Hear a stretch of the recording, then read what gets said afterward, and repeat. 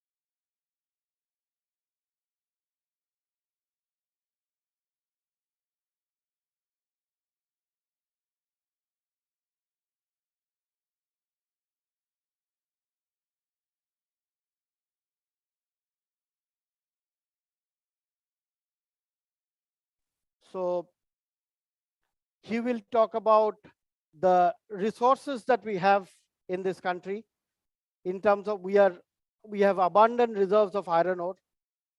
I mean good quality iron ore. So we are going to know today what India has in stock when we talk of producing 500 million tons of steel by the year 2047. So going by the thumb rule, as you know, for every ton of steel, you need 1.6 tons of iron ore. So going by that calculation, when you say 500 million tons of steel, that means 800 million tons of iron ore would be required. So what plans Government of India and the stakeholders have, we are going to discuss all that today. Yeah, so as they say, safety comes first. So we'll begin the day with a safety briefing, but before that, may I also request Mr. Suresha ji, Mr. Suresha from AMNS, are you here? Yeah, Mr. Suresha is Executive Director, Orissa Operations. Mr. Suresha is Executive Director, Orissa Operations of AMNS India. ArcelorMittal Nippon Steel Orissa Operations Head, Mr. Suresha ji, Executive Director. In fact, I met him just last month at the Make in Orissa function, which was there, where he was, a big event was organized by the government of Orissa, Make in Orissa, which was very successful, I must say, and it proves that Orissa is the most happening place. And those of you who have been during Make in Orissa here, I think Kushal ji must have been here because his father was there during that Make in Orissa program. And right from Lakshmi Mittal, Naveen Jindal, all of them were in fact during the Make in Orissa program. So I'm happy to note the developments which are taking place in the state under the leadership of our Honorable Chief Minister Naveen Patnaik ji. And with that in mind, I think we are going to have a wonderful steel hub in this country here at in the state of Orissa. And Bhubaneswar will be the, let's say, the steel capital of India very soon. So yeah, so it's over to Mr. Kaushik Ganguly to give you a safety briefing. After that, we'll go straight into the program. So over to you, Mr. Ganguly, who's the security head of this hotel, and he'll brief you about the safety precautions and safety steps which are taken. So safety first, Mr. Kaushik Ganguly.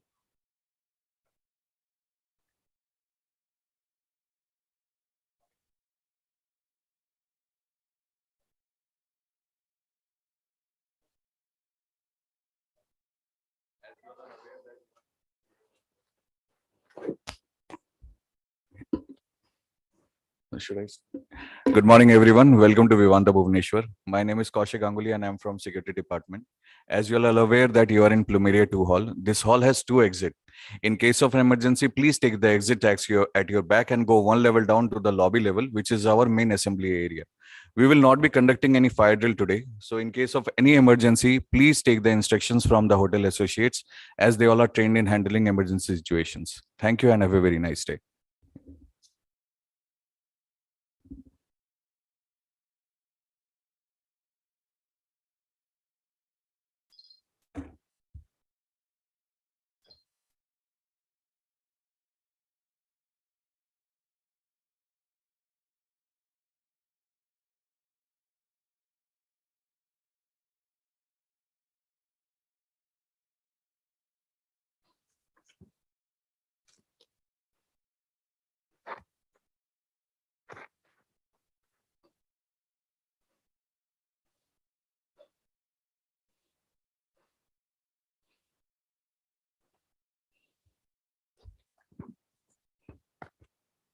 Am I audible?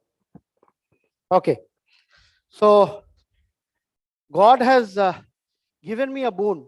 I am more of a grounded person than up there. So I prefer to stand outside the podium because that makes me more visible. So with that, a warm welcome to everyone. And Pankaj Satija ji has been with us during the webinar. Monica knows very well because you've been to a lot of Monica's webinars and conferences as well. So with that, we would come to the beginning of the program today. Unfortunately, a lot of outs have taken place today. The Honorable Minister, our Minister for Steel, Mr. Jyotiraditya Scindia, the Senior Minister, he has called for a urgent meeting of all uh, steel. So as a result, quite a few of our panelists and speakers have not been able to make it to Bhubaneswar from Delhi today. That includes Mr. Anirban Dasgupta, in charge of Bhilai, Mr. Atul Bhatt, CMD of RINL. These are gentlemen who are our Joint Secretary, Mr. Abhijit Narendra. He has also not been able to make it, primarily because they're all stuck up with the meeting with the minister. So we had to keep that in mind. And our chief guest for today was Mr. Prafulla Malik, Minister for Steel and Mines, Government of Odisha. He also could not make it, primarily because this world which is happening, that he had to stay put in Dhenkanal today. He had to stay back at but even then he was trying to connect from the collectorate's office in Dhenkanal. But around 10 to 11 is the time when the hockey flag or the torch will pass. So he has no opportunity of connecting with us even on Zoom. So that's the state of affairs, but these things keep happening. You have to keep that in mind. Not everyone is available every day. So with that, I'll invite Dr. R. Bhima Rao. Dr. Bhima Rao, are you here? Okay. Dr. Bhima Rao, please come and take the dais. So Dr. Bhima Rao, Editor-in-Chief of our group publication, Mines and Minerals Reporter, and also the previous head of Mineral Beneficiation Division of RRL, which is now called IIMT, Institute of Minerals and Materials Technology, Dr. R. Bhima Rao. And then he was the director of Aryan Institute of Technology. He is our honorary editor of. So I would request Dr. Bhima Rao.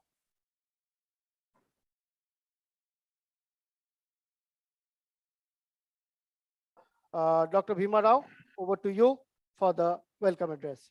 So good morning, Nirmala. Good morning. I'm Nirmala. Good morning. I'm joined already. Okay, so I think Mr. V.R. Sharma has joined. Sharma Sab, can we have Sharma Sab online? Yeah, I'm there. I'm listening to you. Good morning. Good morning. Good morning, Sharma Sab. After Dr. Bhima Rao welcomes everyone, it will be our keynote address by Mr. V.R. Sharma. Mr. V.R. Sharma needs no introduction. I always keep saying he is like a god for me. For me, Mr. V.R. Sharma is next only to God, because just as God makes the prediction that comes true, whenever Mr. V.R. Sharma makes a prediction, I have never seen it going wrong anywhere. So today he will give us, the direction for the steel industry to move forward and to meet the requirement. As I said, the thumb rule says, if you're talking about 500 million tons, we need 800 million tons of iron ore. So to meet the challenge of iron ore for coking and non-coking coal, both because Mr. V.R. Sharma also believes that the way forward is to use coal gasification, to use primarily the syngas from our DRI, to use it in the DRI industry, and to make sure that we have a much lower carbon footprint. I think Mr. Pankaj Satija will also talk about, because Tata Steel believes in the same philosophy. And as a person who bears the legacy of Tata Steel, will also perhaps highlight how effectively we can reduce our carbon footprint while using our resources judiciously. Mr. V.R. Sharma always keeps mentioning that we need to use our resources, but we need to use it judiciously. So over to you, Dr. Bhima Rao, after which we'll go straight to Mr. V.R. Sharma, and then we'll also welcome our dignitaries on the dais. So over to you, Dr. Bhima Rao. morning to everybody. I- Good morning to everybody. So, on behalf of the organizing committee of the meeting iron ore, coal, refractory and other raw materials requirements for iron and steel industry in India, I welcome the dignitaries on the dais and we are Sharma and delegates, ladies, gentlemen and press people. Okay, sure. Welcome to this morning, and this seminar is on. Thank you. Thank you, Dr. Bhima Rao. Ankit, can you check if our Joint Secretary, Mr. Abhijit Narendra, has also joined? Yes. Yeah, Mr. Nirmalaya ji, I have already joined. Okay, thank you, Nandaji. Thank you so much. Mr. Pankaj Satija just informed me that you already joined. So a warm welcome to you, Abhijit ji. And how, I don't know, you don't say thank you to your mother every day, but how else can I express my gratitude for such a good human being? As I mentioned, Mr. Abhijit Narendra is perhaps one of the few joint secretaries I've come across in the tenure of my journalistic career over spanning a period of almost 25 years. I have met various joint secretaries in Udyog Bhavan, but you are one person who was so kind to join us on Zoom in spite of not being able to come over from Delhi to Bhubaneswar, primarily because we know the Jyotiraditya Scindia ji, our Honorable Minister, has called for a very important meeting where all the PSU heads are going to be there in Delhi for that meeting today. In fact, Mr. Anirban Das Gupta, Tatul Bhatt, all of them had to drop out at the last moment, primarily because of the meeting today. But a warm welcome to Mr. Abhijit Narendra ji, and Thank you. a wonderful human being once again, those of you who get a chance to interact with him in the ministry. And you know, the most important functionary in the ministry is always the joint secretaries, because they are the one who formulate the policies. And the secretary plays a role of our new secretary has just joined. So once again, a special congratulations to our new secretary, Nandaji, who just joined a couple of days ago. And I'm sure Mr. Narendra will give a new direction to this ministry. So Narendra ji, let me also wish you all the very best in your tenure in this ministry. And may I request Mr. V.R. Sharma to deliver the keynote address, followed by Mr.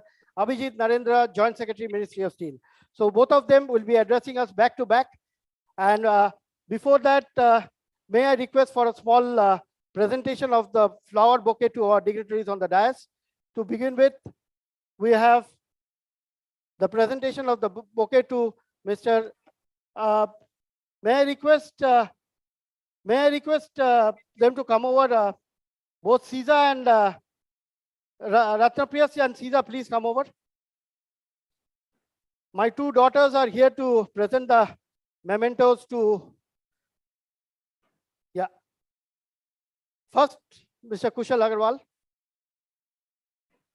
Thank you, Caesar. Please come on the dais and yeah. Get on the dais. Mr. Saibal Chandra Mitra.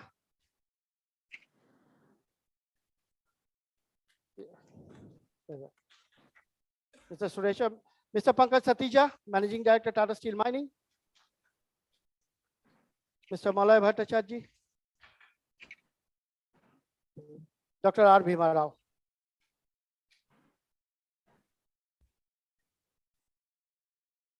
Okay, thank you, Caesar. Thank you, Ratnapriya. So we'll now move straight to our keynote address by none other than Mr. V.R. Sharma, Vice Chairman, JSPL Advisory Services, who was earlier Managing Director of JSPL. And you know, he is a person who needs no introduction in the steel industry. So Sharma Saab, once again, a warm welcome. Unfortunately, I cannot hand over the flower bouquet personally to you, but my best wishes. And please go ahead, after which Mr. Abhijit Narendra will address us. So over to you, Mr. V.R. Sharma, Vice Chairman, JSPL Advisory Services. Thank you very much, Nirmala. Good morning to you. Good morning to everybody here, and my special regards to Shri Narendra ji, who has come all the way, who is joining this particular webinar. Dr. Bhima Rao, Mr. Malay Bhattacharya ji, and my other friends, Mr. Satija, who has always been a great support to this kind of platforms, and he keeps sharing his views and opinion as to how to take India forward in terms of steel making. So thank you very much once again, and good morning, ladies and gentlemen. My name is VR Sharma. Today I'm not in the country, I'm out of country. That's why I'm on online. Otherwise, I would have loved to join it physically. So country has been passing through a bigger challenge today. And I'm thankful to Government of India that they had declared about 19 to 20,000 crores of rupees to promote hydrogen-based steel and to promote green hydrogen. This is a great step towards decarbonization.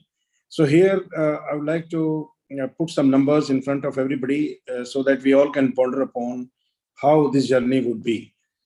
Today, we are working with the various companies from Europe, especially from Scandinavian countries like Norwegian countries, and also the companies established and operating out of Sweden, that what is the right way and right capex to produce 1 million ton of liquid steel through hydrogen route.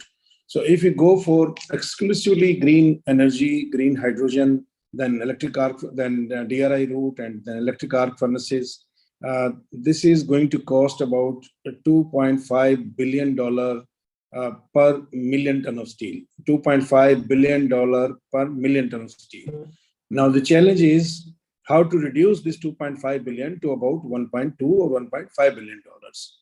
So this $2.5 means the hydrogen will be available at about $2 to $2.4 per kg, and our aim should be to bring it down to a level of about $1 or $1.2 per kg. This is a great challenge in front of nation because not many companies can survive if they invest so much of money in capital investment as a capex.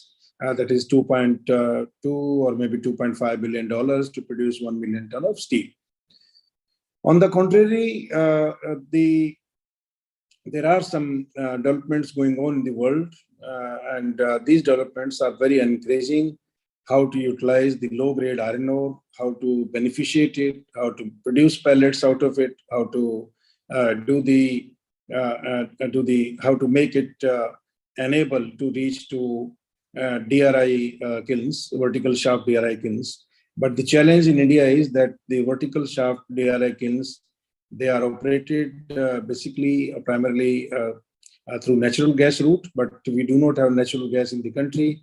So in JSPL, the first plant of the world was established in 2014 to produce coal gasification, to produce syngas through coal gasification route, and then finally to produce DRI in a mega module of 7.15 meter diameter that can produce about 2 million ton of DRI from syngas.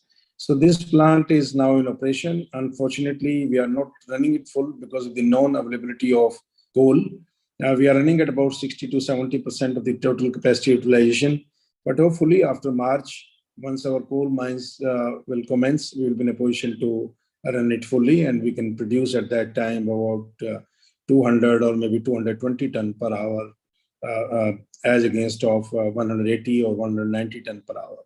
The capacity can reach to about 270 or 280 ton per hour if the consistency in terms of coal supplies are maintained.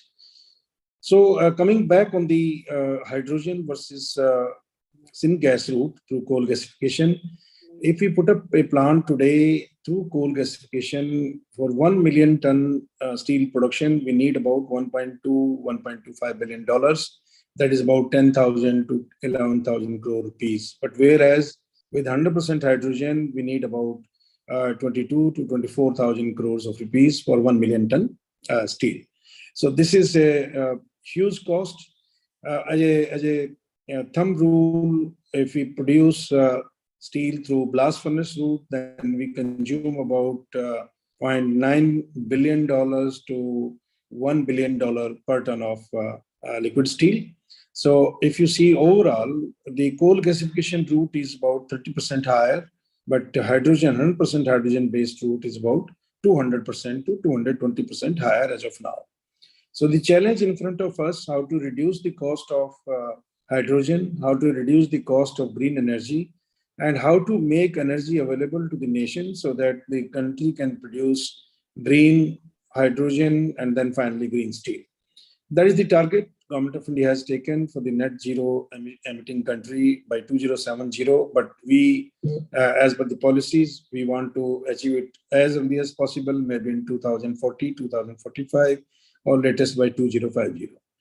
But we also have to see that we cannot ignore the cost and how this cost is to be borne. Now, the question here is, what is to be done? So in my view, first of all, we should divide the next 20 years time into 3 categories. First category should be that we should utilize our low-grade iron ore through beneficiation, and we should add more and more pelletization plant as well as DRI plants. The second will be, before jumping to 100% hydrogen, we should try to learn from JSPL model in Angul. I invite all of you, please visit. You are in Bhubaneswar. You can visit, you can see the plant running. We are running today at about 180 ton an hour because the complete coal availability is a problem. And though we are setting the coal belt, but it needs consistent coal. We are not looking for low ash grade coal. We buy high ash coal and we beneficiate it to a level about 30-32%, and then finally we gasify it. So this plant is a successful model, and I think if steel industry replicates this kind of technology, then it will be better for the entire nation to produce steel through DRI route and electric arc furnace route. This will be around 1.2 or maybe $1.25 billion per million ton steel. The third is how to jump into the hydrogen. So the hydrogen-based steel manufacturing has to be matured enough before we invest into it, and how to fund these projects. That is again a big challenge. So to put up a plant today, if somebody has to invest $2.5 billion for 1 million ton steel, it will be difficult. The next point is that how to stop blast furnaces coming into the country. This is, of course, my statement may annoy many of us, because most of the steel mills in the country, whether it is public sector or private sector, are producing steel through blast furnace route. So on one side, we are working how to decarbonize. On the other side, the new blast furnaces are still coming. So we have to see a balance in between two as to what is required by nation and what is the way forward. We have to see that we don't have to export green steel to the world. I feel that we should reduce the total carbon footprint and we should supply steel to India, to the Indian component industry, Indian auto industry, Indian white goods appliances industry, and Indian capital goods industry. So that the capital goods made out of India, components made out of India, the automobiles made out of India, the white goods appliances made out of India, they are made out of green steel. And then overall, the country will gain, country will get benefit out of it, and we become greener much faster than anybody in the world. This year, we are going to produce more than 125 million ton steel in this financial year. So we are undisputedly, we are number 2, but we also have to see that jointly the entire Europe, they produce about 140 million ton steel. The consumption is about 150 million ton. For them also, it is very difficult to source green steel from outside world. Neither China, nor Japan, nor Korea, nor India are green steel enabled today, and it is going to take some more time. So my suggestion to the House and to the entire steel fraternity is that we should discourage further investments on blast furnaces in coke ovens, number 1. Number 2, we should encourage the investments in iron ore beneficiation and pelletization, and finally the DRI manufacturing and electric arc furnace route. And we should also encourage the coal gasification route instead of hydrogen immediately, so that there is a transition from entirely from blast furnaces to coal gasification, that is a syngas, and then finally syngas to hydrogen in times to come. So syngas contains about 58 to 60% of hydrogen. In Jindal Steel, we are today how to enrich the hydrogen to a level about 75%. So once it happens, then I think we will be cutting down the overall CO2 footprint to a great extent. So aim is to come down as fast as possible to a level of 1.5 ton of CO2 generation per ton of steel making. The another major challenge what we are facing today, we are capturing 2,000 ton of CO2 per day through our coal gasification and DRI route. But we do not have any end use of this 2,000 tons of CO2, which every day we are capturing and then we are again releasing to sky. So my request to Government of India that to lay a pipeline for the CO2, to carry the CO2 on the east coast and west coast of India. And finally, we should take the CO2 to some of the ports or terminal where we can install or we can encourage the CO2 users hub and people can use the CO2. Otherwise, it's very difficult. Even if we capture the CO2, what we'll do with this CO2?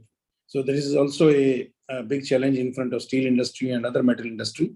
So these are my views, which I wanted to discuss with all of you. I'm not against the blast furnaces or any other route. It depends. It is a free country.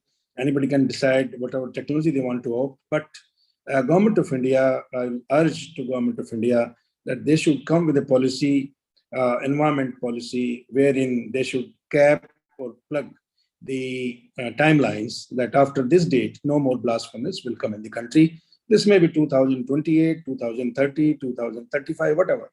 I'm not the policy maker, but I can only suggest through this particular portal and this webinar that sooner we stop investing into blast furnaces, better it will be for all of us.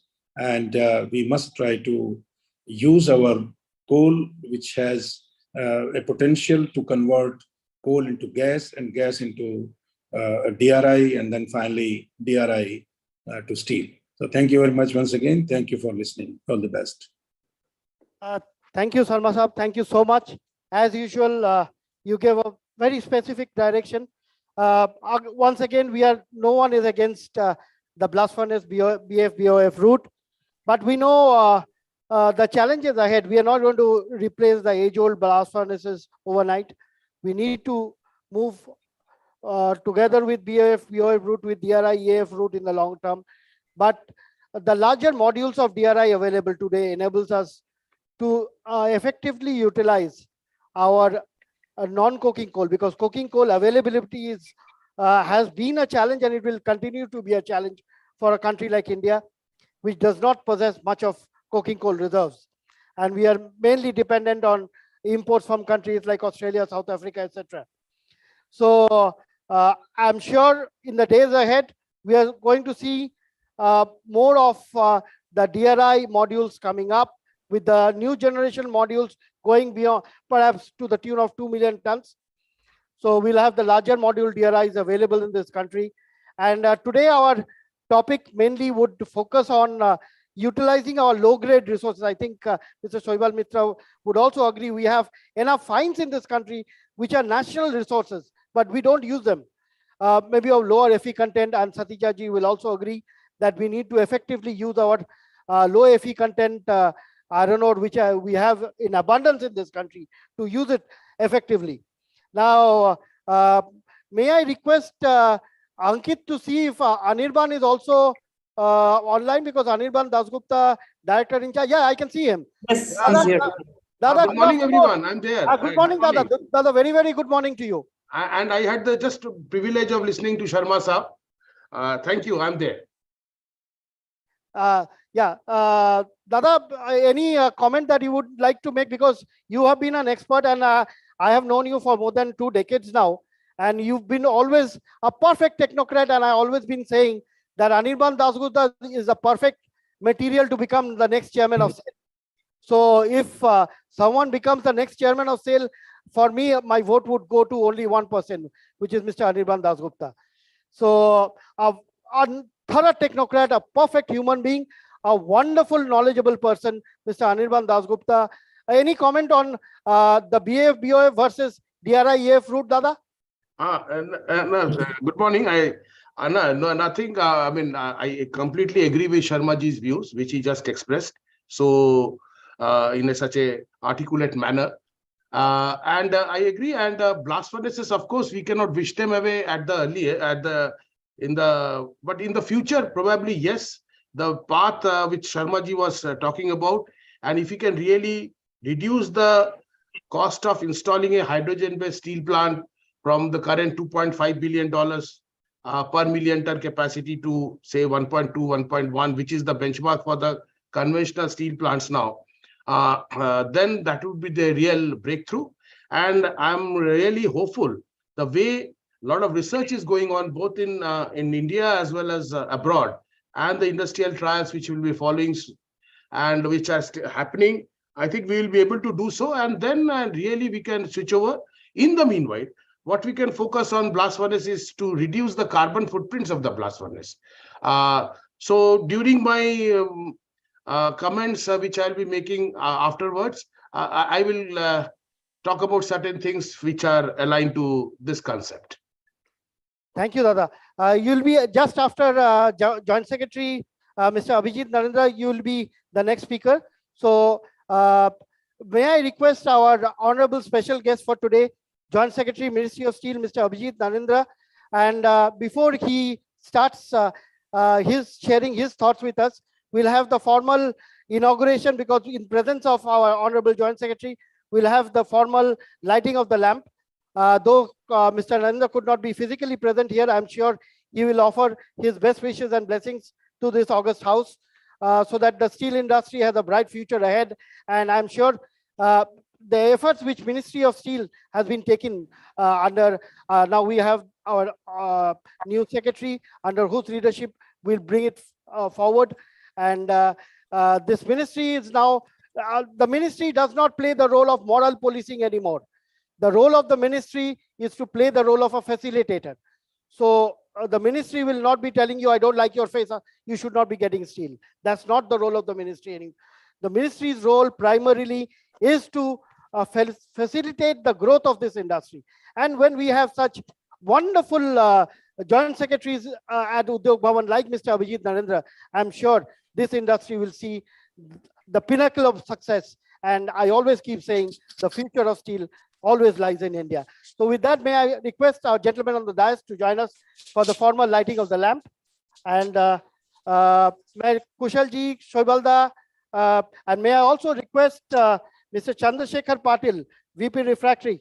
I'm sorry, I'm getting old, so that's why I missed your name. I must have missed it on the list. So please come, and excuse me for calling you up a little late.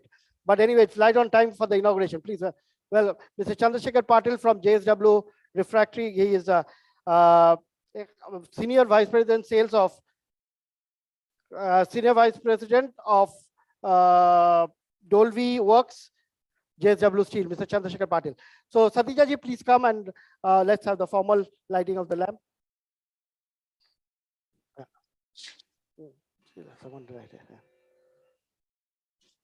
Kushal ji, please come forward. Maulana, please come forward.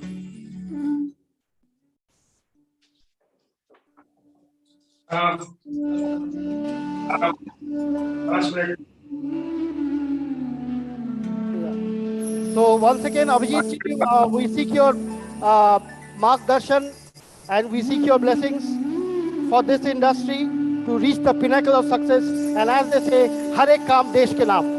In the future of steel lies in India. Let us take pride in being the second largest steel producer and the quality steel producer. We may not be number one like China, but we do not produce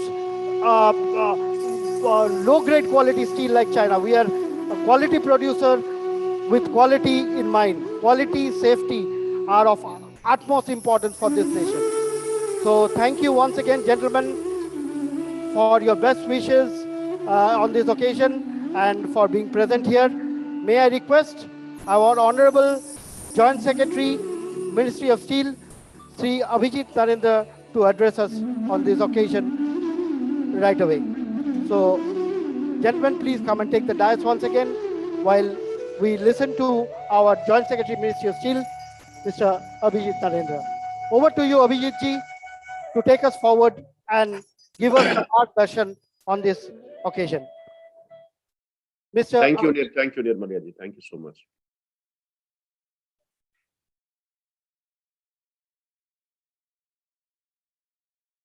Dignitaries, ladies and gentlemen, I'm really sorry for not joining the conference physically. I sincerely apologize for this.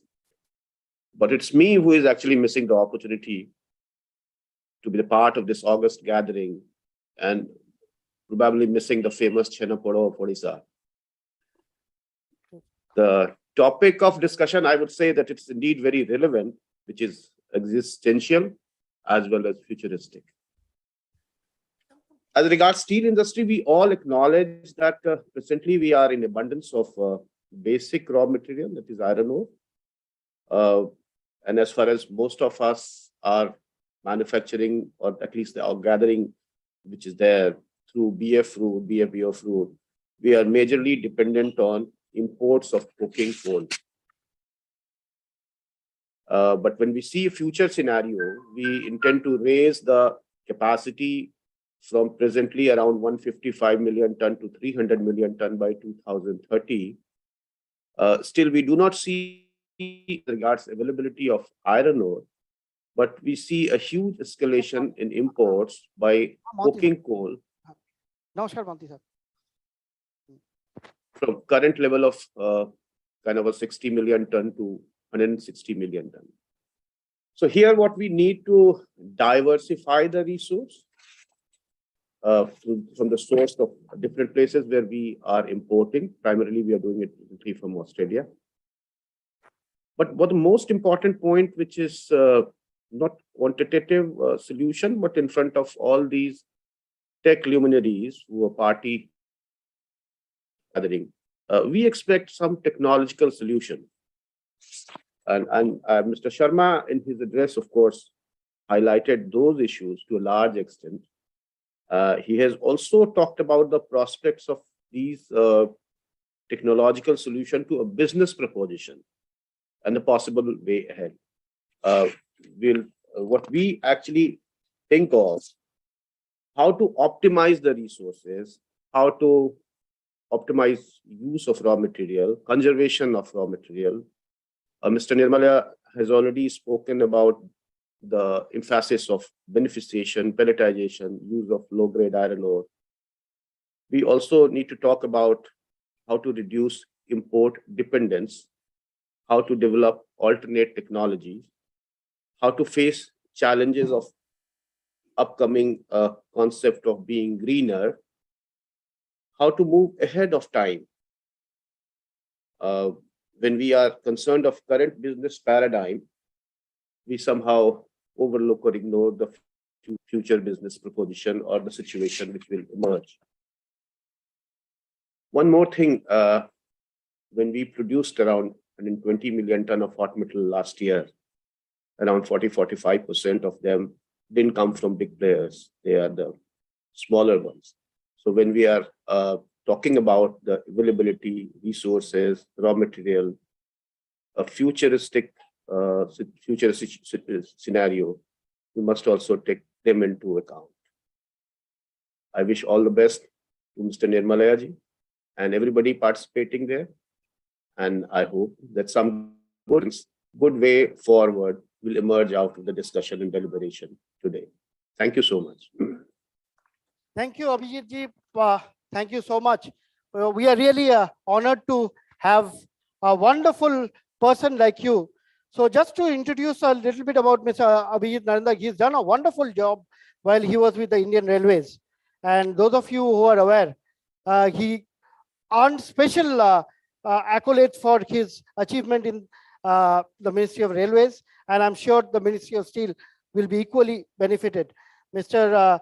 Narendra is an officer of IRTS 1993 batch, and he has served in railways right from operation, commercial and safety management. And everyone who's seen his achievements in railways are pretty confident, and in the steel ministry too, he'll make a mark as a joint secretary in this ministry. So with that, I also welcome Mr. D.K. Mohanty, Director Production of NMDC. Mohanty Saab, very, very good morning to you. Very And good morning. and a warm welcome, because without NMDC, a conference on raw material cannot be complete without the presence of NMDC. So a warm welcome to Mr. D.K. Mohanty, Director Production of NMDC. Mohanty Saab, after Mr. Anirban Dasgupta, you are the next speaker. So please bear with us for 5 minutes. Mr. Anirban Dasgupta, Director in Charge, Bhilai Steel Plant, SAIL, will be addressing us, followed by Mr. D.K. Mohanty, Director Production, NMDC. Over to you, Mr. Anirban Dasgupta. Once again, a very good morning to this August gathering. My dear Nirmala ji, Bhima Rao Saab, Abhijit ji, Mohanty Saab, and all the dignitaries present on the dais are in there, and the delegates At the outset, I would like to wish you a very happy new year, 2023, which has just started. We are 6 days in the new year. And let me wish all the very best to all of you in terms of health, prosperity, peace, and also hope that we never see insurgence of COVID again. So that is one thing which we must pray for and get ourselves prepared. And the way the government of India and the state governments have taken care of the vaccination program of such a vast country like India is indeed commendable.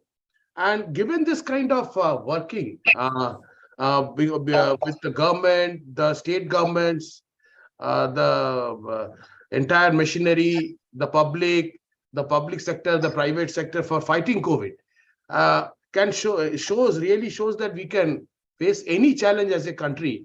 And the next challenge, would be to develop the country economically.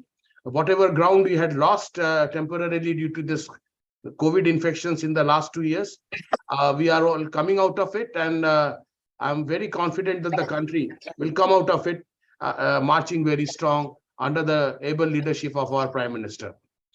As far as this webinar or seminar is concerned, the topic is very apt, and it's very, very critical for the steel industry. When the steel industry is poised for, the Indian steel industry is poised from a capacity expansion of 2 times in the next decade or so, from the current around 150 million tons to 300 million tons, and about 500 million tons by the time the country becomes 100 years old, that is by 2047. There are challenges that we need to face as a country and address these challenges.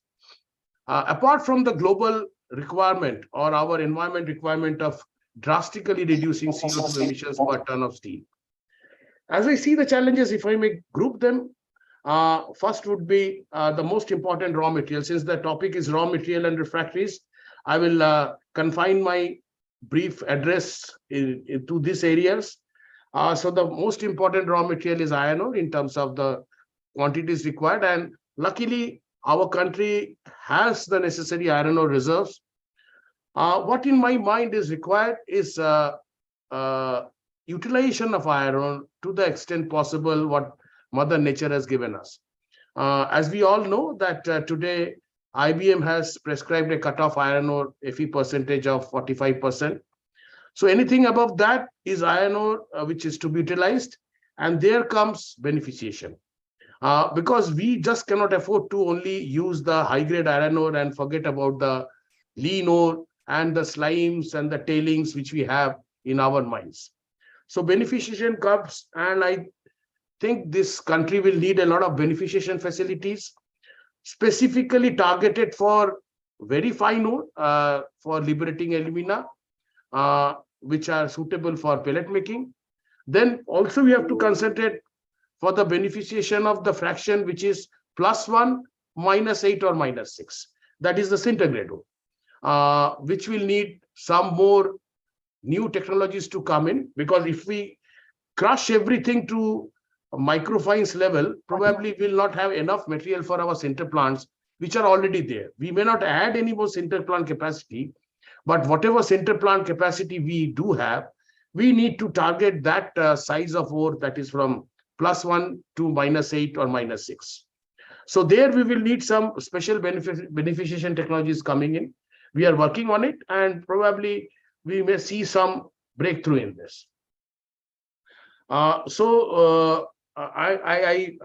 sincerely believe that with beneficiation technologies, the amount of ore which can be liberated for producing iron can be much more than what we have now.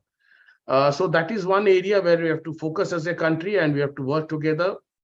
The second point which comes is the lump and iron ore fines ratios.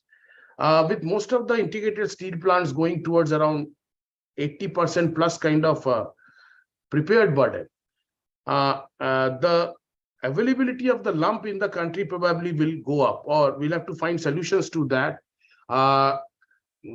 Because naturally in a mine, if we see when we crush and screen, we get about 30 to 35% of lump ore. That is from the size of 8 millimeter +8 -40.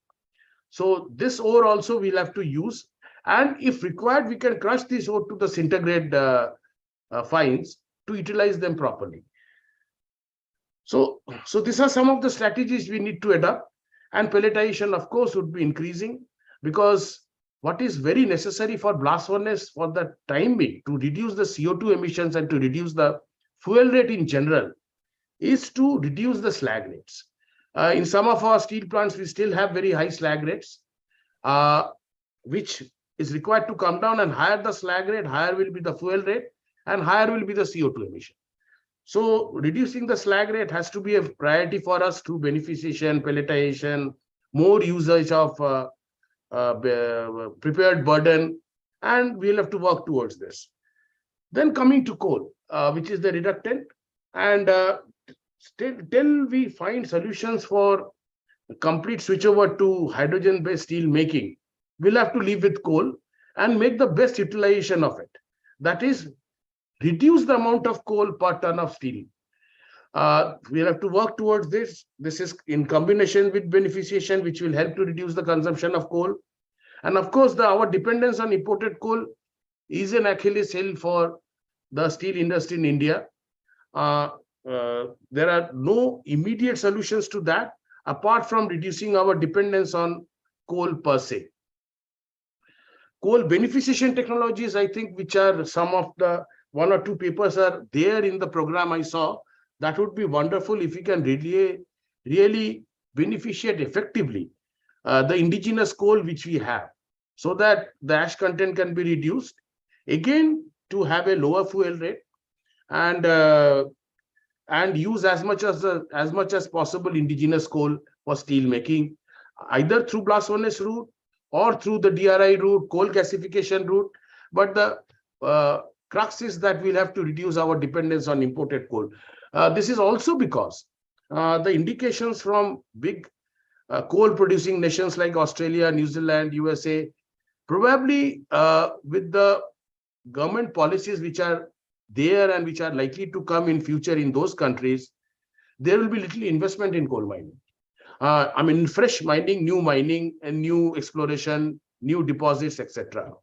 So challenge would be to have sufficient coal for our steel making, given this scenario in abroad. However, I'm also happy to note that the Indian coal or the Indian steel manufacturers have started operating big coal mines abroad, so that we have some sort of control on the coal supply. And case to the point, in Mozambique, JSPL has very good presence, and they have good, quite ambitious plans for the future for increasing coal supplies from Mozambique to India. We in the public sector with NMDC, SAIL, RINL, we also have plans to increase our production from our joint venture ICVL there in Mozambique, so that our dependence on foreign suppliers, not on foreign coal, but on foreign suppliers, come down to a certain extent. So that is another step which we'll have to take as a country. Then, of course, hydrogen as a raw material, which will be coming later on as a reductant, we'll have to work on that with a lot of zeal to do a lot of pilot, laboratory scale, pilot scale, industrial scale trials before we adopt them on a commercial basis. Then another important area to focus would be limestone dolomite, the fluxes which we consume in the steel industry. As far as limestone is concerned, for good quality limestone, low silica, we are still the countries dependent on imports from sources in Oman, in Dubai, in the eastern side in Thailand, Vietnam. So probably some work has to be done. We do have limestone deposits in the country, but most of them are a bit high in silica. So they are not really suitable for steel making. We are using them for iron making, sintering, etc., but not really for steel making because of their high silica content. So some amount of work in beneficiation of limestone in a viable way, so as to reduce the silica content in them. I'm not very sure how that will work, but we'll have to find a solution to that, so that we can reduce our dependence on imported limestone. Because any imports has got its own hazards and geopolitical ramifications. Apart from draining scarce foreign exchange from the country. Coming to dolomite, I think dolomite probably with our neighboring country, Bhutan and the country, we are sort of, we are okay with that, but we'll have to still work on it. Then another important area would be ferroalloys, which the steel making needs in quite significant quantities, and going forward when we go for 300 million ton capacity, our ferroalloy needs also will increase. So ferromanganese, silicomanganese, ferrochrome, etc. There also we need to be careful. So here companies like MOIL, etc. will play a significant role in increasing our manganese production, manganese ore production in the country, and therefore will help in the ferroalloys industries. So that also another area which will have to work, because steel making cannot be done in isolation and only think about coal and iron ore. Then another very critical thing which is there in the topic is the refractory. I'm very happy that a lot of good sophisticated refractories, including black refractories for tundish, continuous casting, is getting manufactured in the country. Converter brakes, ladle brakes, torpedo ladle brakes. So all these are getting manufactured. But one thing which is still bothers us is the dependence of raw material for refractory making, especially the raw material for making the magnesia carbon bricks from abroad. So there we do have some magnesite deposits, but the grade of that magnesite is not up to the mark to produce very high TBM, that is red bond magnesia of 95% plus. And we don't have seawater magnesite currently. There were some ventures, but probably they did not work out. And also fused magnesia. So these are some of the areas we'll have to work on. We have to work on the beneficiation of magnesite. I think some work is going on IMMT Bhubaneswar, which we need to pursue. And as an industry, we must, so that to a certain extent, the country has some indigenous raw material for this magnesia carbon group of bricks, which are so important for basic oxygen steel making and in the ladles. So this is in short what I wanted to highlight, and these are the challenges which we'll have to address going forward.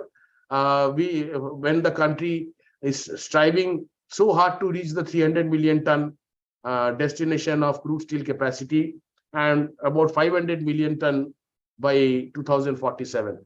So once again, I wish this seminar all the best, and I'm very sure the papers which will follow this inaugural session are very informative and very thought-provoking, and we will come out of with certain actionable points at the end of the seminar today. Thank you very much. All the very best.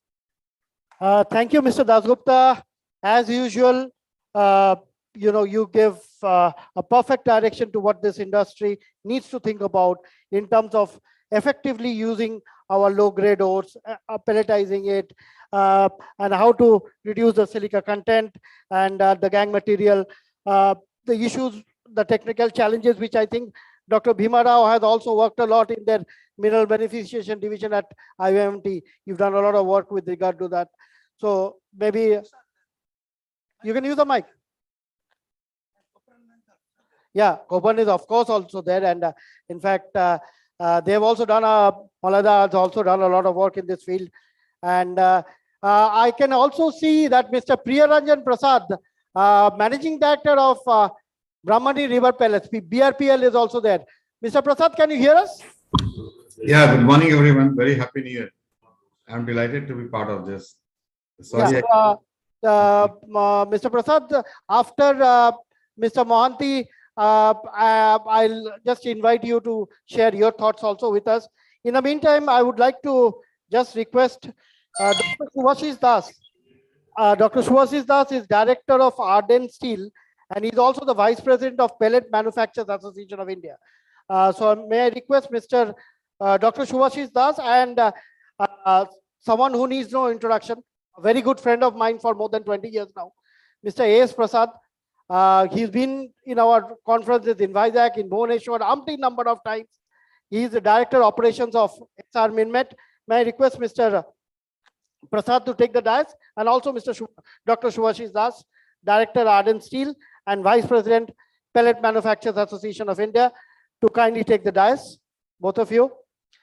We will catch up with Mr. Prasad after Mr. Mohanty. So Mr. D.K. Mohanty is director production. May I request you, my two daughters, to welcome Mr. Dr. Subhashish Das and my good friend Mr. A.S. Prasad. So both of them, Mr. Dr. Prasad and Dr. Subhashish Das. Dr. Subhashish Das is once again director of Arden Steel, and also he represents the Pellet Manufacturers Association of India. Unfortunately, Mr. Bhatnagar, who was supposed to be here, he couldn't make it because he's not well. He had to cancel his tickets at the last moment. So, but he said that don't worry, Dr. Das will do justice on the subject. So he is the perfect man I would recommend to you, who do justice on whatever you want to discuss on pellets. Now, pelletization is again one subject which is very close to my heart, because I believe a lot of resources, I think Mr. Shoaib Mitra will also agree with me, that a lot of resources in this country could be saved. And Mr. Prasad and Mr. Suresha, both they have been on the subject for a very long time. In fact, SR had a huge sort of resources for the pellet plants, which now ArcelorMittal Nippon Steel operates. It's a huge legacy which SR shared, and I know you are the person who made it all happen. So with that, I'll move on now to once again iron ore, and none other than Mr. D.K. Mohanty, Director Production of NMDC, to address us. Mohanty Sahab, are you there? Over to you. Yes, I'm there. Over to you. Thank you, Mukherjee sir. A very good morning to all the dignitaries on the dais, with a special mention to Mr. Avijit Narendra, our Joint Secretary Steel. It would have been my privilege to attend in person, but unfortunately I am at Bangalore now with some company work. That's why I could not make it possible to be there. Today's topic, that is meeting on iron ore, coal, refractory and other raw materials for iron and steel industry. Really, it is a wonderful topic which has been chosen, and to be very specific, having a target set by MOS for 300 million ton by 2030-31 and 500 million ton by 2047. So a lot of focus has been given to raw material security. As Mr. Anirvan has already pointed out many things, because he's a steel man who goes around making our steel, what are the requirements, like iron ore, coking coal, scrap, fluxes, ferroalloys, refractories, and of course, iron ore. I would just like to add some of the points without touching this coking coal, scrap, fluxes, ferroalloys, and refractories, because these are the topics to be covered by other people. If I go on speaking about everything, I will not give a scope of others to speak. Since NMDC is a pioneer in iron ore production, we are the largest producer of iron ore in India, and gives a contribution of around 18 to 20% of the total requirement. If I see today, going by 2030 or 31 of 300 million ton, our contribution will be around 65 to 66 million ton of iron ore, for which we are already in line of going for it. Truly speaking, today's need is high-grade iron ore. And as already it has been pointed by many of the people, and in the subsequent topics to be covered, that requirement of high-grade ore will be very, very essential to go for a quality production. And NMDC is blessed with such type of ore in our Baladila sector. And of course, we are having 65+% of iron ore. In addition to that, some low-grade iron ores also, where we require to be focused on going for beneficiation. As it is already specified that more than 45%, we need to do it with a lot of support from other people. And going into the details of the raw material, as Mr. Anirban has said rightly, that in a mining activity, we may go for a production of around 30 to 35% of lump and fines of around 65 to 68% or so. Since there is a development in the technology of sinter making and pelletization, these fines will be utilized. But what about those lumps? He had rightly flagged it up that -40 or so, around 10 to 20% is being utilized in the presently blast furnace. What we should do? I will just add it to it that we have also taken up a job of making it to 8 to 16 mm pieces so that it can be utilized for sponge iron. So that also we are looking into how it can be utilized in addition to the fines. And beneficiation, nowadays a lot of new technology have come up because environment issues are, a lot of the environment issues are there, land issues are there, which need to be looked into, and going ahead with the beneficiation process, which we need to do it, we are going to introduce this dry beneficiation process also, where we can always enhance the low grade ore to high grade ore, and recycling the water which is required there. In the dry beneficiation process, it is not required actually that much of water, but still we can do along with what it is available with us. Some of the challenges what we the iron ore manufacturers face. In addition to other aspects, there are some of the structural issues. Those are need to be addressed, because if suppose we go for production of 300 to 500 million ton of steel, we will be requiring around 1.6 times of this steel production. There are some structural issues are also looked into. That is, government is making a lot of efforts to resolve it. That land acquisition, because a lot of land will be required for disposal of the tailings, even if in a dry process also. Those issues are to be looked into, and getting new mines are becoming a real problem for going ahead with acquisition. There also government has to look into, and we are also continuously pursuing it to give it in a platter so that all the issues are being resolved, and to start the mining activity at the earliest. And the next important sector which will be required is your logistic infrastructure for transportation. In the mine side, we cannot have too much of space for keeping those mine material. So logistic is the biggest area where a lot of investment is required to be done. And these mines are basically located in jungle and remote areas. They are rail and this slurry pipeline. These are seems to be the new way of transportation. Some of new conveying system like pipe conveyors and other things are also being looked into, where we are also exploring the possibilities to go into such a new technologies where we can transport the material to a nearby siding area or so, from where it can be transported, keeping in mind of the environmental issues. Then going for further enhancement in the production, a lot of digitalization also is being looked into, where NMDC is going for digitalization of its mines, because we operate most of the mechanized mines. And then coming to the future prospects of NMDC, as I said, presently we are last year we produced around 42, and we are going for around 45 to 46 million ton this financial year, and we are having a plan of going to around 65 million ton by 2030, and by 2047 around 100 million ton. A lot of efforts are to be made. And one more concern was shown for the refractory, especially as Mr. Anirban rightly pointed out, because steel making needs a lot of refractories where raw material is not there. And there we need very high grade refractory material with a low iron and so. I would like to highlight here something like magnesite, which is really not much available in India of having a required iron content or so. But we are putting a lot of efforts in exploration. NMDC is going in a big way in that way.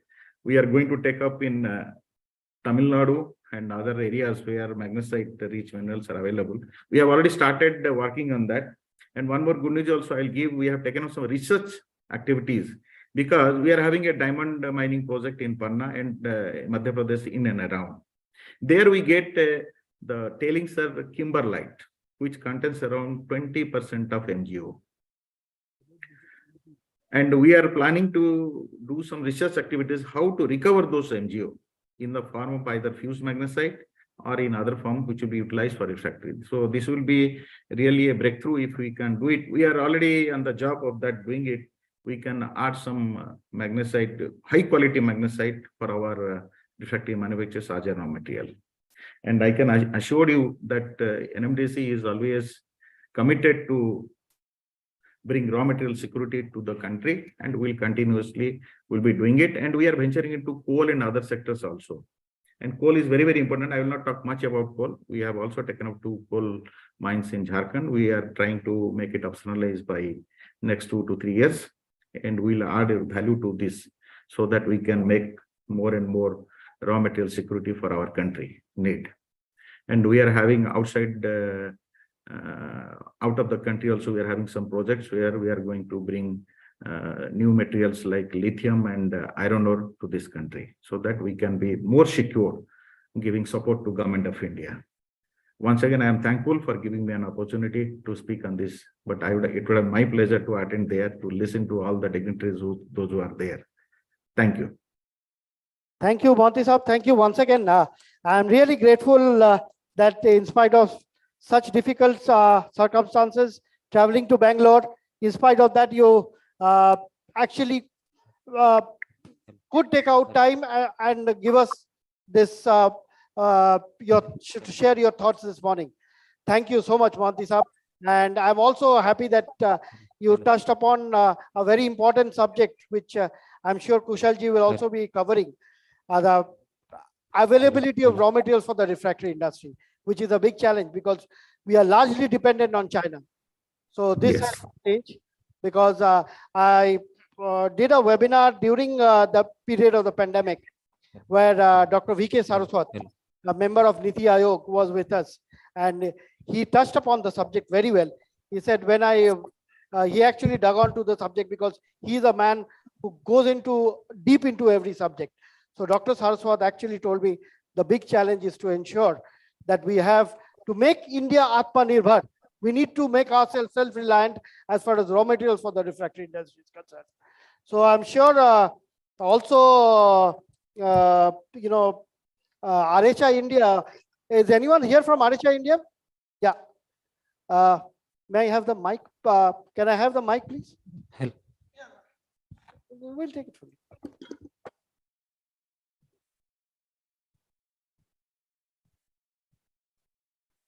Yeah, please kindly introduce yourself.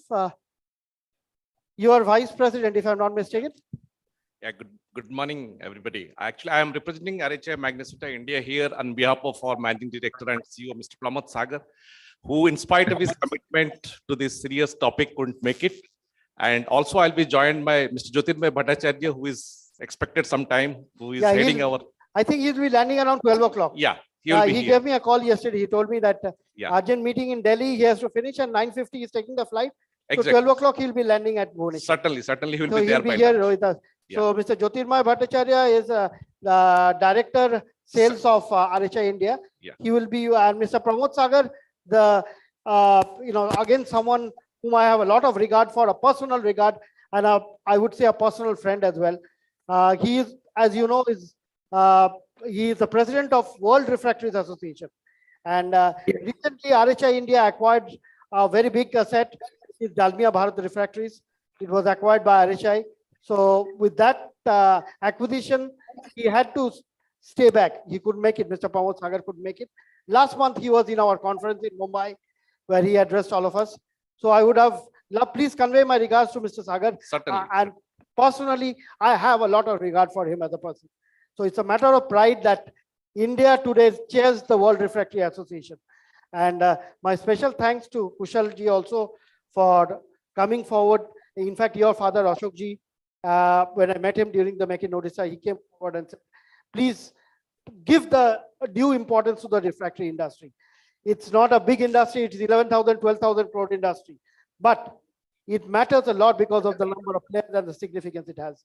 So we've always said iron ore and coking coal are the two raw materials, but I wanted to highlight the role of the refractory industry. That's what we are here today.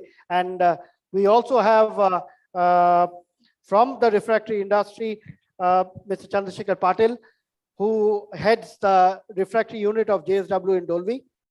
As you know, Dolvi is a new, I would say, acquired unit of JSW, which was acquired from Ispat Industries, and the entire Dolvi unit has been turned around, and it's a 5 million ton plant today.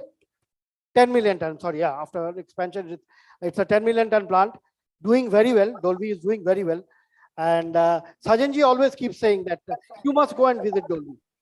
You know, it's a pride for him. Dolvi is Sajanji's pride. He believes that this is one plant which can do wonders. I remember in early 90s, when I started my career as a journalist, in early 90s, those were the days when Ispat, I mean, Pramod and Vinod Mittal, they had just acquired the Konark plant, which is the combination of converter and arc furnace, the twin shape converter. It was, I think, if I'm not mistaken, imported from ThyssenKrupp in Germany those days. It was early 90s. I'm talking about early 90s. So even that time, it was a very flexible plant. Remember, Konark is a process where you have the flexibility of charging anything and everything, right from 100% DRI to 100% pig iron. You can charge anything. So it has a 100% flexibility of steel making operations, which is, and I'm sure Dolvi will do wonders in the days ahead. And naturally, it is Sajanji's pride. So with that, we'll move on to our next speaker, which is Mr. Priyaranjan Prasad, Managing Director of Brahmani River Pellets Limited, BRPL, followed by two EDs of SAIL Refractory Unit ED and ED Raw Materials. So first, Mr. Priyaranjan Prasad, Managing Director, BRPL, followed by two EDs of SAIL Refractory Units. So over to you, Mr. Prasad, followed by two EDs of SAIL Refractory Units. Mr. Prasad. Good morning, everyone on the dais and in the audience. Thank you for giving me this opportunity to speak of this August gathering. Our previous speakers have both Mr. Mohanty and Mr. Dasgupta have touched upon various sensitive issues concerning the steel industry in general and also the mining. I would just take only 2-3 minutes and delve upon one very important topic, which was also touched upon by Mr. Mohanty. This is about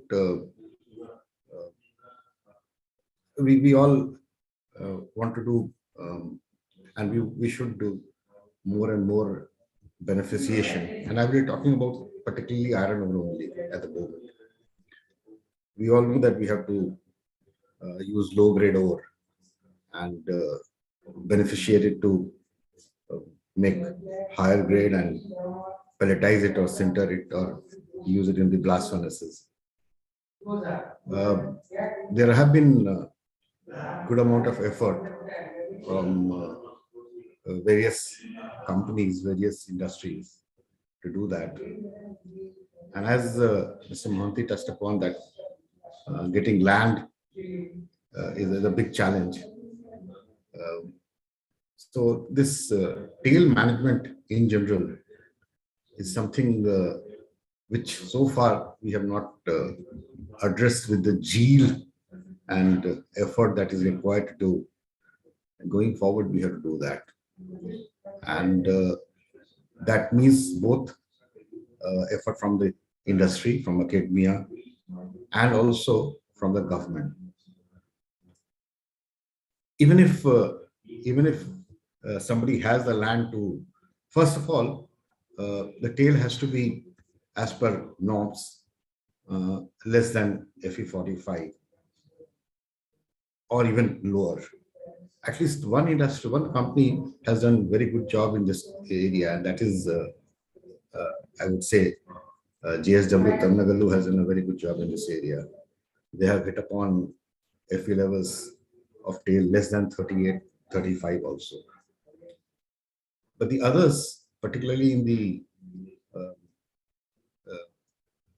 Odisha belt, are struggling to reach a tail FE of 45. With the technology or with the investments, it needs a lot of investment. With the amount of investments made, people are somewhere around, 51, 52 plus minus 2 in that region at the moment. So investments have to be made to bring it down to the norms. So as a result, that 52 plus minus 2 does not remain a tail, it remains a slime. And that slime has value, it needs to be recovered. Some are even higher, I would say, even higher than 55. That slime has to be recovered.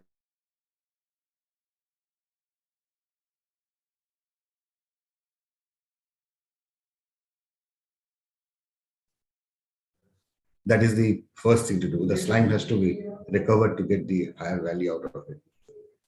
Second is,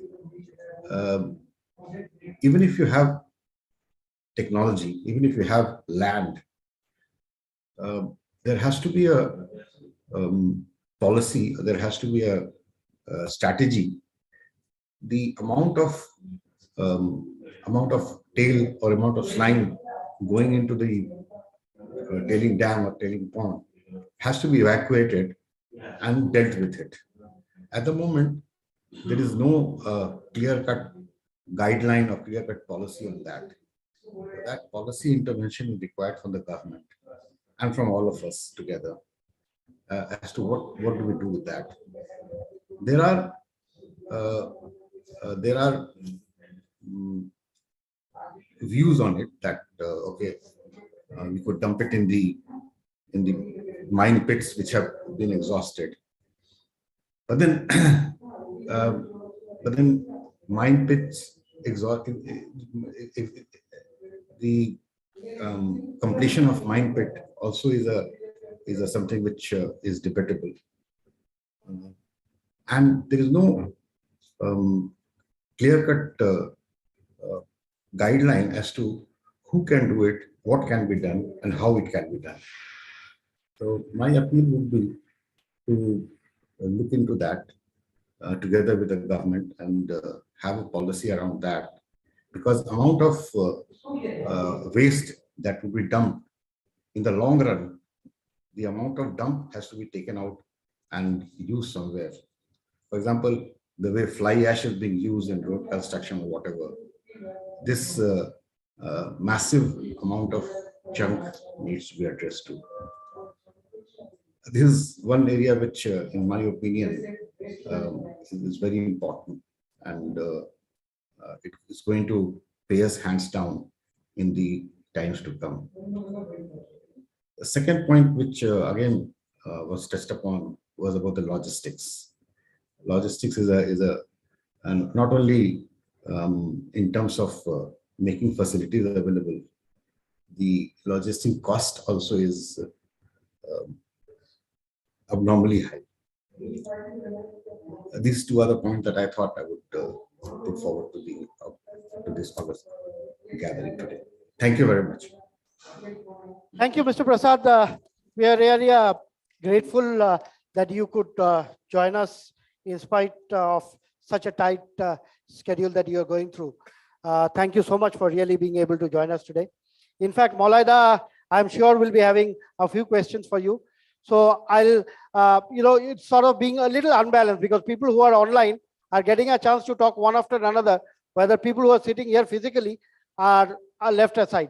So I would, as a role of a moderator, I'm supposed to do justice on the subject. So it is my duty to ensure that Pankaj ji, Mr. Pankaj Satija and Mr. Malay Bhattacharya get the first round, and then we'll move back to the EDs of cell refractory units. So over to you, Pankaj ji, to begin the panel today and the thoughts you, Tata Steel Mining and Mr. Pankaj Satija would like to share with us today, followed by Mr. Malay Bhattacharya, Joint Managing Director of Copper Macro, on the need for pelletization. Pankaj ji, if you want, you can sit down and use the mic, whatever suits you.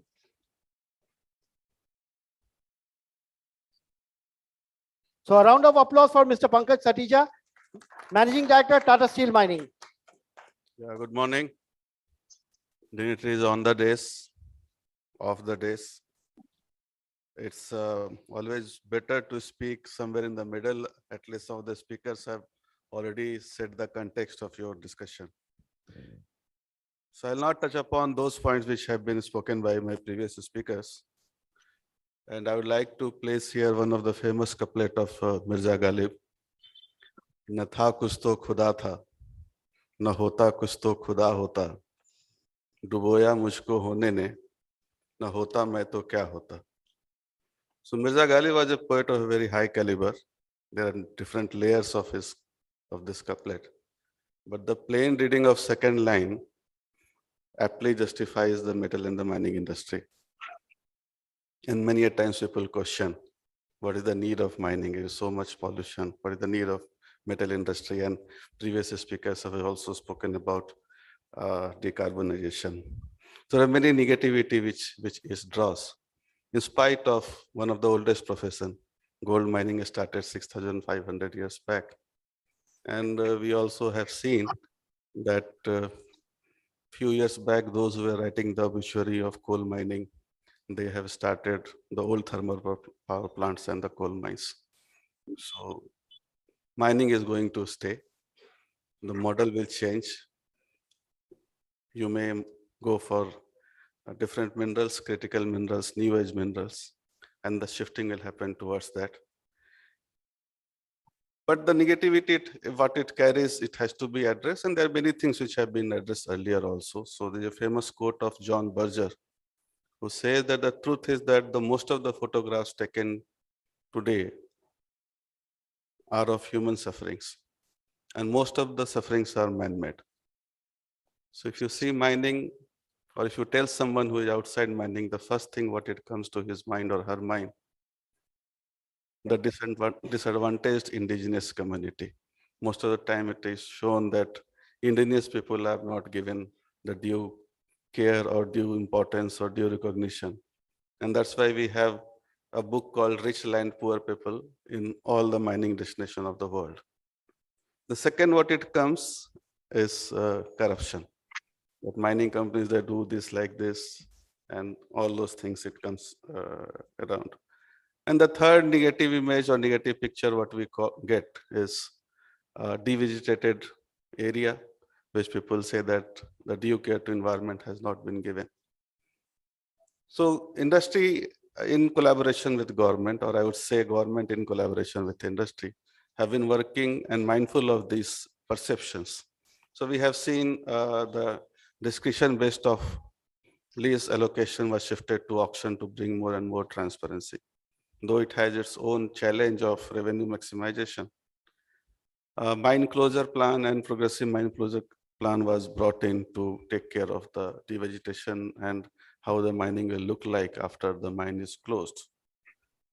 And other parts also, I mean, disadvantaged communities, we have now district mineral foundation where some part of the money is allocated to take care of the community. And we all know that mining destination or mining districts, there are some 700 districts in India which are dependent on fossil fuels.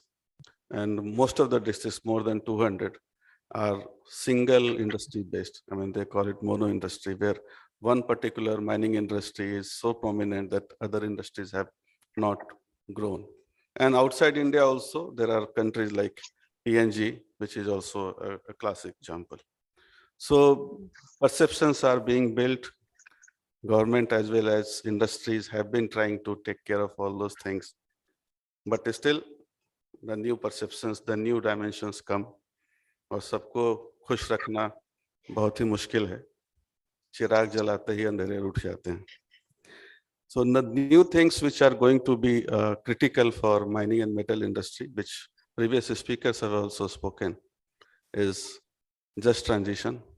When we are going to shift from fossil fuels to hydrogen, from thermal power plant to RE, we are in a transition phase where the coal is going to peak somewhere around 2035. There are different reports.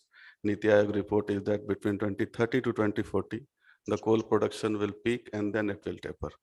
So we have to take care of the coal mines till 2025, and when it tapers down, that also transition has to be taken care of. Sharma Sahib spoke about the green hydrogen mission. So there also, there are a lot many positive things. 6 lakh jobs, 8 lakh crore investment. But then again, this implementation will need a lot of its own, I would say, aspiration as well as challenges and opportunities for the metal and the mining industry. The second most important is water. I mean, we all know that India is water stressed. And mining industry at least encounters twice water, one in time when they're doing the mining. Many of the mining intersects the groundwater in exploration also. And then when you have closed the mines, most of the mining companies have gone for rainwater harvesting, and then it also serves the community. Coal neer is one such classic example. Going forward, when a lot of thoughts or deliberations are happening on slurry pipeline, we need water for that also. And that would be a competition from the industry as well as from the community. So that how the industry or the community, NGOs and government are trying to ensure that we are harvesting rainwater effectively, and other water sources are also being used judiciously. As of now, close to 8% of the water is only harvested, and that lies a great potential. The third most important, which again linked to these two, is the skilling. So India has less than 10% of the former skilled workforce. If you compare with 68% UK, 75% Germany, 52% USA, and 80% Japan. So there's a still greater potential for skilling, the formal skilling of our workforce, and that becomes more prominent when these transitions will happen. And that also has implications on productivity. In this current regime, when you are going for hybrid premium, you need to ensure that your productivity is maximum. So if you compare USA data, the per employee annual productivity is 36,700 in Peabody. In China, Senhua Energy is 12,700, but in India, it is less than 5,000. So still the gap is high. And all these challenges requires a greater thoughts, a greater excellence in action. And I would like to quote here Bhagavad Gita, chapter 2, Shlok 50, which says about excellence in action with high skill. That buddhi yukto jahatiha ubhe sukrit duskrite tasmat yogaya yujasva yoga karmasu kaushalam. Thank you. Thank you so much, Pankaj. Really grateful, and not just as Pankaj Satija, but as someone who represents the legacy of Tata Steel. You know, Tata Steel, which began in 1907. In 2007, I had the opportunity of spending a good amount of time with the then managing director, Mr. Muthuraman. Mr. Muthuraman was a very close, I was like a fan of Mr. Muthuraman. Wherever Mr. Muthuraman, whether it was in Paris during the World Steel Association meet, whether it was in Jamshedpur, I was an ardent follower of Mr. Muthuraman. So, at times my profession is uh, I would say this is a dirty aspect of my profession. I have to ask uncomfortable questions. So my uncomfortable question to Mr. Muthuraman was, what has Tata Steel done in 100 years from 1907 to 2007? And unlikely of Mr. Muthuraman, he doesn't get annoyed at all. He got a little annoyed with me. He said, what do you mean? So then I said, look at what Mr. Lakshmi Mittal has done. So then, knowing Mr. Muthuraman, as you would know, he was very straight. So he told me, what has he done except the filling the pocket of one individual? The legacy of Tata Steel is much beyond what ArcelorMittal has done. And not to despise Mr. Suresha, who represents ArcelorMittal, but look at what Tata Steel has done for this country. The amount of schools, the hospitals, the legacy which Tata Steel has brought in this country.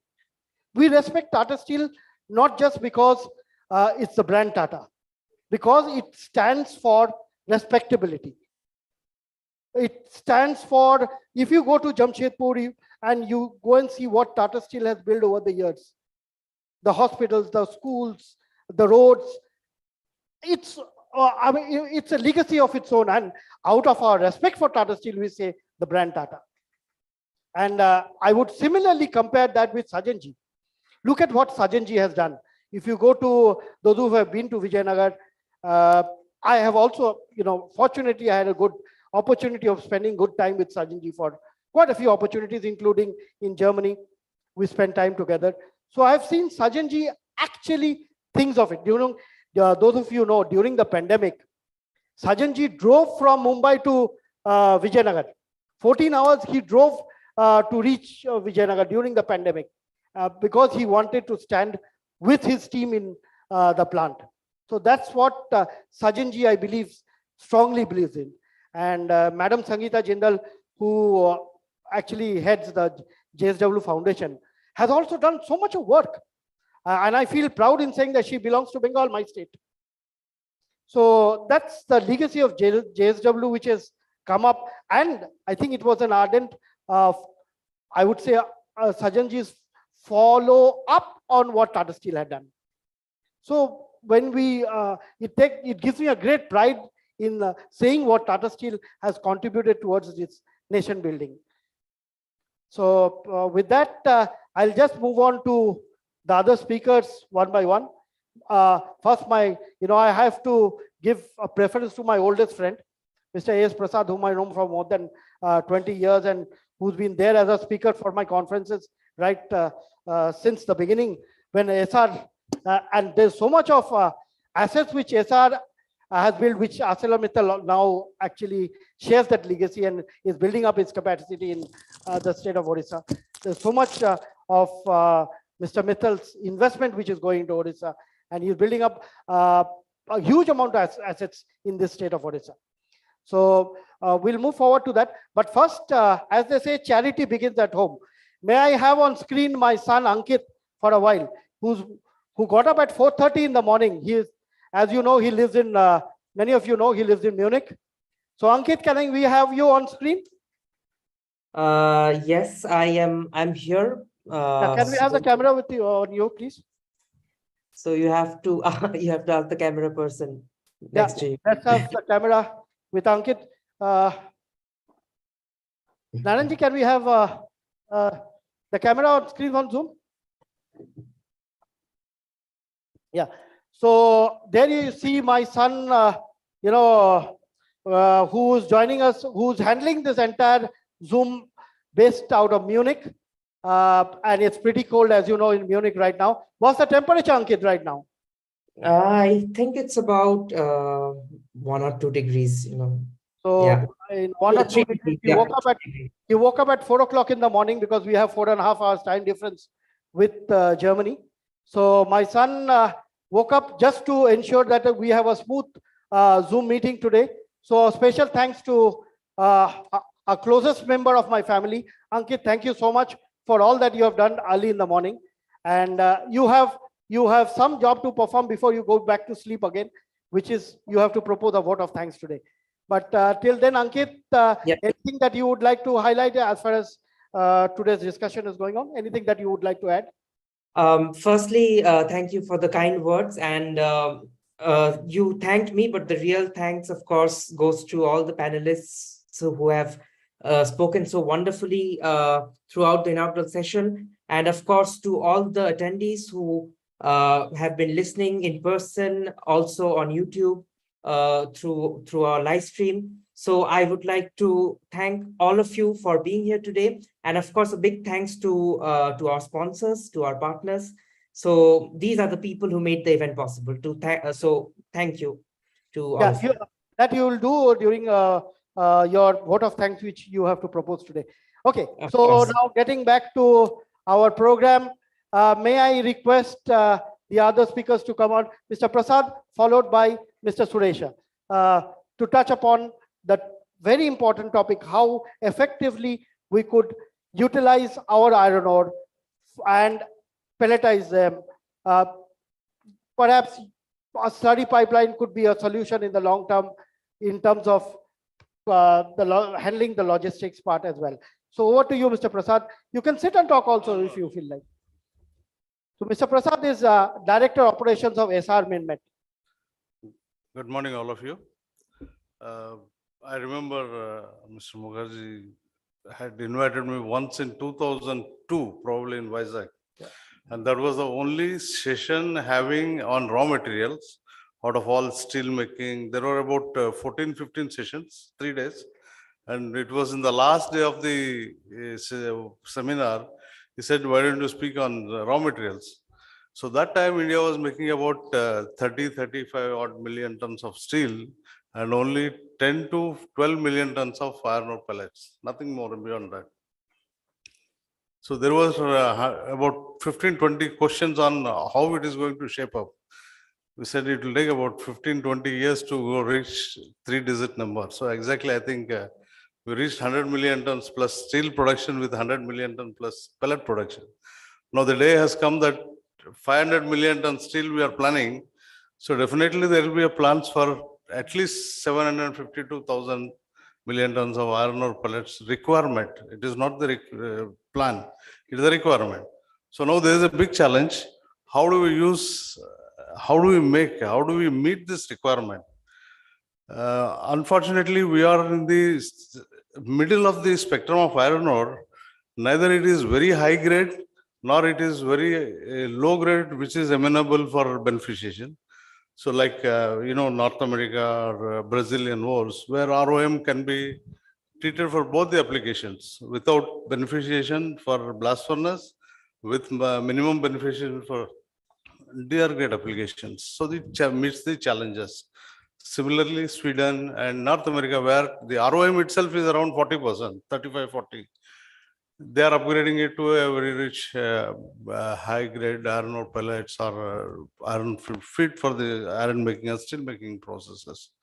Now the challenge is how do we encounter in India this requirement going forward? There are technology-related issues, raw material handling issues, and conversion of this concentrate, whatever we produce, does it meet the requirement of end user? So these are the biggest challenges coupled with the processing of iron ore today. In the last 20-25 years, we have come across a lot of developments in the process, but still many of the plants or majority of the processes are just to wash and use. So that is not going to be the order of the day going forward.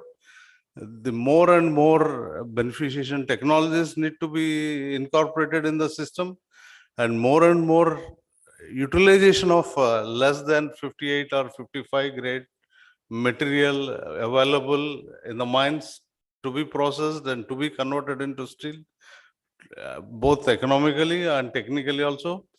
And the new mines, what all are coming into the operation, they have more fines generation than the lumps generation. So there's a big challenge.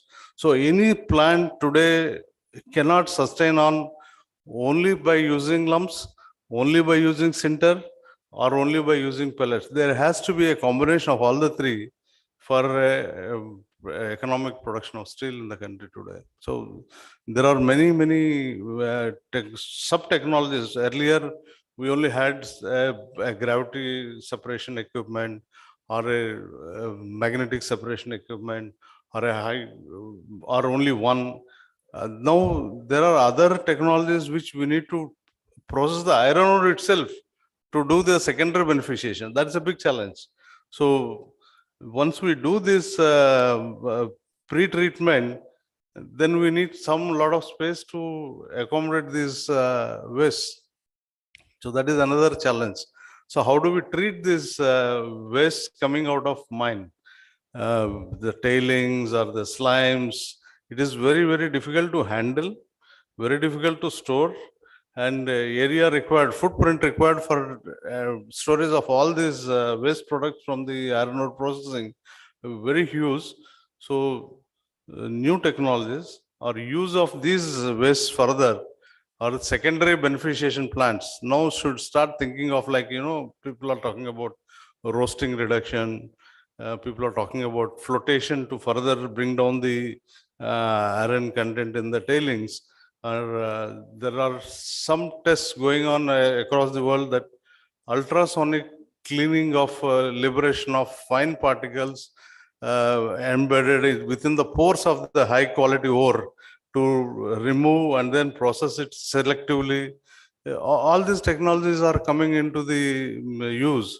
So with all this, we'll be able to make 500 million tons of iron ore pellets maybe in couple of years. Now it will not take 20 years to reach that level, but definitely another 10 years to come. There will be a captive use of pellets.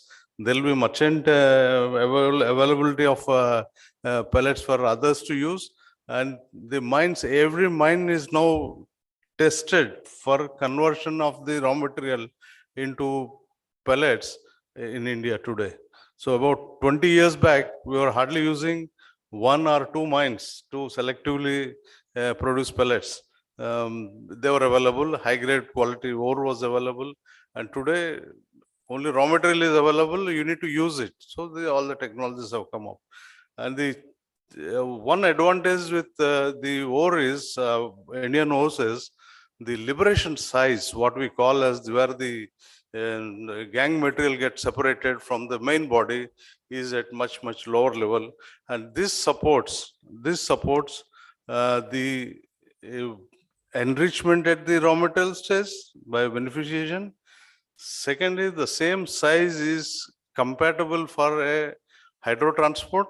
So you can transport any volumes through hydro transport from any distance. So that supports. And at the same time, the same granulometry is the requirement for converting into the pellets. Whereas this is not the case with sinter. Any material of minus 150 micron available in the mine is considered as a waste, and it is jumped off unutilized. So today, the technology what is available for beneficiation, slurry transport, and pelletization, it is going to take a big revolution, and large network of slurry pipelines will come, a large network of beneficiation plant will come. There will be commercial beneficiation plants going forward. A mine owner will supply raw material for beneficiation, and also the pelletization plant as such is available. So this is going to be a new dimension for mineral processing in India, unlike other areas where they have a captive requirement or a commercial production and mining and just converting into pellets. And second is the hydrogen steel making is coming up very fast for the environmental sustainability. So there will be a lot of modules, DRI modules will be coming up as a clean technology all over the world. It has already started. The requirement for them is high purity raw materials. So how do we produce these high purity raw materials for them? The impurities make them, economics little difficult for them to process, and also the burden moment in the shaft furnace, because it's a very less area and lower reduction time, a very high dynamic kinetics of the reactions with the hydrogen. There is going to be a challenge to make raw materials for their application. So this is one big challenge today in front of all the mineral process engineers. How do we meet this requirement?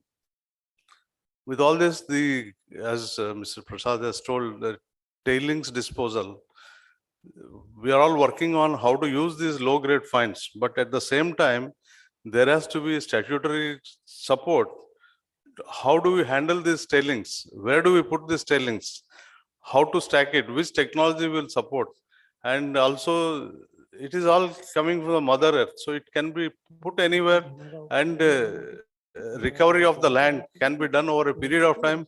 If you look at some of the Western tailing dams, they do the disposal over a period of time, known for a known period of time, calculated period of time, and they have plans to retrieve the land by again vegetation. So there are examples of such tailing dams available across the world. So we also need to look at, we give a land for the tailings disposal and recover over a period of time and convert back into agriculture or a plantation or a green belt or the requirement. So this is another major requirement to process all these low grade ores. So having said all this, the future for mineral processing in India is going to be as bright as any other industry going forward.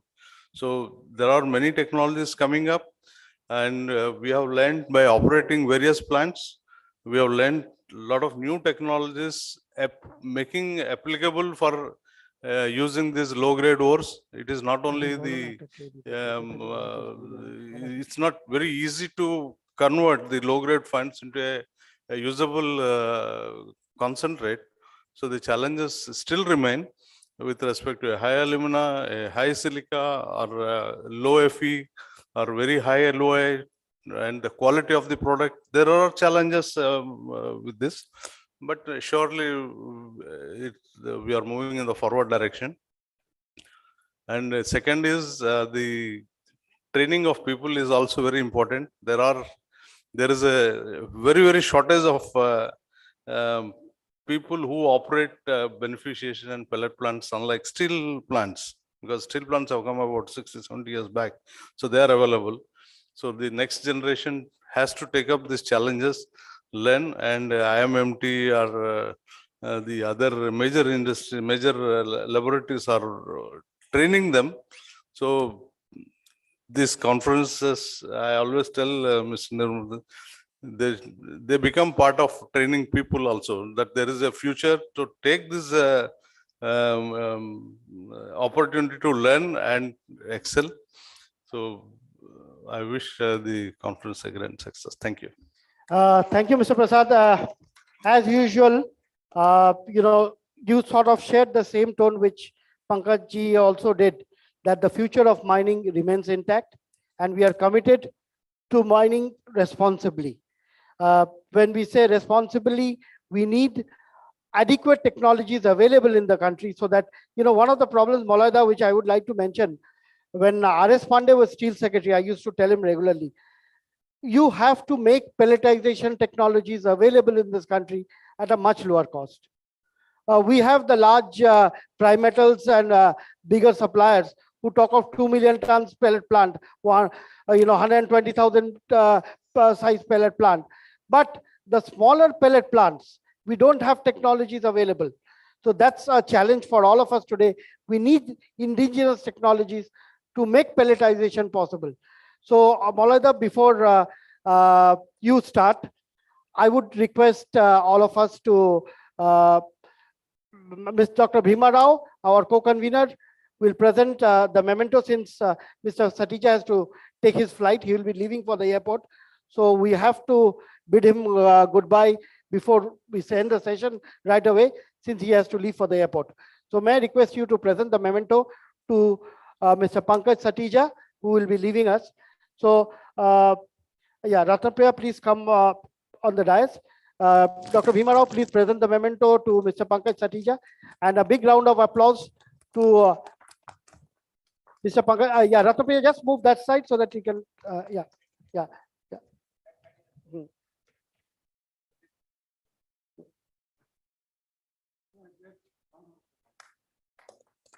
Yeah, and the memento.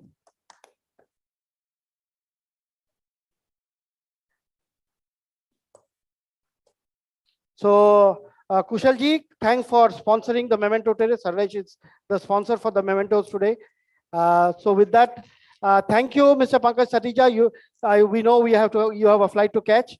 So we thank you once again from the core of our heart for giving us so much time. Thank you, sir. And with that, we'll move on to one more person whom I know for a very long time. Mr. Malay Bhattacharya is the Joint Managing Director of Copan Mako. And as I was mentioning, he is the one who will tell us how Copan, with its headquarters in Germany and partnership with Mako, the joint venture company Copan Mako, offers solutions for pelletization indigenously within your area of work. Mr. Malay Bhattacharya will offer you a solution. So over to you, Mr. Malay Bhattacharya, Joint Managing Director, Copan Mako. Thank you. Good morning, Mr. Mukherjee, and Happy New Year to everybody here. I guess we are going to have the technical session later in the second half, right, Mr. Mukherjee? Yeah, technical session we have. So right now, It's just a your presentation is not required. You can give it in the second half if you want. Okay, fine. And of No. course, it's open to you. If you want to give it, you can. No, I'm not giving any presentation, but the subject topic, what I would like to state here, I've been hearing V.R. Sharmaji, then Mr. Dasgupta, everybody has emphasized Prasadji, my guru in metallurgy and mineral processing. So all of them have been talking about effective utilization of raw materials, more and more need of mining. I would catch a few stories here. Dev, yesterday I was in another seminar in Calcutta that was FIMI, that was on a ferroalloy. And I met a gentleman who was talking about the absolute critical power crisis in South Africa now. Almost 8 hours per day, power is shut down in South Africa, both domestic and industry. And I recalled my days in South Africa way back in 2005-06, when we were commissioning a ferrochrome plant for Tata Steel in Richards Bay. I have seen that even during daytimes, people are keeping their lights on, air conditions on, and there was so much of waste. It was not intelligent utilization of the resources. And the consequence had to be faced, which South Africa is facing now today. So coming back from this, I keep on telling my daughter also, who happens to be doing her master's in medicine in this city itself, that we are probably the last generation who are still believe in repair and reuse, repair and reutilization. So Copan is a company, unlike the new generation who more believes on use and throw basis. We are consuming, we are buying plenty of garments, we are buying plenty of mobile phones. As soon as one phone is gone, we are buying another one. These are all generating huge waste. Resources are limited in this world. So we have to be very, very careful in utilizing our intelligence and intellect to maximize the reuse of the resources I have. And my company fortunately provides technology, efficient technology, I would say, in terms of proper mining, efficient mining, as well as waste utilization. As far as proper mining and efficient mining is concerned, Prasadji has talked about that we have to focus on low-grade beneficiation, low-grade iron ore, lower than 55, lower than 45 grade. But we have to be very careful on this, that we need to be beneficiation of low-grade iron ore needs energy, and putting up a beneficiation plant needs space, lot of space of it, and we have scarcity of both of them. So we need to look into the key technological areas or key technology available in the world, and it's being practiced in other countries also, to implement those in our concern when we have an ambition of 300 million tons steel, and along with that ferroalloys also latching onto it. So we have to be focused on efficient mining and efficient equipment utilization for power conservative and space conservative mining. On this part, I will talk in detail in the second half on my presentation part. The second issue, what our companies bring in waste recycling. We generate in steel making a lot of waste, be it in the form of sludge, dust, FES dust, lime, coke, coal, fines. So much of waste is being generated. And till now, majority of them are either dumped, consuming space in the steel plants, or utilized in not so efficient way. So our company also provides this technology of waste recycling in the format of route of briquetting and micropelletizing, where you can reutilize this waste, whatever is dumped for decades in your plant. And that is also a good step for sustainability. Just because we have iron ore now, we cannot keep on digging it, we cannot keep on mining it. Whatever resources we have already wasted and still available inside our plant, being used as a dump, being thrown in as a dump, we need to reutilize this. So that is more or less an important focus for us in this, that meeting iron ore, coal, refractory and other raw material requirements. Yes, the demand is there, requirement is there for mining, but we should be very focused on how to reutilize, how to reuse efficiently these resources available to us. Thank you very much. Thank you very much.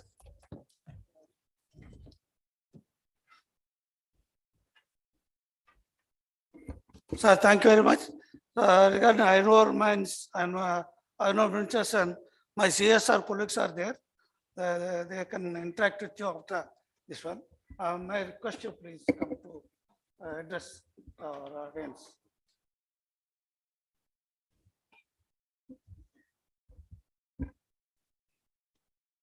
Namaskar.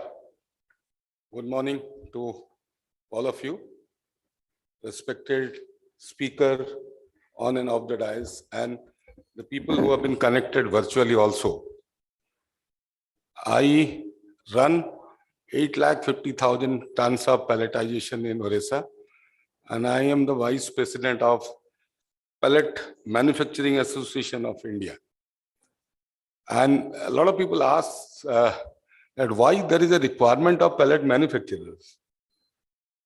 We started in 2008 when the then Prime Minister has given a notification that almost all mine owners need to start pithead pelletization and beneficiation.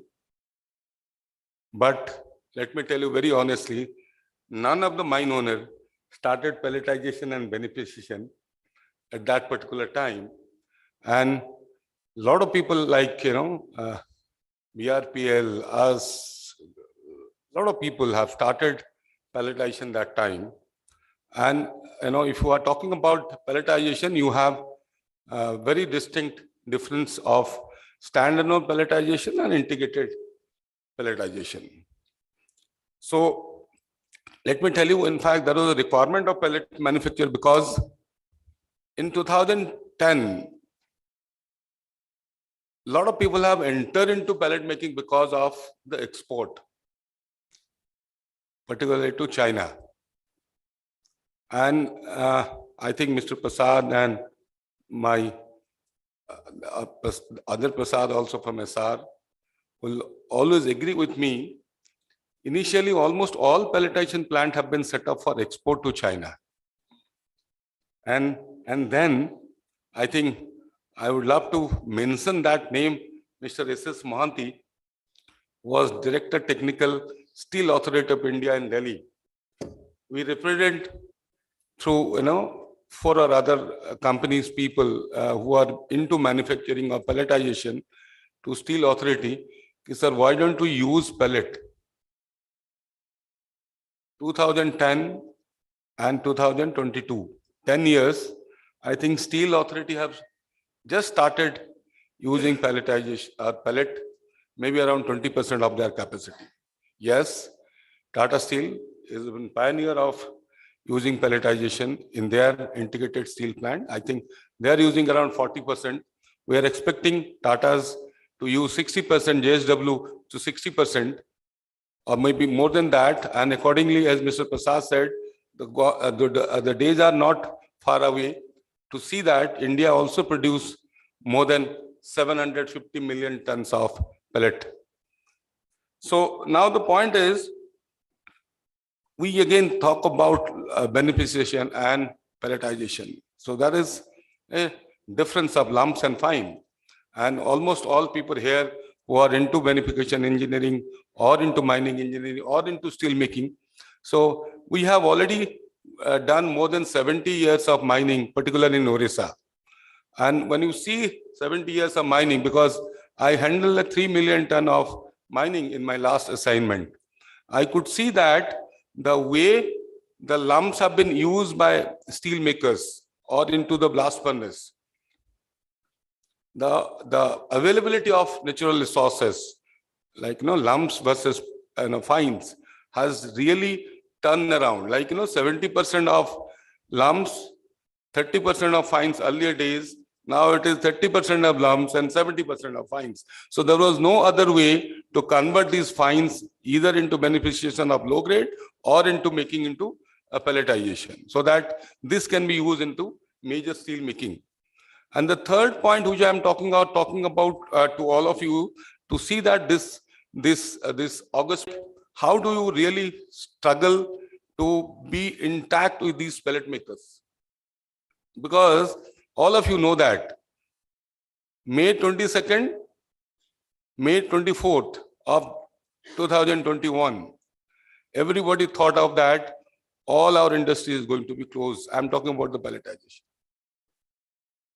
We had no other option rather to go into all ministers, all bureaucrats, to see that let the export duty reduces to 0%.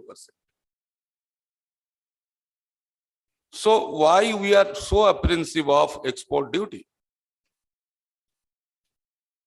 One, we are talking about 300 million tons of steel making. One, we are talking about 30% of lump available in the entire country. And the third most difficult apprehension is the whole industry will be closed down if you do not go into export duty. So why things are happening with this kind of industry? And let me tell you, there are more than 1 lakh of people who have been employed in this industry. And as Mr. Prasad said, you won't get a lot of specialized people into beneficiation and pelletization industry. Most of the people who have been into pelletization industry are based out of KOS. Am I right, Prasad sir? Yeah, Prasad. That's what I'm talking about. Most of the people, in fact, when I also took over this plant and then started, I could see most of the people who have been in my plants are from KISPL, some or other been background. But yes, this industry is going because of these not having the balancing between the raw materials and the steel making. What I'm saying is that let's understand these industries to be self-sufficient, and all standalone or the integrated pelletization people should be self-sufficient in the domestic uses. It's not that we depend on, today we're talking about 110 million tons of pelletization. And if you talk about the requirement in the domestic, it's hardly 40 million tons. So if you have imposing on the export duty, all these 60 million tons will be not utilized. And roughly, as I understand, there are 150 crores which will be for 0.6 million ton of pellet plant. The cost. If you are talking about 10 million ton, 3 million ton, just multiply 150 into that. So how much investment have been made to the entire country, and how much employment is being generated by this industry? We are talking about 45 AP to benefited. So that is also very, very challenging, because when you're talking about 300 million ton, so roughly around 200 million tons of raw material to be transported. Do you have that kind of capacity? Do you have that capacity or infrastructure ready to get into 300 million tons of steel making. And it is very nice, steel and metallurgy. The topic which has been chosen today, meeting iron ore, coal, refractory, other raw material. I think these are three major raw materials. Other raw material will available. So meeting is one particular time which is very difficult sometime. Today, in fact, NMDC, Mr. Mahanti has already spoken. I'm talking about NMDC or OMC. Let's have that kind of supply chain to see that these industries survives. So that's one thing. And we are talking about, and I'm talking about purely into iron ore, the raw material availability and the various uses of raw materials. Let me tell you, I am the first person to use the waste, hazardous waste, to convert into pellet making, which are waste of Steel Authority, which are waste of Tata Steel.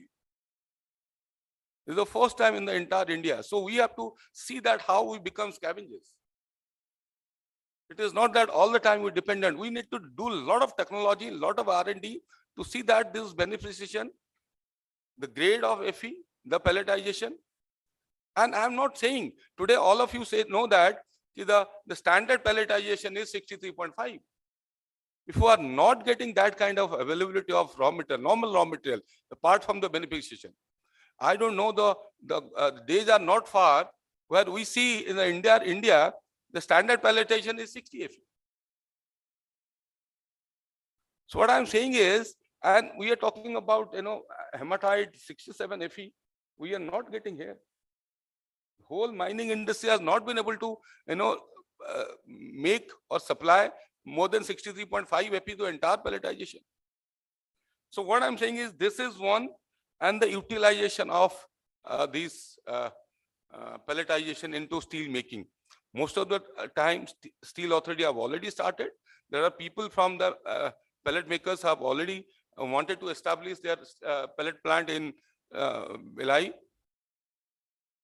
or through NMDC in Goa, or into RSP or Aukla steel plant, or into Durgapur steel plant. They are all the time. Steel Authority is also encouraging people to make pelletization, because there are a lot of materials who are available in their mines pithead. So let's see that how best we utilize. And the last point which I wanted to touch upon is that the transportation or the slurry pipelines, which is a big time challenge for all of us. One is the tailing, which needs to be disposed. We need to see that how best technology are available to use or dispose this tailing, and the right kind of uses. As Mr. Malay said, that use and reuse is a major challenges for all of our generation. And the pipeline, basically the ROW issues, which has been hugely advocating for all of us. So that also needs to be see how best we really look into these issues when you're talking about the pelletization beneficiation, and which will be a major industry for steel making, and see that we also achieve more than 500 million ton in next 2030, and maybe 750 million tons of pelletization maybe another 10 years time. Thank you so much for giving me opportunity. I am hopeful that pelletization should be a part of the steel making, and still today it is a steel making. Thank you so much. Thank you. Really, thank for sharing my thoughts as well, Dr. Das. In fact, I have always been mentioning, and in fact, when Anirban Dasgupta was talking this morning, for them, I think for sale plants, the tailings management is so very important. So when you see the huge tailing ponds, and you see how disastrous effects it could have in the long term. So I think from the environment point of view, your points are very well taken. Ministry is considering the same thing. Ministry of Steel believes in implementing the same. Now that we've sort of touched upon the major issues related to iron ore and pelletization to a great extent, except AMNS views, which we will come back a little later, because refractory we have left out completely. So both you and the so-called Vidata of our iron ore industry, which is GSI, which actually looks forward to the future plans, how effectively we can use our resources. We will come back to that issue in a few minutes later.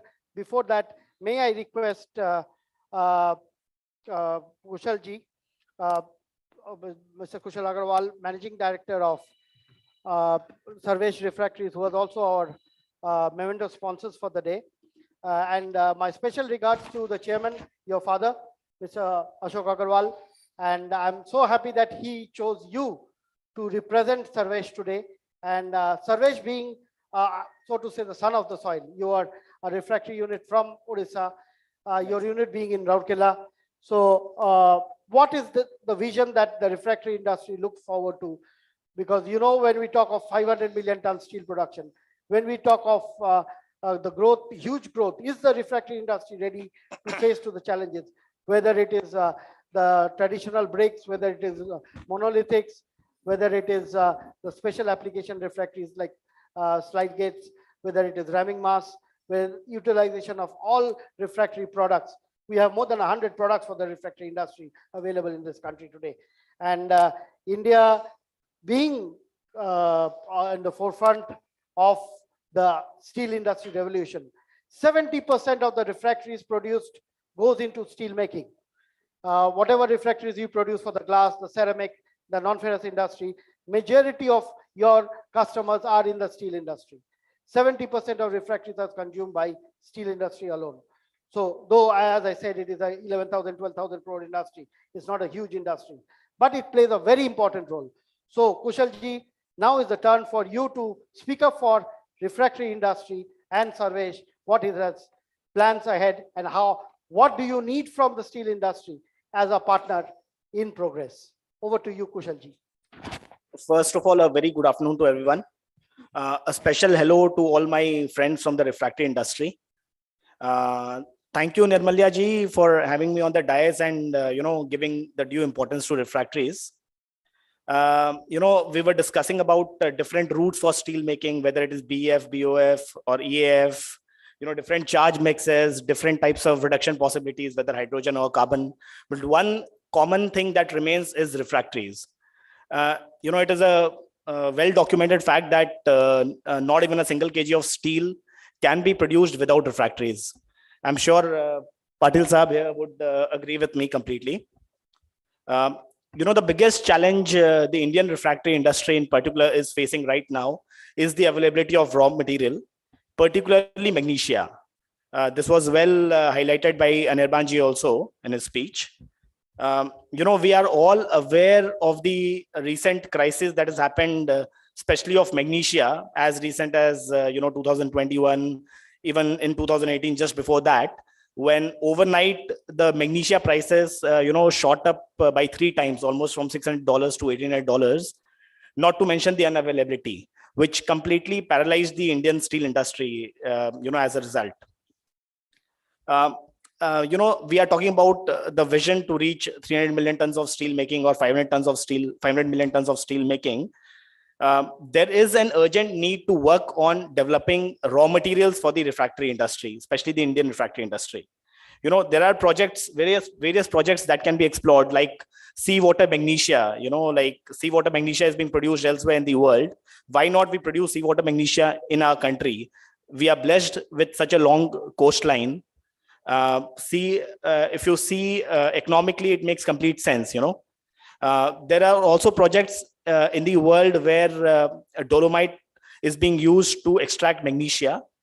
Again, our country is blessed with good dolomite, which can be used for production of magnesia. I think a lot of work needs to be done in this area. Magnesia beneficiation, as was being highlighted by Mahanti Saab and by Nirbanji also, that it should also be a priority sector. I'm sure NMDC and other bodies which are into mining and specialization of beneficiation can explore this as well. Like how JSPL has shown leadership in using indigenous raw material like coal to produce syngas and ultimately to use it for making of DRI and for steel making. I think similar is the requirement, for steel industry and refractory industry in particular, to develop indigenous raw material so that it can be used and it can be sourced and it can be used and to manufacture good refractories in our country itself.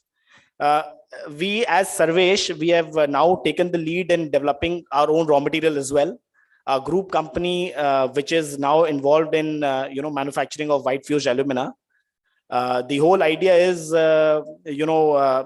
obviously Orissa and India being one of the largest having the largest deposits of bauxite, and as alumina is obviously extracted from bauxite, why can't we have the largest white fused alumina facility in Orissa and in India, and why do we still need to import it from China? This is one important aspect which we need to look into. I think that will help indigenous manufacturers to take more risk and put up bigger facilities and invest more in India. And ultimately, all of this is going to this is going to turn into an advantage for the Indian steel industry, which is like the backbone of our economy. So I hope the Indian steel makers, everyone is here. I hope they will all support the refractory industry and help us become help us achieve our true potential. One more anecdote I would like to share here. Recently, I had been to South Korea, and I'd been to POSCO, and I saw how POSCO is basically developing all the local South Korean manufacturers, be it refractories or other materials. So that kind of belongingness is also required from the Indian steel makers for the Indian refractory makers. If Indian steel makers support the Indian refractory makers, I think it will really Indian refractory makers have great potential, and I'm sure it will help us achieve true potential. Thank you so much. Thank you, Kushalji. Thank you. Really appreciate your thoughts. In fact, we have gentlemen from Hindalco also here who are suppliers of alumina to the refractory industry. Can I have a comment from anyone from Hindalco? Please raise your hand. From Hindalco? Okay.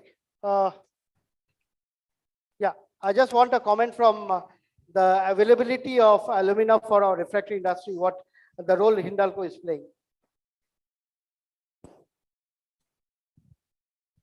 I think we have already highlighted to many of our customers and also to the industry. So we are currently actually working for not only securing the raw material supplies as of now, but also of future. So in that, we are also looking into putting up facilities for alumina raw materials and also for the synthetic aggregates as well.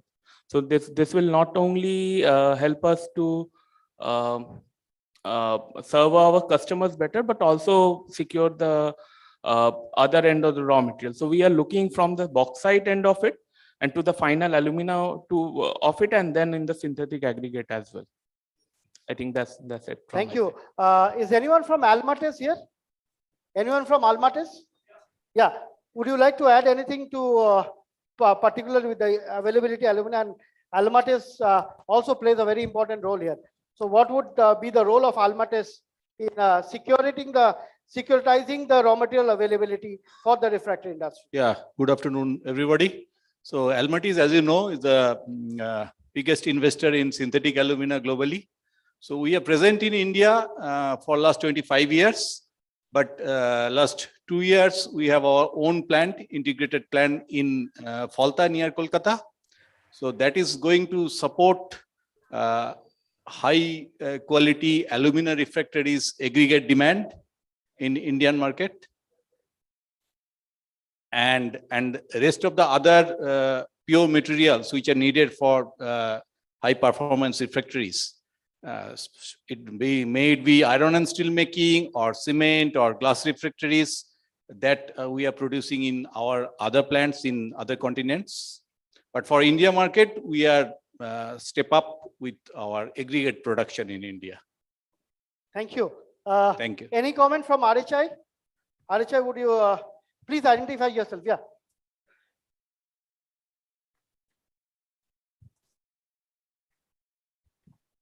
Yeah, I would rather thank Kusalji. Yeah, please identify yourself. Yeah, this is Biswajit Parida again. I am Vice President Sales, RHI Magnesita India, and fortunately located out of Bhubaneswar.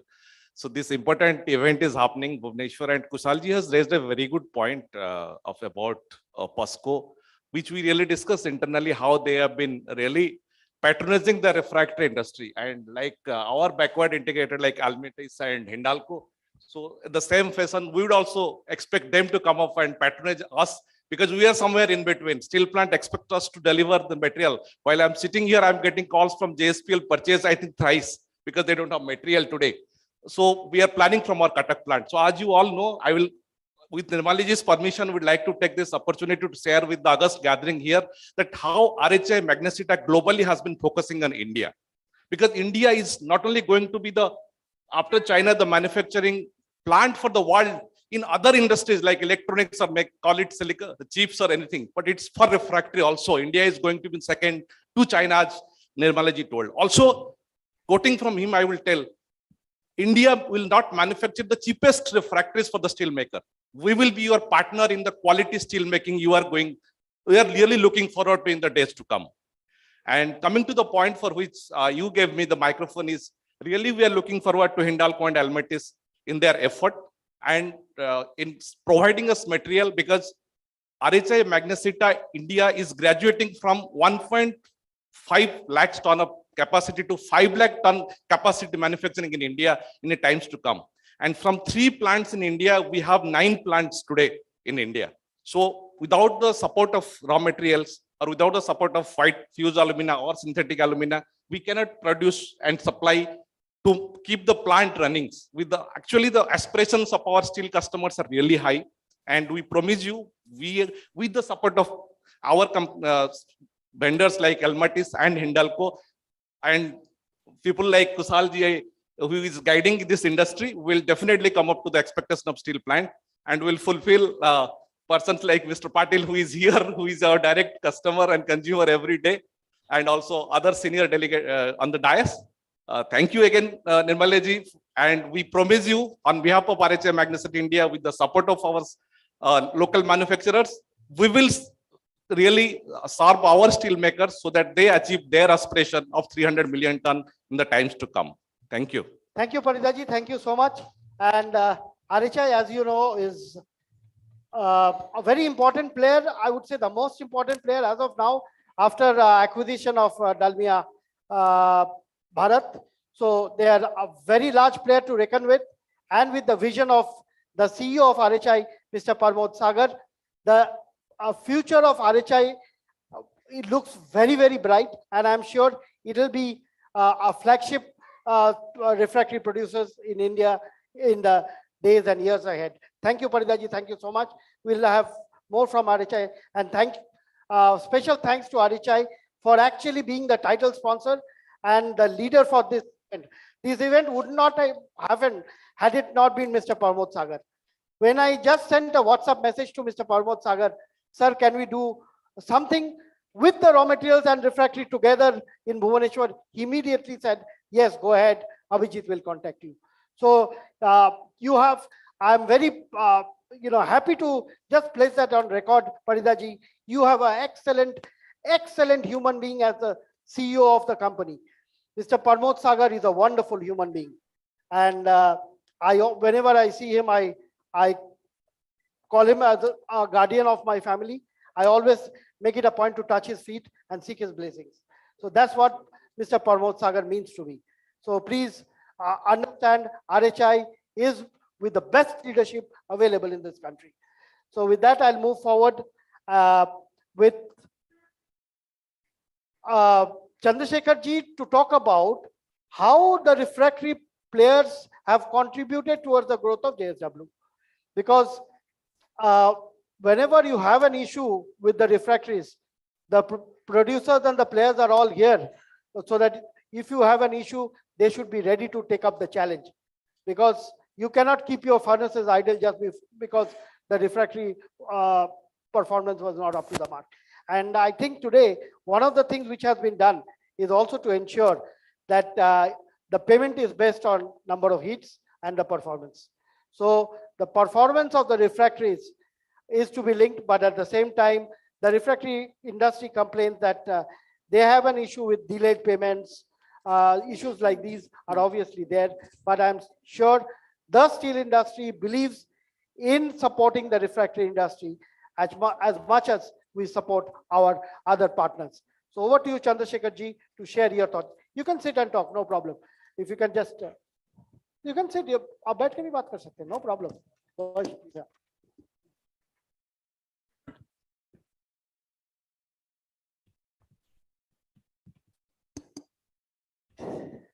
Yeah, good afternoon, everybody. First of all, thanks a lot, Mr. Mukherjee, for giving this opportunity to speak among all the eminent stalwarts of steel plants and steel industries connected with the steel business. On the dais and off the dais. I'm Vice President for JSW Dolvi Refractory. Okay. Now, as Mr. Mukherjee, just in the beginning of the speech, the award file is the detail of that, right? He mentioned that unlike if we talk about CBRM, IBRM, and the fluxes, we occupy a very less percentage in terms of the pricing of the saleable steel. Okay, we refractory, the percentage of amount we spend on refractory is less than 2%. And if we talk about roll down the numbers, either if we talk about the production of steel through EAF or production of steel through blast furnace BOF basis, we consume between in the range of 8 to 12 kgs per ton of steel. So this brings to the value of somewhere around 1 lakh tons of refractory for each 10 million ton plant. So if we extrapolate that to the scenario of Indian steel industry where we stand now, we are somewhere around 1 million, 1.25 million ton of refractory we consume now. Okay, now, okay, if we talk about the cost, we are not supposed to, talk about the complete breakup of the cost, but for the industry reference, we spend nearly about 2,600 crores only on purchasing refractories, JSW altogether. This is from the Mudgun mass till the mills. So this is leaving apart what we spend on the projects. I mean, the projects like in case of blast furnaces or pellet plant or mills, even they are very highly refractory intensive projects. This is leaving apart that we purchase directly around somewhere around 2,600 crores of refractories each year. And what I see the challenges or the opportunities in the days to come when we talk about 300 million ton of steel production by 2030.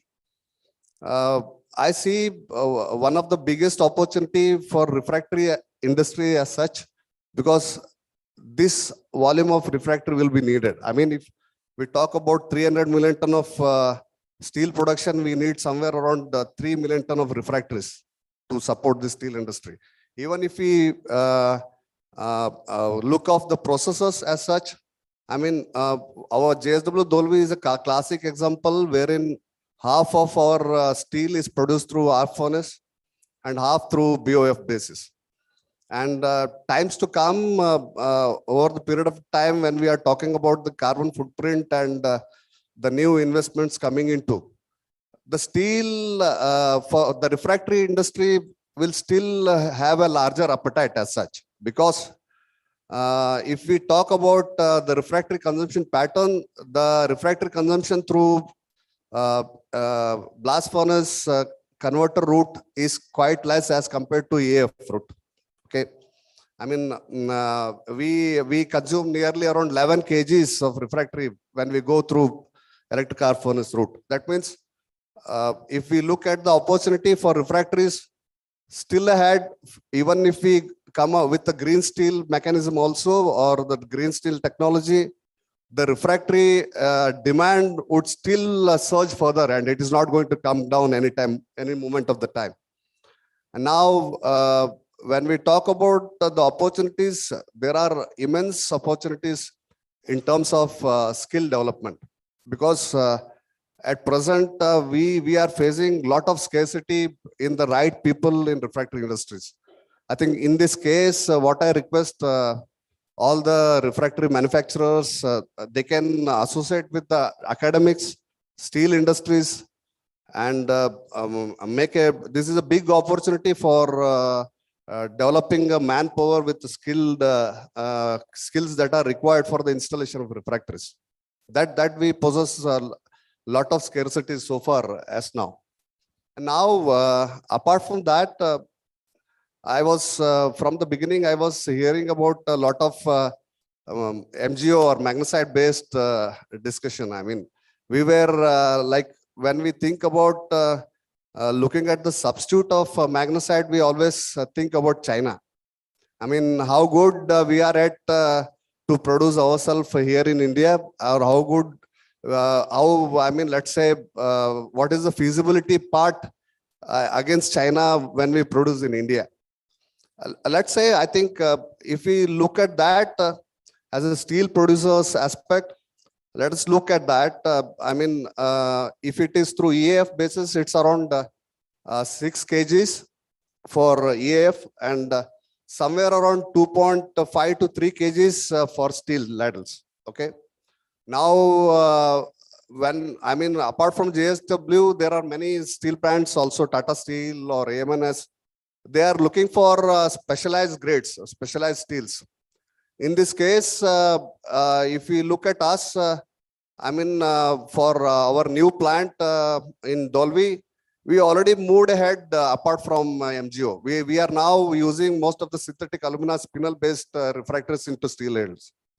So that is one of the challenges in such that is already been met when the steel industries are going for specialized grades. And apart from that, as up to the technology to catch up, if we see and compare that to Japanese mills, they have already come out of this MGO concept in steel ladles. They are already using monolithics in steel ladles, and they are quite successful into that. Yeah. Apart from using that, they are also very, very feasible in operation. They started for the purpose for they have a very scarcity of manpower that made them to come into this thought. But now, apart from the installation, the cost benefit are also very high when we see their production through monolithic basis. And for the challenges, what I see is one challenge. Even now, a lot of multinational companies, they are making big investment into India for production of steel refractories. But our experience as such is, even under the TTA, what we produce here in India, there are quite a few challenges. It is not performing the same, it is not on the same performance when we used to directly import from abroad. So I think over the period of time, what I request to all our colleagues in refractory industry is to focus on the product development also. Product development in the sense, can we replace MGO altogether? That happened to some extent in steel ladle, but in the furnaces, in the converters, since from last three decades, we are on the same MGO. We are not turning out to be that. So based on these views, I would like to conclude my opinion like saying that there are a lot of opportunities and also a big challenges in the days to come. Thank you. Thank you, thank you so much. Really, I would just like to ask a very, I would say, stupid question. When we talk about our refractory level of refractory consumption at 7 or 8 kgs per ton, how do we stand in globally in terms of refractory consumption? Is it, what I understand is the world average should be below 6 or 7 kgs. So we are yet to leave, go to a level where we have the world benchmark. Because Sajanji, I keep saying that Sajanji always believes that we should have the world's best as our benchmark. So if that be so, we are talking about value addition in refractory industry. Kushalji, you should understand that that over a period of time, the consumption of refractories will obviously come down. So your margins will come only by producing value-added refractories. So it'll be higher number of heats for every ton that you produce. You'll have to increase the number of heats for every In ton. fact, Patil Saab is very right.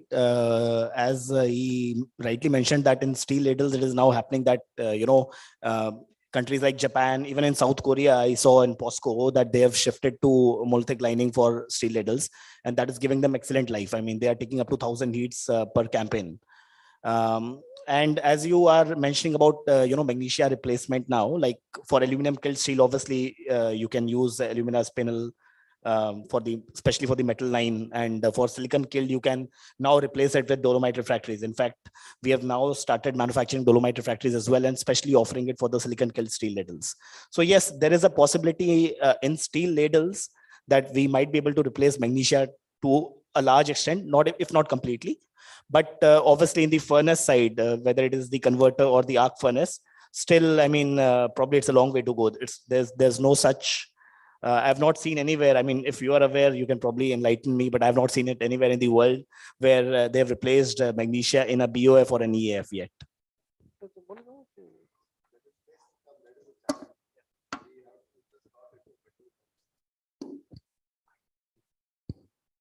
Yeah, I heard very much right.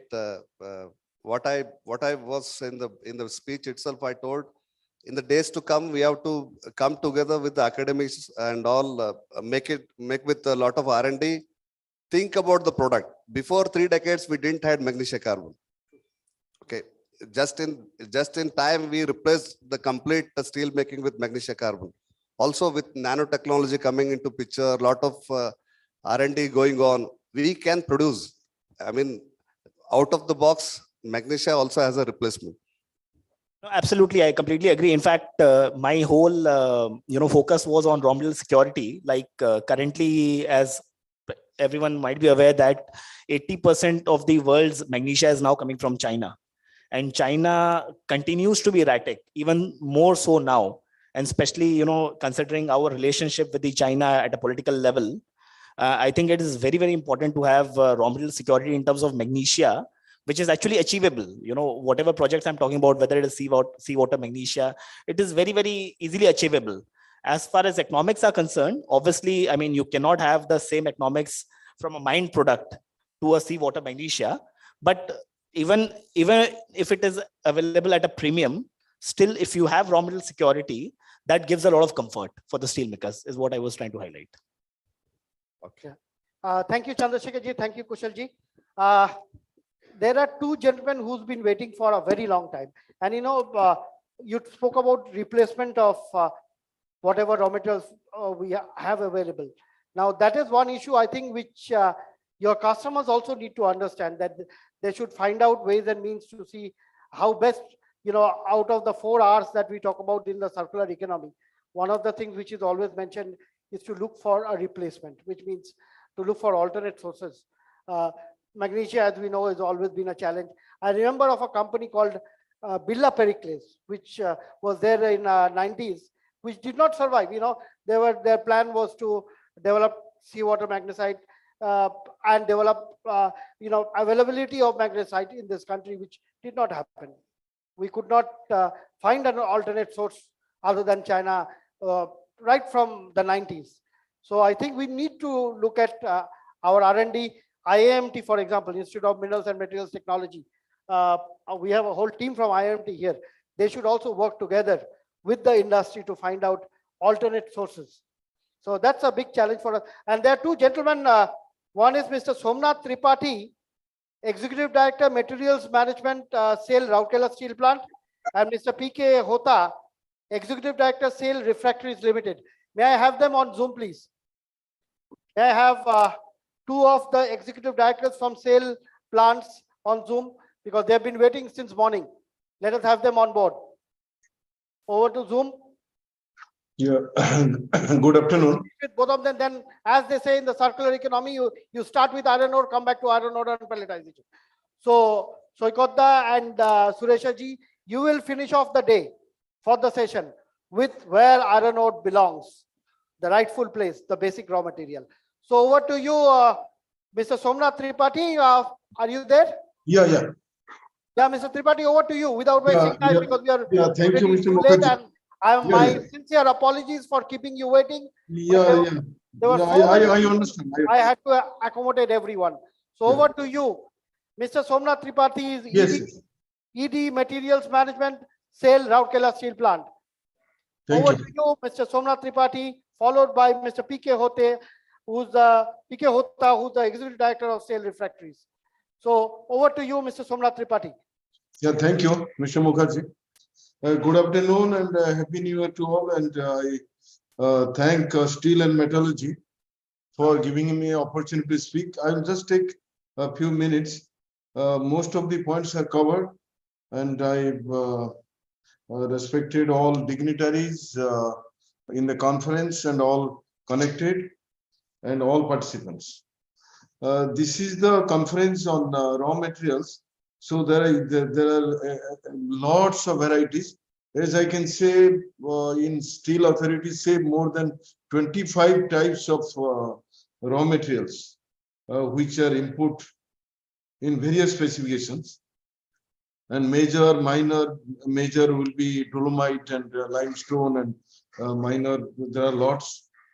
So I just want to briefly highlight, we have already, it has been highlighted, very limited sources for materials like ferrosilicon, like only in Bhutan and Northeast, and ferronubium, mostly we have to import.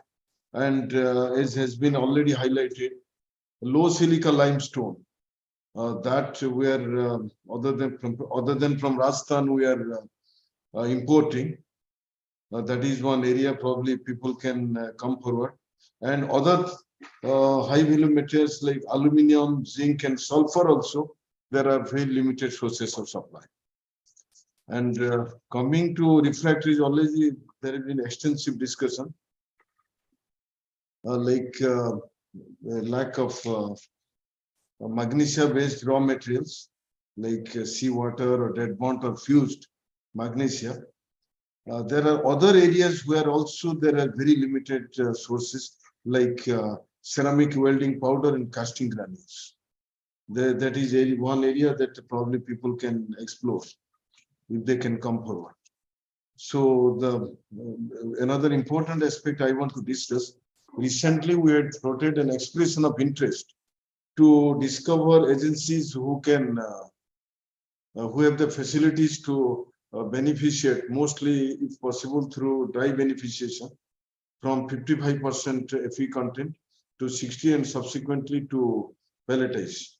But there was there was not much response. There only 2 parties came forward. So I request whoever have this technology and who can provide us, we will provide them low-grade fines. We have around 65 million ton fines lying with us in all through sale mines. So if you can come forward, please contact us. We are going to freeze the parameters very shortly, within say next 10 days. So please come forward. And then that's all. I think mostly things are covered. So I wish this conference a big success. I wish that some concrete points come up, which will help in creating a better vendor base for many of the sources which are not adequate. Thank you. Thank you, Mr. Tripathi. Thank you. Really grateful. And you have a point to make? Yeah. Mr. Tripathi, good afternoon. Yeah, good afternoon. I'm Dr. Das from Ardent Steel. Yeah, we have met. How are you, sir? Thank you, fine. In fact, we have been listening about these tender of beneficiation and pelletization. And on behalf of the entire pelletization, we represent one thing, that the condition which is of our tender is that you have to have a own private siding, which a lot of pelletization, a lot of beneficiaries do not have. But at least one exclusive arrangement, or else it will be difficult for you to operate. You can come over, we'll discuss further on this. Right. I just thought of that is what you said, that there is less response. So I just wanted that, because this. No, in UI we didn't, boss. In UI we didn't mention that But let's come, if you can send some agencies who can still do that, we'll find out methodology, how if possible to be solved. Right, sir. Right, sir. Thank you. Thank you. Thank you, Dr. Das. One of the things, Mr. Tripathi, I have a complaint about. I mentioned this when I met Mr. A.K. Singh in Delhi. The fact that SAIL decided to sort of move away the raw materials division from Calcutta as a separate division, I did not quite like. What was the idea behind moving, decentralizing the entire raw materials division of SAIL? It's, I think raw materials being the most important element in steel production. Yeah, but So how can you sort of disband the total raw material division and move it, decentralize it to the plant levels? but sorry, I'm not the right person, but I can only tell you that this probably brought down the cost of maintaining the office and better utilization. They are now attached to Odisha group of mines, attached to Rourkela and steel plant, and Jharkhand group attached to Bokaro. I think it's definitely a better utilization, but I will not speak more on this. This is the decision of the management. I think it is better for us. It's better utilized, and the office there was probably difficult to maintain because people were commuting a lot to reach the office and the RMD office there. Now it is much a shorter path. They have to travel to either Rourkela or Bokaro. Yes, that's why, I discussed this with Mr. A.K. Singh when I met him in Delhi, and I told him, and he said yes, he agreed, but then he said that no, in the long run, this will actually help SAIL to a great extent. Yeah, now, but I think it's well integrated now. Yeah, let's say once now that new Secretary Steel has come in place, maybe raw material issues or whatever comes up could be discussed more on a higher platform to ensure that this country's, I'm sure GSI will also highlight how effectively we talk of iron ore reserve of 2 billion tons. We talk of 2 billion tons iron ore reserves in this country, how effectively we need to utilize our raw materials. And GSI having access to the entire database of this country, how effectively do you think the Geological Survey of India under the aegis of Ministry of Mines would be able to work together to formulate a plan to ensure that we do not fall short of iron ore and utilize? Just now, in fact, you heard the plans of SAIL, and Mr. Tripathi spoke about utilization of the fines, which is so very important. Again, GSI also needs to sort of suggest to the industry that how effectively we can utilize our low-grade ores, how effectively we can beneficiate the ores. Dr. Bhima Rao has worked his entire life in beneficiating the ores, utilizing, and I think you were the one who first told me that in US, 25-30% Fe content is being used if a red soil is being used. So this is something which are unheard in this country. We cannot think of a 30% Fe being utilized because it is commercially not viable.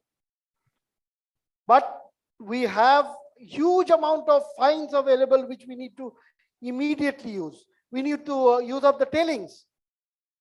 The tailing ponds have to be effectively utilized, which we all need to do. I think Sureshaji will speak just after you to effectively compare what ArcelorMittal Nippon Steel has done in other parts of the world.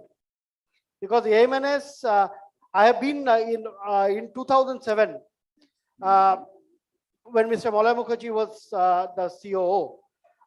Lakshmi, Aditya, they took a group of journalists from India. I was fortunate to be a part of them to the plants in Brazil.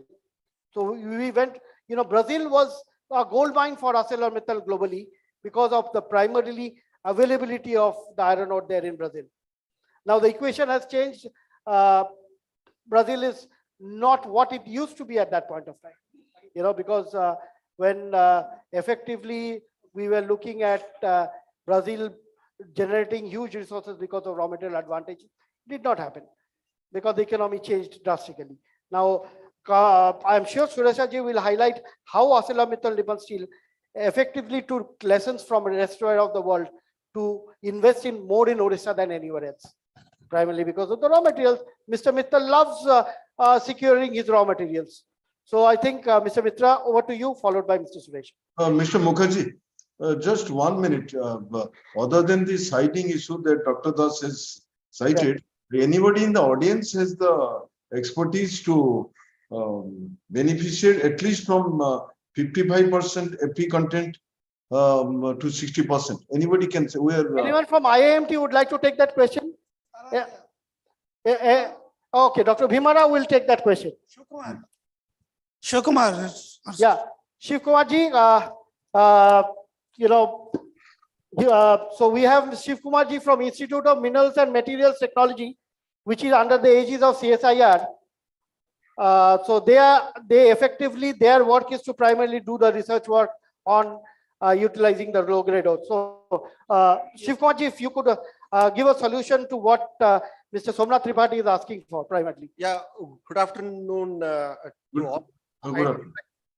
Yeah, sir, we have worked a lot on low grade ores, and in the recent time also say BHQ, BHJ, etc. we are working on, and from feed grade of 55, it is possible to enrich, say up to 60. There will not be any issues on that, provided it is a hematite ore.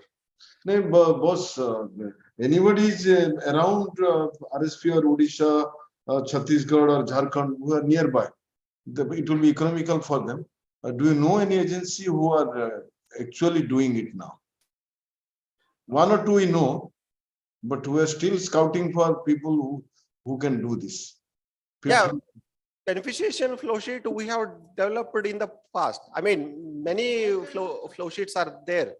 No, who are doing it actually on commercial basis. Oh, commercial basis. Yeah, IIMT, I don't think is allowed, being a government body. They are not allowed to get into a commercial venture. If I'm not right, Dr. Bhimala, yeah. Am I right? They cannot enter a commercial venture. You're allowed. So yeah, you can work with IIMT. Why not? In that case, you can submit a proposal to the present director, Professor Sudesatta Basu, who is the present director of IIMT. You can submit a proposal. SAIL can, Professor Basu is very close to your chairman, Soma Mandal. No. Both of them are very good friends. No. So I'm sure this can be discussed through your chairman. No, Mr. Mukherjee, I think I failed to convey what I wanted to ask. See, okay. We are not in experimental stage now. We just want agencies who are doing it, who can do it immediately. We'll float the tender, suppose with some criteria. They can take the fines from us and they can beneficiate and subsequently pelletize and give us, say, iron ore content more than 60-61% or something. Sir, IMMT is a technology provider. Yeah. I'm asking if you know agencies. Yeah. Okay. So, yeah, we can participate in that. Yeah, they can participate with other agencies. Yeah. Sir, Mr. Tripathi. Yes. The one thing which I wanted to get a clarification is that you wanted on the pit head of your mines or outside your mines? No, we'll supply from our mines and the same material after pelletization will be delivered to the plant. We can do in our place also.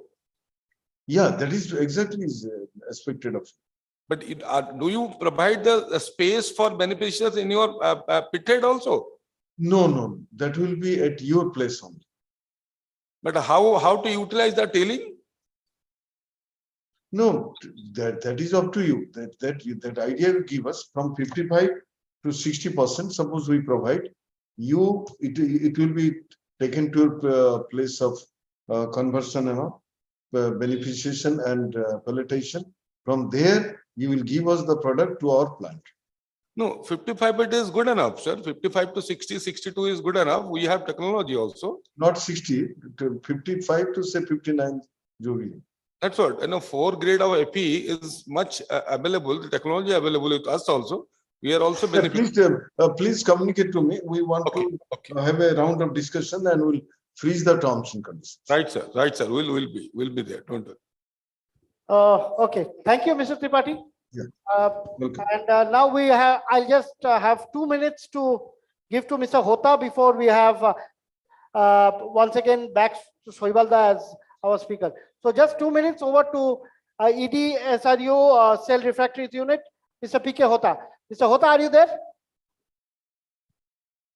Mr. PK Hota, Executive Director, Cell Refractories Unit. This is Mr. Rath. Mr. Rath. Okay, Mr. Rath, are you there? Mr. Rath, I can see him on the screen, but where is he? Mr. Rath, if you can hear me? No, he's not there. Okay. So in that case, maybe he's not in front of the, yeah. Okay. So we'll come back to him later. Over to you, Soibalda, and then we'll move to Mr. Suresh, and then we'll have the presentation of the memento. Kushalji, can you give me 10 minutes before I present, because I believe you have a flight to catch. So just give me 10 minutes before, yeah. Soibalda, over to you. Good afternoon to all of you. And regarding the GSI's perspective about that in last years that we have handed over 23 reports, and many of them of the iron and manganese from this Odisha, that is a non-working mines, to the government of Odisha for the auctioning them. And we also take the exploration there for the manganese also, besides our known areas also, that in the Eastern Ghats area, but only thing is that their high manganese is there, and but they have some phosphorus content is there, just of the marginal limit. Regarding the chromium also, that we are now looking for the exploration of the chromite in the virgin areas. But one thing that on my personal point of view of that since I have a doctorate in the refractory, so I can say something about the refractory raw materials. So I have my PhD on the low moisture and low cement castable, monolithic castable refractories. So that for that magnesia, that the law of magnesia, that another area has been coming is that high magnesia rock. This is the dunite. That where that olivine is there, and olivine is rich in the magnesium, and it can be used in place of the magnesite as the provider of the magnesium, because it has a good refractory property. It has a no preheating is necessary. It has withstand the slag corrosions, and also another areas is there, that is the zircon. We have sufficient amount of zircon in that beach sand also, and the zircon is a very good refractories in the iron and ore, in the iron and steel industry for their good mechanical strength and spalling resistance, and also for the slag corrosion. And also that when the zircon is used in the castable refractories also, the performance of the castable refractories increase very much. Apart from this zircon also, that we can use also the super duty that the graphite is there for that graphite bricks, microporous graphite bricks, also in the areas of the refractories in the steel, iron and steel industry. That this way that we can venture to the areas also, and for the GSI's points of views also, that we are now ventures in that area where that we can get the, we can explore for one thing, but we can get two things, that in the recent explorations in that Bolangi districts, we have searched for the manganese, but we have explored a rich graphite deposit of very high FC. So that can be used also in the refractories. And on this way, that GSI giving the mineral auction block to the government of states, different states, and also the potential blocks for the CL lease and the ML lease. And also we have done for the beneficiation of these nations, and as well as for the local people also for this. And I think that we have also give you the same thing in that next part of this. Thank you. Thank you, Shoibalda. Thank you so much. So just to inform you, Dr. Shoibal Chandra Mitro is the Deputy Director General of Geological Survey of India, State Unit, Odisha. And he will also be giving a presentation today on availability of raw materials in Odisha for iron and steel. So that presentation will be right after this session. So before Mr. Suresha addresses us as the final speaker for this session and wraps up, you have a very important role to play because you have to complete whatever is left out of the entire session. So you are the most important speaker of the day, because whatever each one has missed out, you have to make sure you cover everything on right from pelletization to raw material utilization, everything together. So whatever Mr. Prasad left when he left SR plant to you, you have to complete that because he is putting up another plant. Now he has a more important responsibility to put up a greenfield plant because the brownfield he has already left with you. Right or wrong, sir? So he has done a major part of the work. So with that, I'll just request two of my daughters to present the mementos to the gentleman of the dais. And after that, Suresha ji will conclude the session with whatever has been left out and what AMNS India has ahead for Odisha. It's a big plan. All of you know, last month I was here for the Make in Odisha. Lakshmi ji personally had come down. Dilip was here. All of them, the entire AMNS team, Suresha ji was also here.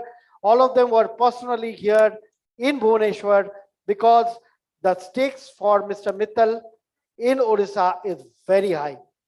He has big plans for Odisha. So with that, may I request the first memento to be presented, Dr. Bhima Rao. Would you do the honors to present the first memento to the memento sponsor? So, Kushal Agarwal ji is the memento sponsor, Managing Director of Sarvesh. So the memento sponsor gets the first memento. Yeah, you'll be called, don't worry. Or if you want, Dr. Bhima Rao will come up to you if that is fine with you. A round of applause for Kushal ji. Thank you, Kushal ji. Thank you so much. The next to Mr. G. Suresha, Executive Director, AMNS Odisha Operations. Check.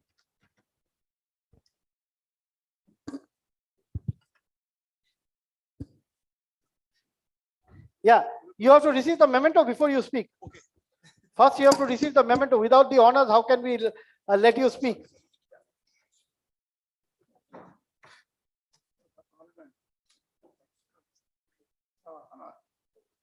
Mr. G. Suresha, Executive Director, ArcelorMittal Nippon Steel.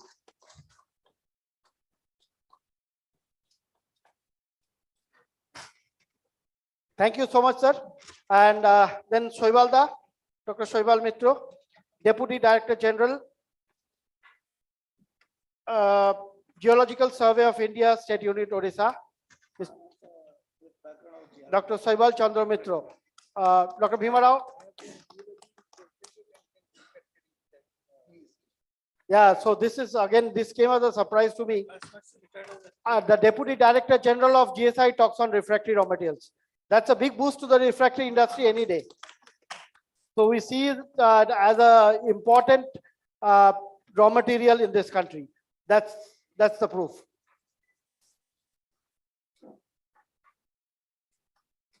So then we move on to Mr. Chandrasekhar Patel, Vice President, Refractories, JSW Steel Limited. So the refractory industry is stealing the show today.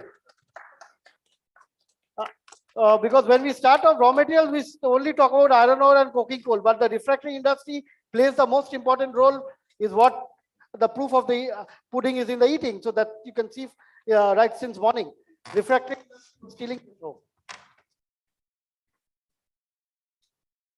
Yeah, now Dr. Shubhasish Dutt, Director, Ardent Steel and Vice President, Pellet Manufacturers Association of India.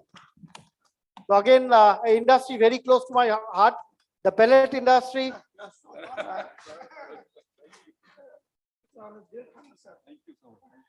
Thank you, Dr. Das. Thank you so much. You also represent the association, Pellet Manufacturers Association of India, Dr. Subhashish Das. And last but not the least, and someone I know for the longest period of time, Mr. A.S. Prasad, Director Operations of SR Minmet. Yeah, same here. So Suresha ji, you have the pleasure of work, both Mr. Prasad also had the Dilip as his boss. You also have Dilip as your boss. So both of you shared the same boss for a good period of time. So please convey my regards to Dilip Oman. Dilip, thank you so much for putting your Suresha ji, and he was the first one to recommend your name. He said, I can only recommend Mr. G. Suresh. I still have his WhatsApp message on my mobile, where he said, you are the only person who can do justice. So with that, I think the convener also needs to be given a memento. Otherwise, my job is incomplete. Without my Guruji, how can I complete the session? So presentation to my mentor and Guruji, Dr. R. Bhima Rao. Someone again I have known for, by the way, let me just tell you, our magazine Steel and Metallurgy is completing 25 years this year. We started on 14th November 1998. 14th November, remember, is celebrated every year as National Metallurgist Day. So in the year 1998, my magazine was first unveiled by a legendary figure, Dr. Minu Dastur, Dr. M.N. Dastur. We all know as the founder of Dastur and M.N. Dastur and Company. So Dr. Dastur unveiled the first issue of this magazine in 1998, 14th November. And this year is our 25th year.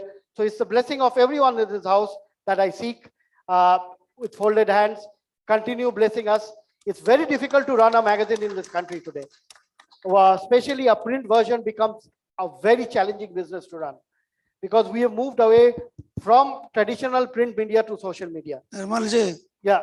Can I utilize this platform? Yeah, please, go ahead. The platform is yours. Platform is mine. Yeah. But I want to felicitate you first. Felicitate me, I should be felicitating you, among sir. all of us. Give me that opportunity. Okay, please. Come. I cannot say no to my mentor, no?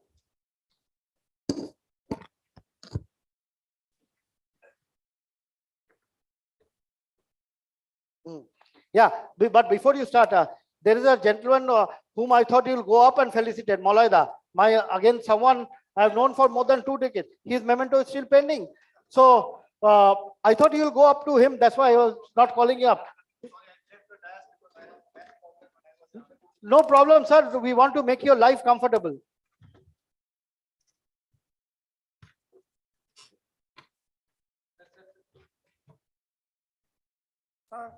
Really great, tall man. And by the way, Copan Mako is, as you can see, is also a sponsor for this event. Thank you, Molaida, for sponsoring the event. So Copan Mako is one of the sponsors. Copan headquarters is in Germany.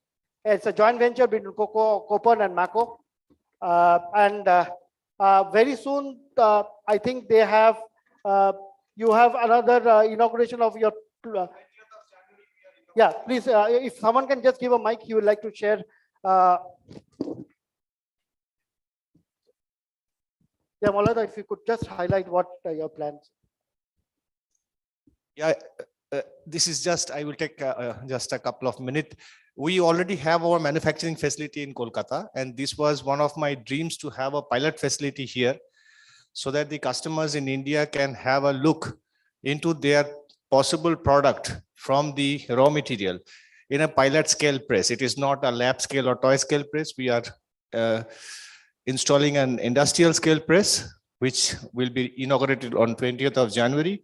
They are all Indian clients who are working on minerals, either on agglomeration or on crushing circuit. They can utilize this facility to check their results. So that is being inaugurated on 20th of January. I'm sure many of you might have already received the invitation. If not, it will soon reach you. And we request everybody to come and participate in this inauguration, please. Thank you. Now, let me finish presenting the memento to you. After that, you can present all that you want.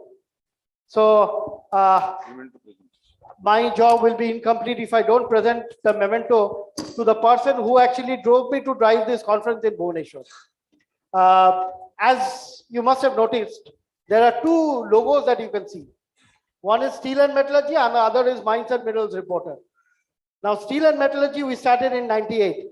Mines and Minerals Reporter was a magazine which was introduced only and only because of, I would say, Dr. Bhima Rao's initiatives. Dr. Bhima Rao was the one who actually told me, go ahead and start a magazine on mining. I will be there with you.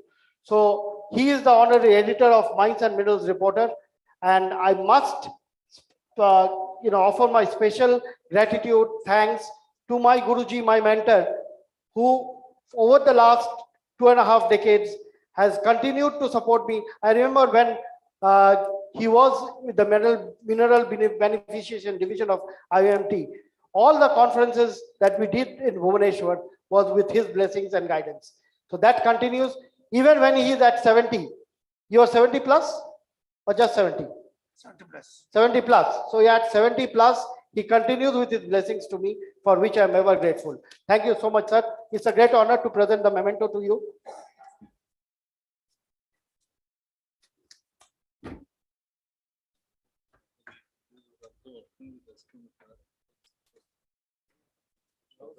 You're also short like me, so no problem. Thank you so much. Thank you.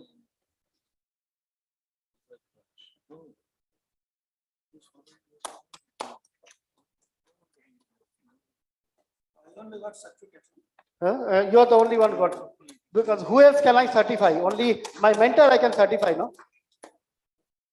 Thank you so much. So with that, we'll now hand over the floor to Dr. Bhima Rao. Before that, you have to allow the gentleman who should have been the first speaker is now going to sum up the entire session. So over to Mr. G. Suresha. And after that, the floor is entirely yours. And we will break only for tea for 10 minutes. So because we are running almost 2 hours beyond schedule. So we will break only for 10 minutes and then we'll have the next session together, after which we break for lunch. So lunch will be getting cold. So we will have only 2 papers and we go for lunch at 1:45. If that is okay, unless you are too hungry. 1:45 is okay? 1:15, 1:45. Yeah, okay. Okay. So let's do it this way. We break for tea now, and with just 2 papers before lunch, we'll go for lunch. If that is okay. Okay. Okay. So just 2 papers before lunch. So Dr. Bhima Rao will finish, and then we'll go for tea break, and we start with the next session. So shall I? Yeah, please. Continue? It's over to you. Yeah. Yeah. Good afternoon, everyone. I thank Mr. Malay Mukherjee for inviting us here. Referring to keynote address, at first I would like to appreciate the views of Mr. B.R. Sharma, who mentioned about the challenges for steel industry in India and also the way forward. He also mentioned the way forward, how we can achieve the carbon footprint, especially in steel industry, the way the world is expecting us to do. Coming to my subject, that is, I would like to speak about the challenges, also the opportunities and the possibilities in the steel industry, that how we can make it possible. We here, whoever is present here and the industry stalwarts and also industries in India, how we can make the dream of making 500 million tons of steel by 2047 to make it happen. So how we can contribute, that also I will cover. So first, I would like to start from iron ore finds. See, to make 500 million tons of steel, definitely we need 800 plus million tons of iron ore.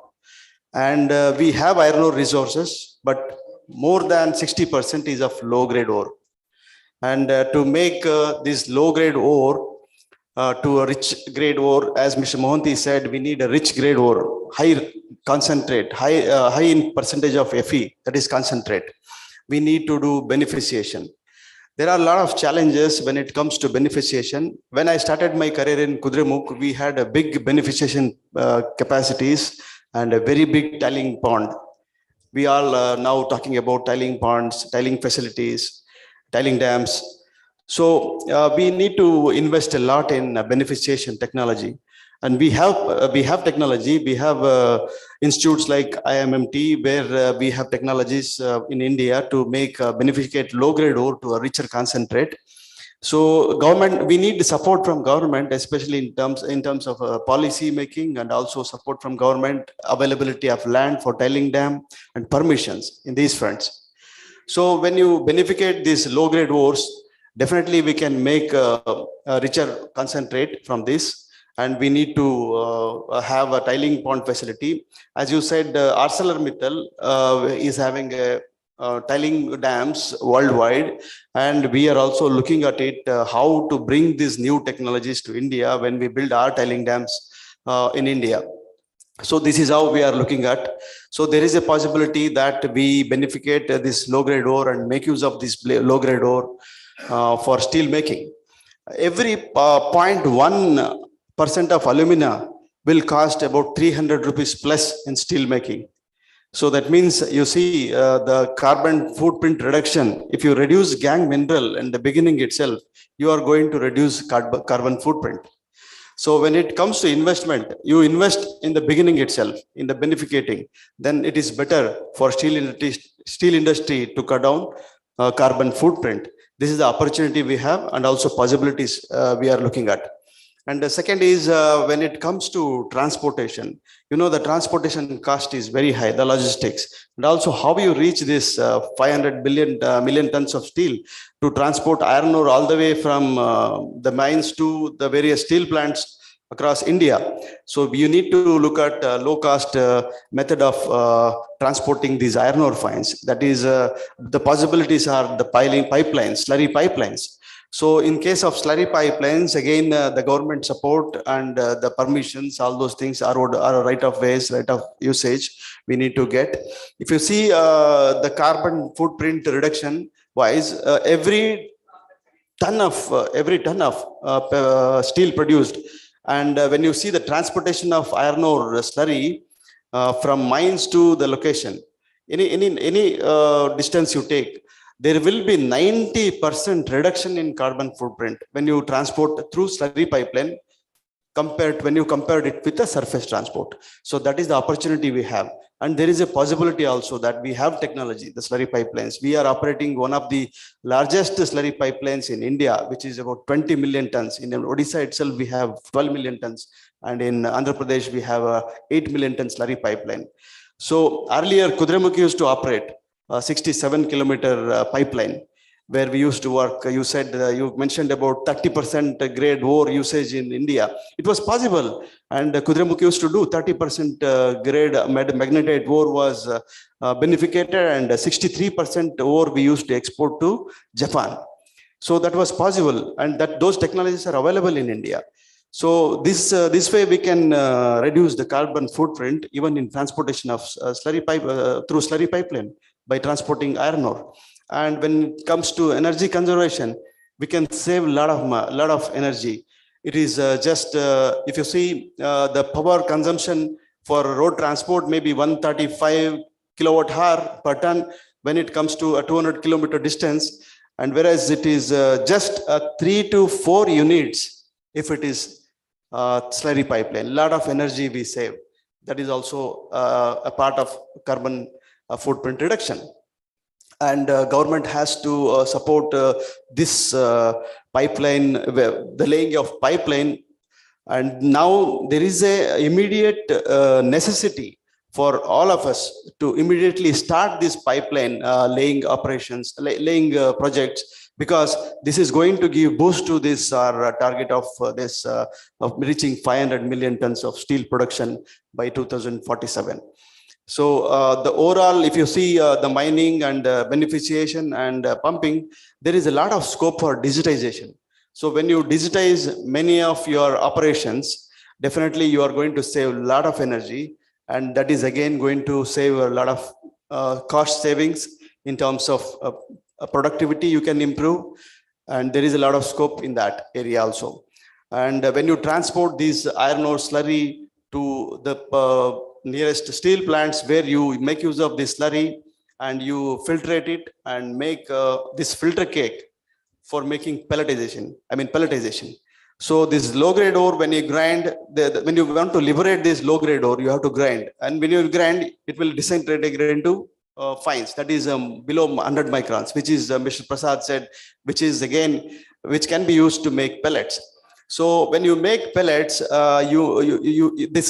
pellets are being used in blast furnace and also DRI furnace. Mr. B.R. Sharma was mentioning the future is all about DR furnace, which is Midrex based, and where you can use pellets and also reduce carbon footprint using syngas that he was mentioning.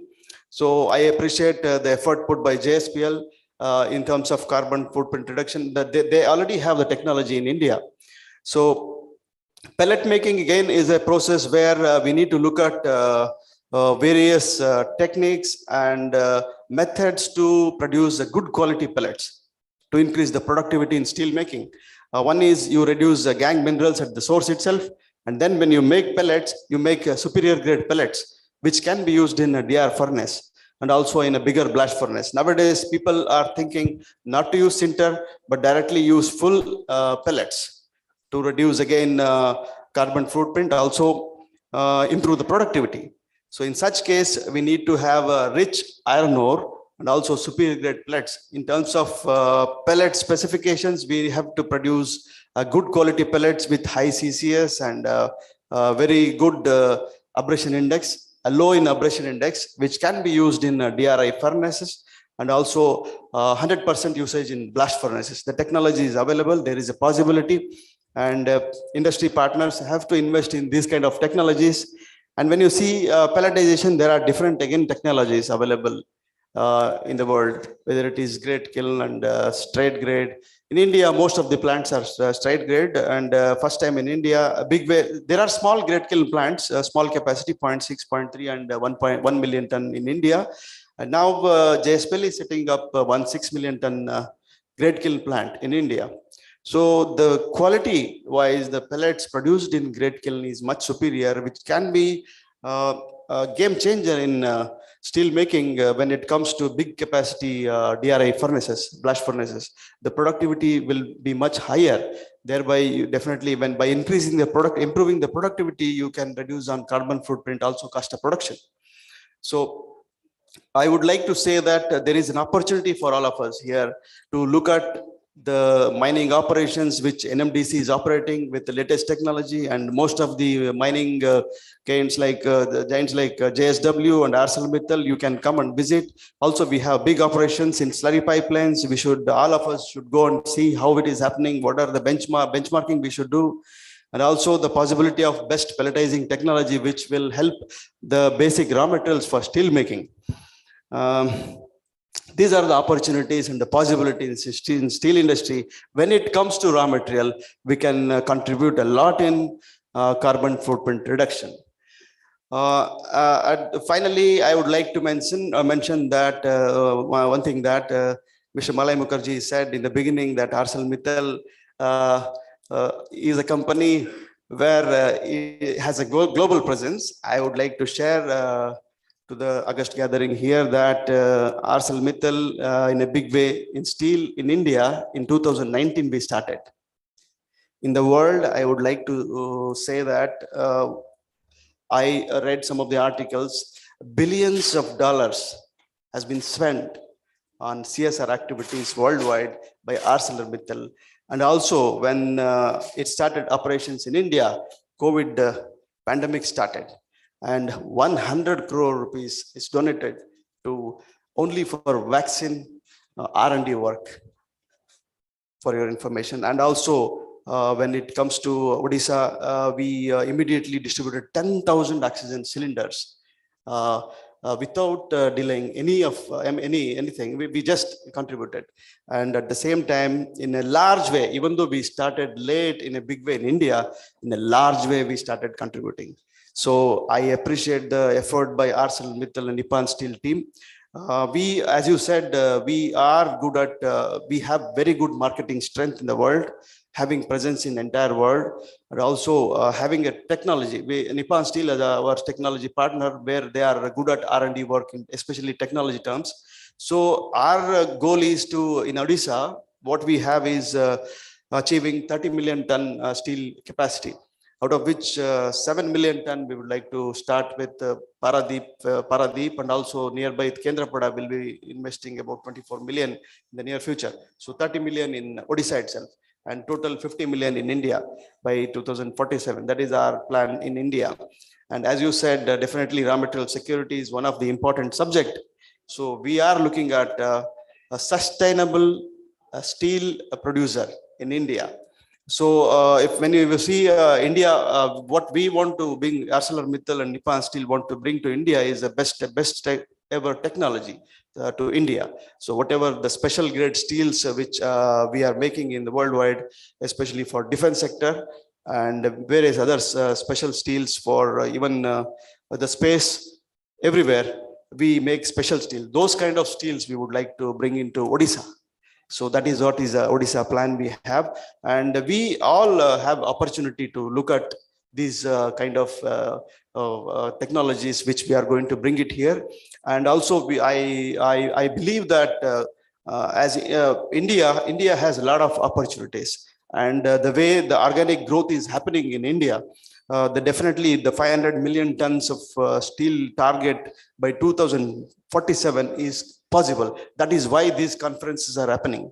So everywhere people are discussing. Today you said the steel ministry has called for a meeting. So every day they are discussing how to achieve this.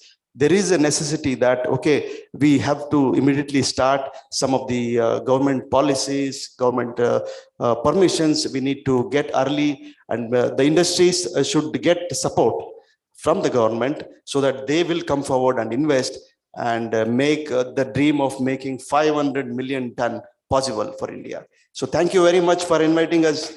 Thank you. Thank you, Suresh-ji, for ending on a very positive note. And let me just share a small example of what CSR AMNS has done. You know, overnight in Hazira, a 200-bed hospital was created. It was almost overnight. It was within the campus of Hazira steel plant that during the pandemic, when there was oxygen crisis, you know, the steel industry was the first to come forward and share pure oxygen with the entire world when the entire country, when the country was going through an oxygen crisis. Because what we use in steel plants is 99.9% purity oxygen. So that was supplied even at the cost of production. AMS India, along with the others like Tata Steel, with SAIL and others, came forward to supply oxygen during the worst period of crisis during the pandemic, during COVID, second wave of COVID. So I'm aware of all that. And in fact, you know, I'll just share a small story with you. In 2007, we were in Luxembourg. Luxembourg is the headquarters of ArcelorMittal, where, you know, the Paul Worth, originally Paul Worth and family, they started that kind of the headquarters of, it's a very kind of a building with a lot of legacy. You have, it's like a modern day palace, you can say, where ArcelorMittal headquarters in Luxembourg is located. So we were taken for a grand tour, and there was a session with a gentleman. Those days we were the head of CSR Global. Remy Boyer was his name. Remy Boyer was the head of Global CSR in ArcelorMittal, with Lakshmi, Aditya, and the then COO, Mr. Malay Mukherjee. So we were in our discussion together. And obviously, as I said, my job is to ask difficult questions. So I asked Mr. Mittal, you are a company with a $5 billion EBITDA. Because those days, ArcelorMittal EBITDA was $5 billion. So $5 billion EBITDA, and you spend something like only 40, 50 million on your CS.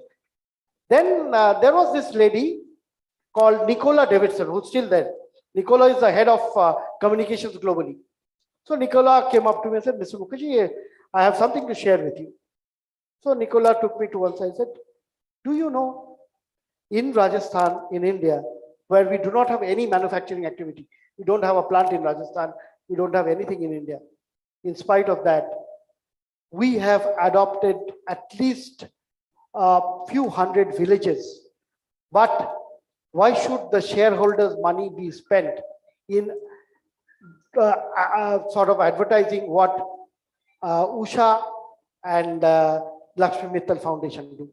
So there is something called Lakshmi and Usha Mittal Foundation, which actually does a lot of CSR work in the state of Rajasthan and elsewhere. So I am not denying the fact that IMNS does not do any CSR work.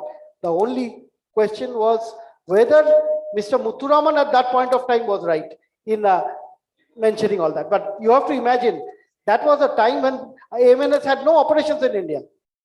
ArcelorMittal was, in fact, I remember Mr. Lakshmi Mittal telling me, in India, people do not know how to handle projects. He was so frustrated because his projects were getting delayed, and ultimately, Sanak Mishra was that time the CEO of ArcelorMittal in India. He was totally frustrated because nothing was moving in Odisha. All his MOUs with Odisha government, Chhattisgarh government, all were stuck.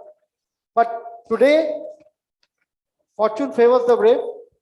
Mr. Mittal's son Aditya was there for every NCLT hearing when the acquisition bid was happening. I remember I was following.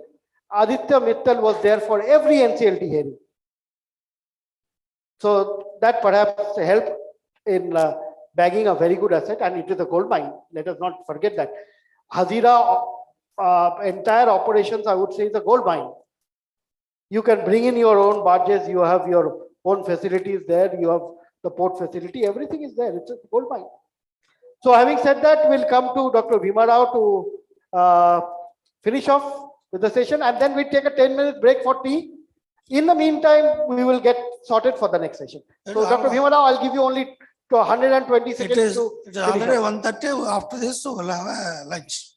Lunch means you're skipping the tea? Okay. Then Maulada will kill me. He's the tea coffee host. Okay. Wait. We'll have a tea and coffee, and then we'll go continue with the session. And just after 2 papers, we'll have lunch. Distinguished guests on the dais, and off the dais, my delegates, my friends Sudhans Dasu, Arun Patnaik, Sangram Patnaik, my students, colleagues, my students, they are repeatedly sending messages. They cannot come because of the examination. And my colleagues, junior colleagues, Shivakumar, Anil, and their team, Ishwarya and their team. It is my opportunity. When I start my career, this gentleman, the short gentleman, 2.5 feet height gentleman, has come. And that time, it was the H.S. was the director. He entered that place. I still remember. Just I want to introduce him about him. Nirmal Mukherjee is a half-century man. And he is a 50 years old man. And this steel and metallurgy is quarter century, 25th year. So this 25th year we're celebrating continuously. If you will be astonished. He is a BA graduate and studied law. I want to a professional advocate. But the fate changes the person like this. His first appointment is in the Financial Express. He joined there, Financial Express. He joined there as a reporter. Then he joined in the Iron Steel Review, 1993 he joined. Then another General Steel magazine is there. He also is an executive assistant to the editor, he was there. So, but that made him to metallurgy. During the Corona time, Every week he was organizing a webinar. He was keeping in touch with everybody about metallurgy, steel metallurgy. I believe in CSR, IMT, or any steel industry, people who are really studying metallurgy, they don't have the latest technology, what he is having. And I think he is the only person who is having the contacts with all the metallurgy people from floor to up.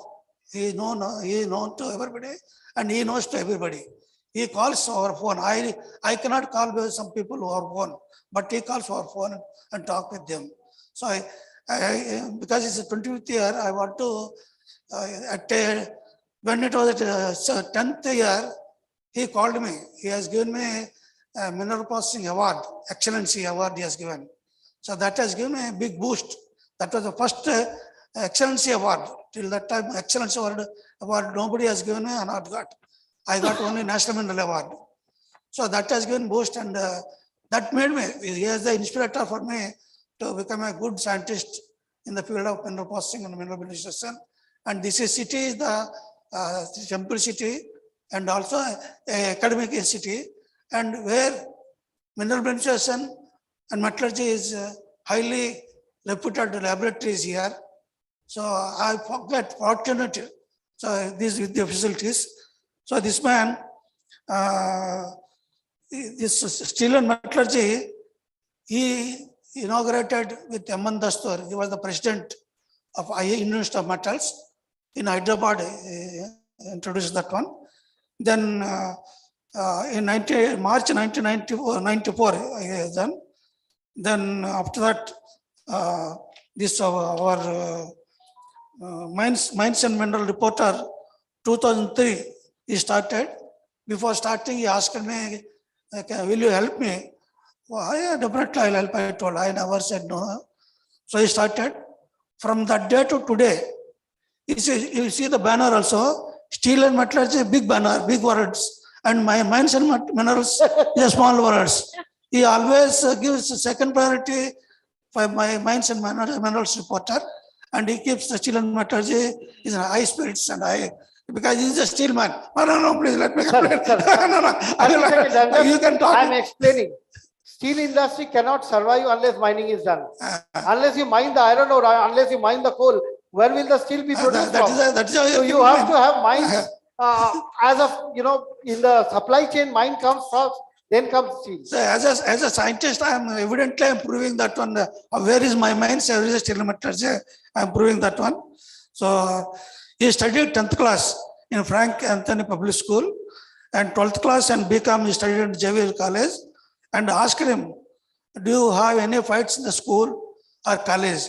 I am very short man. Everybody thinks you are a boy. So nobody was coming and fighting and everybody loving. So that time he was taken advantage. So he was good in the debates. So the debate knowledge is here also given the way he speaks like that.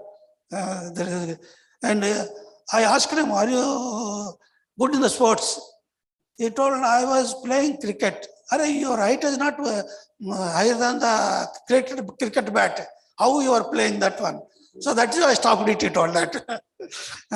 This is a small thing. And his prime idea and this one, to promote the mining and steel industries as the #1 in the world and make a benchmark for the world. India is a benchmark for the world. That is his ambition. And he married a lady who is a Shampamuk, and is very good boy and very obedient by the parents. What I said, he did. And about his son Ankit, he has seen already, he is in abroad. I asked him, what about your views on your son? He said, I will not impose anything. He may come with a girlfriend or a wife. I have no objection to it. Such a broad man, such a broad heart.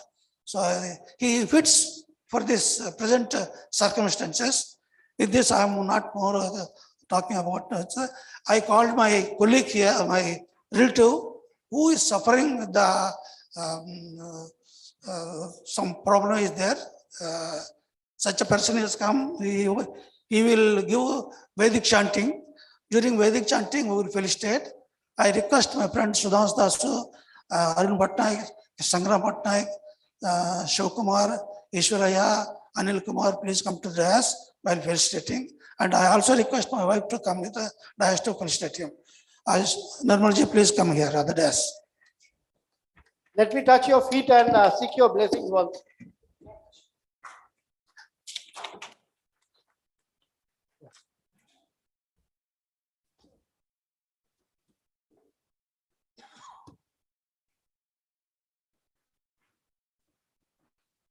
Now, while Dr. Bhimara is preparing, let me share the last part which he did not mention. He said, I am free as far as my son is concerned. I just share a small little anecdote on that account. My wife wants my son to get a German girlfriend or a German wife. And that is why, my wife is very strict. He said, if you come with an Indian wife, I'm not going to accept her. You have to come back with a German wife. So since my wife wants a German wife, my son is really working hard to find a German girlfriend. So I'll be happy if my son gets it. But as Dr. Bhimarao said, I keep telling my son, whatever floats your boat, whatever keeps you happy, I am happy with it. So if he gets an Indian wife, it's fine. If he gets a German wife, it's also fine. Thank you. Just my name is J.C. Patnaik. Just I am telling about Vedanta. Thank you, sir. Thank you so much. While felicitating to Sri Bhimara. Okay.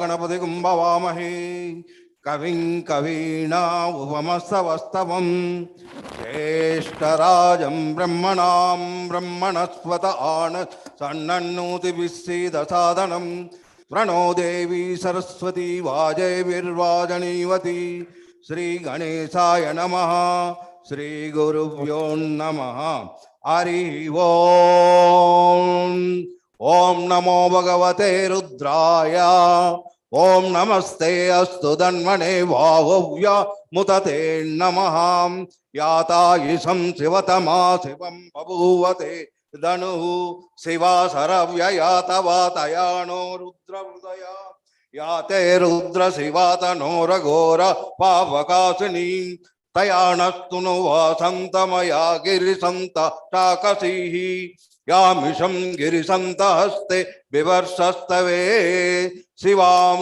गिरित्रितां कुरुमागिषिं पुरुषं जगत् शिवेन वचसा त्वा गिरिसाच्चा वदामसि यदानं सर्वमिज्ज दयक्षगं सुमना असत् अद्वभूतोदधिभक्तप्रदमो दैवो विषक् अहङ्गच्च सर्वाञ्जम्ब यत्सर्वाच यातु दान्यहम् असौ यस्रम्रो अरुण उत ब्रवुस्स मंगल ये चे मगम अवृततो सहस्रसो वैसेगम यदीमहि असौ यो सर्पति नीलग्रीवो विलोहितः उतैनं गोप अदृश्सन्नदृश्यार्य उतैनं विश्वभूतानि सदृष्टो मृदा यातिना नमो अस्तु नीलग्रीवाय सहस्राक्षाय मीदुषे अदयो अश्वसत्वनो हेतेभ्यो करन्नमः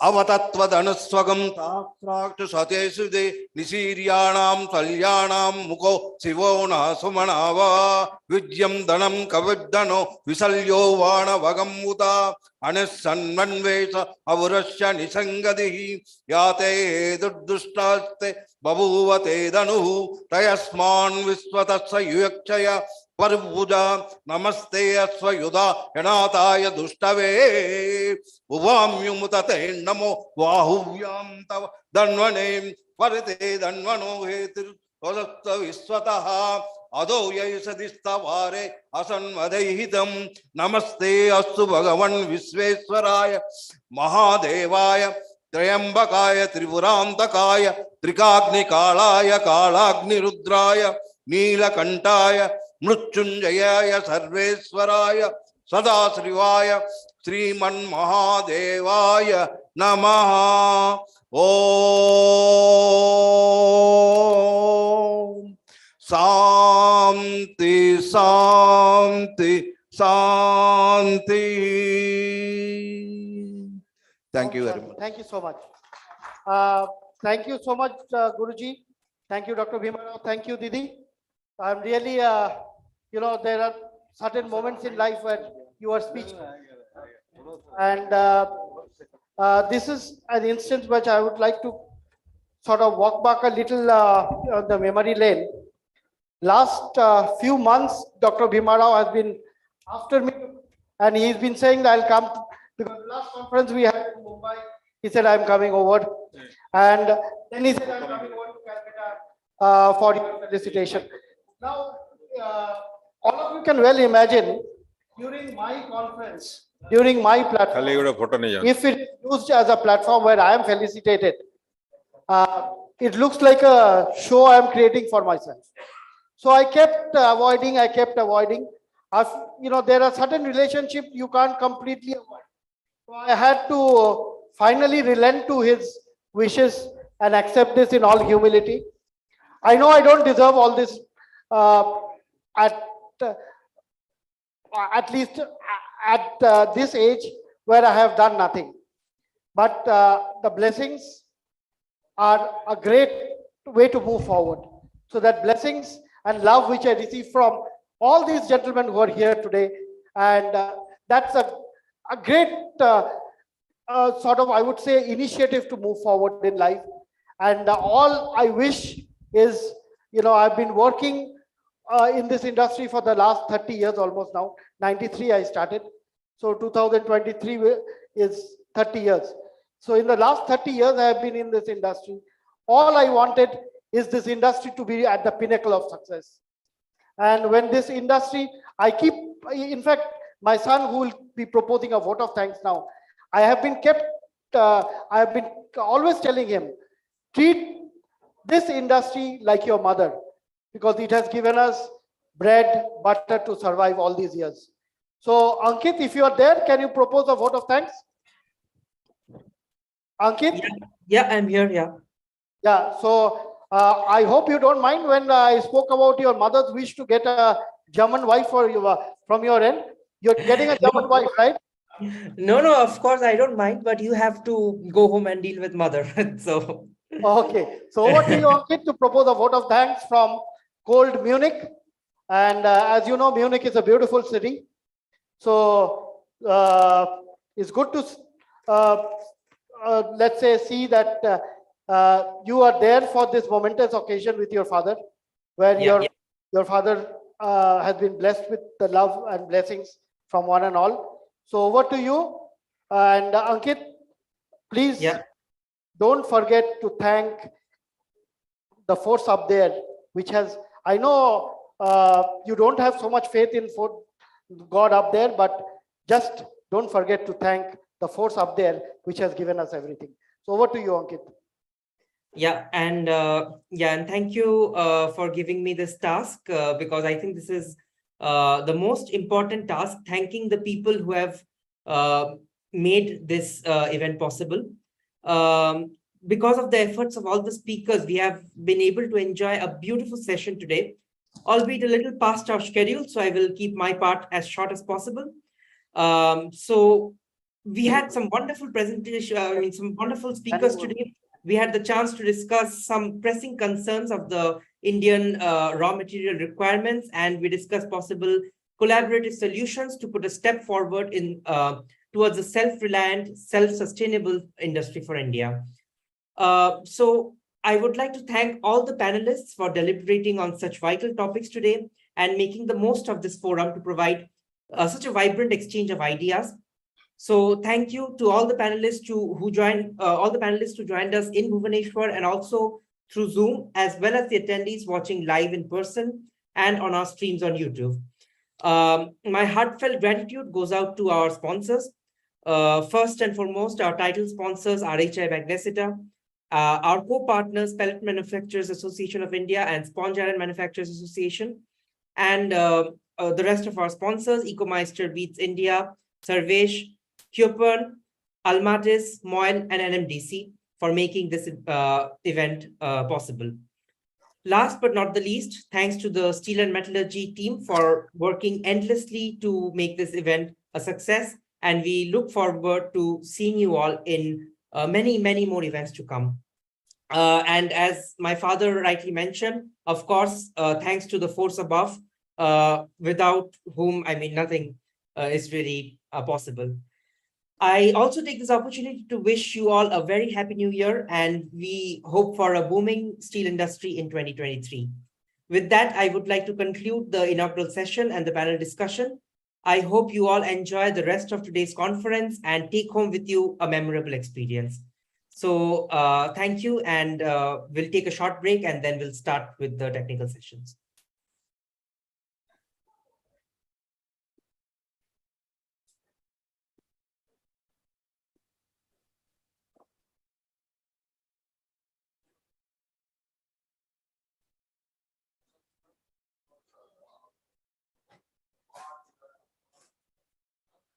Please go ahead and finish your tea and coffee. Please join us for tea and coffee, and we'll be back in 10 minutes. In 10 minutes, we'll be back. So please finish your tea and coffee. Please join us for tea and coffee, courtesy Mako, Copan Mako, courtesy Copan Mako. So Copan Mako is hosting your tea and coffee for this morning. Please finish your tea and coffee and get back as soon as possible.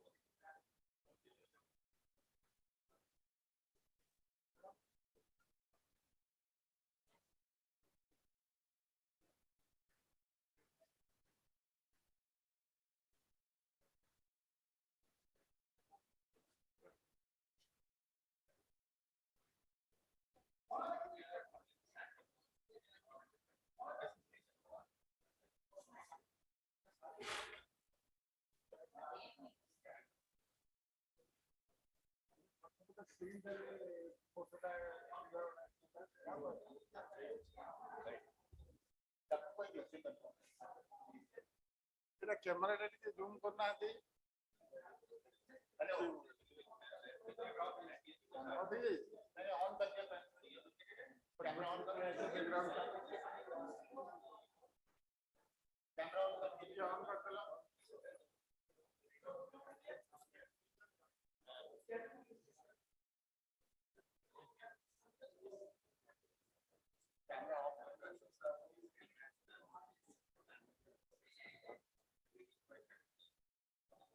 ସେଇଟା on କର ପଛପଟେ ଯୋଉଟା ଆସିବ ହଁ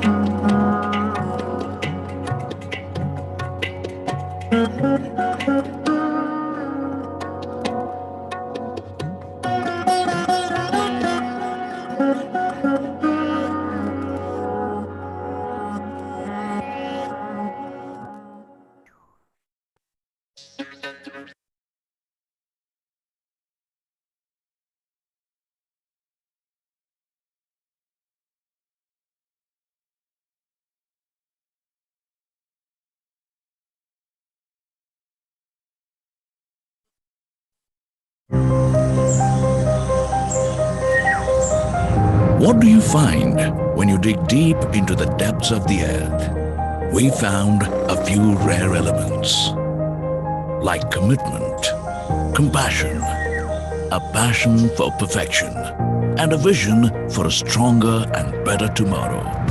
That is NMDC. It's not just a pioneering story of one of the world's finest iron ore producers, but a story of leadership with a human touch.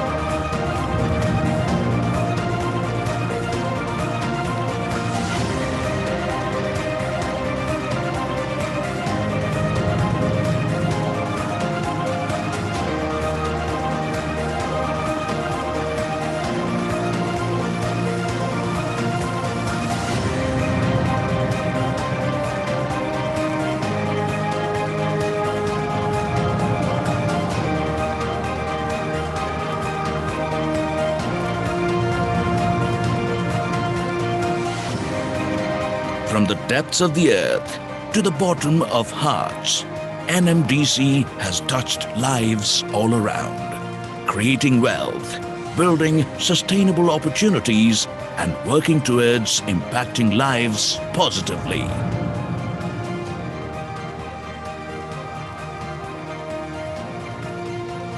NMDC, harnessing Earth's goodness.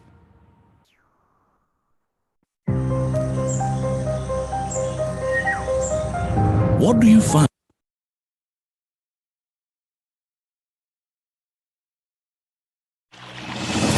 The Ruhr region, the cradle of the mining and steel industry and home to many companies who've made industrial history, such as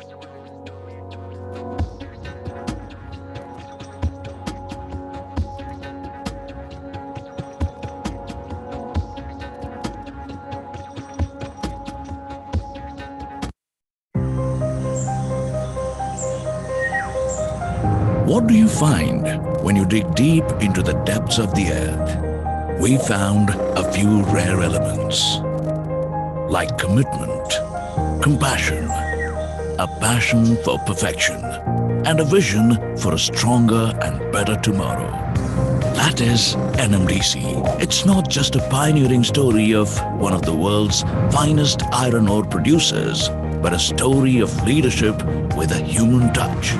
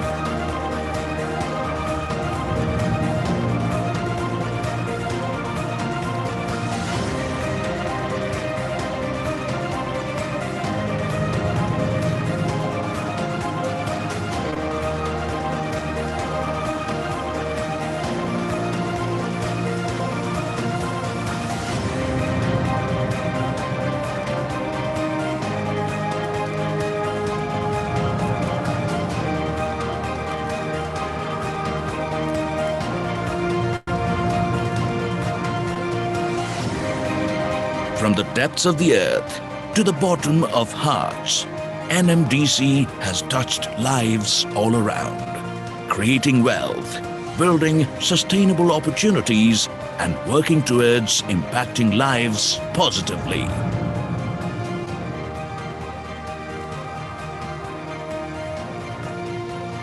NMDC, harnessing Earth's goodness. The Ruhr region, the cradle of the mining and steel industry and home to many companies who've made industrial history, such as Köppen Machinery Manufacturers. The history of the manufacturer began over 120 years ago in Hattingen with Wilhelm Köppen, a brave entrepreneur and technical visionary who transformed a small steelworks into a major producer of roller presses. It all started in 1898 when my great-grandfather acquired an existing company here in Hattingen, the so-called Berninghaushütte. It was a foundry, but with the acquisition of that company, he immediately turned it into a machine manufacturing and producing company. Köppen's business today is the production of state-of-the-art roller presses and roller mills. It is one of the world's leading producers in the fields of comminution, compaction, and briquetting. In order to determine the perfect solution for its customers, Köppen has its own industrial-scale testing facility. This is where the delivered material is tested and analyzed. First of all, the customer is asking for a certain throughput, tons per hour or tons per year. And together with the raw material from the customer, we go to our test center in Freiberg, and there we find out the necessary pressing forces, and together with the working widths, which defines the throughput, we define and design the machine. Once the type of machine and the process technology have been defined, the planning phase begins, where engineers and product designers develop a product based on the customer's requirements. Well, apart from the service of the machines in the field, we also offer the design and the engineering for whole plants. This is especially necessary in the grinding field and also in fertilizer. Here we do the engineering of the whole plants, and they can be of reasonable size. Once the planning is complete, the next step is to assemble all the parts needed to build and develop the machine. To ensure the highest possible quality for the individual products, Köppen works with industrial service providers who all meet the Made in Germany quality standard. In addition, many parts that are later installed in the roller presses and roller mills are manufactured in-house. The machine you can see in the background is for a customer who has bought in the early 1970s the first two machines from Köppen. Beginning 2000, he has doubled his capacity and bought another two machines. And now, 50 years later, after the first two machines, these new machines will replace the first machines. Roller presses or roller mills are manufactured at Köppen with a high level of in-house production. Many production steps run in parallel in the large factory halls so that manufacturing and assembly can produce effectively and just in time. State-of-the-art machines and the latest technology with innovative ideas. Well, important in our field is especially the wear protection. Here we do high-class and very advanced powder metallurgical production of our own surfaces in order to reach highest and best wear protection. We also have very modern machines here in our factory, so we are able to produce all know-how parts in our machines by ourselves. Köppen is represented all over the world, with a large network of contacts for sales and services. In addition to the commissioning of complete plants, maintenance and repair are important points in customer care. It's not just a bit and piece of metal we are supplying. We are supplying process know-how, we are supplying support, mechanical-wise, process-wise, and we are close to the customers. We are a traditional German-based company with more than 125 years of experience in our markets, and that's what we are focusing for, to be in long-term partnership with our customers and develop real partnerships from the beginning to the end. From planning to production, assembly to commissioning, and far beyond, Köppen accompanies its products and also its customers throughout the life of the machine. One of our key drivers is high technical professionalism and responsibility and reliability. And that's something which Köppen stands for. Of course, most important to the customers, but our responsibility refers also to all our employees, our partners, our sub-suppliers, that they can rely on Köppen as a responsible partner. For over 120 years, Köppen has been a family-run company with a reliable team that works in a customer and solution-orientated manner. Day after day, year after year, since 1898.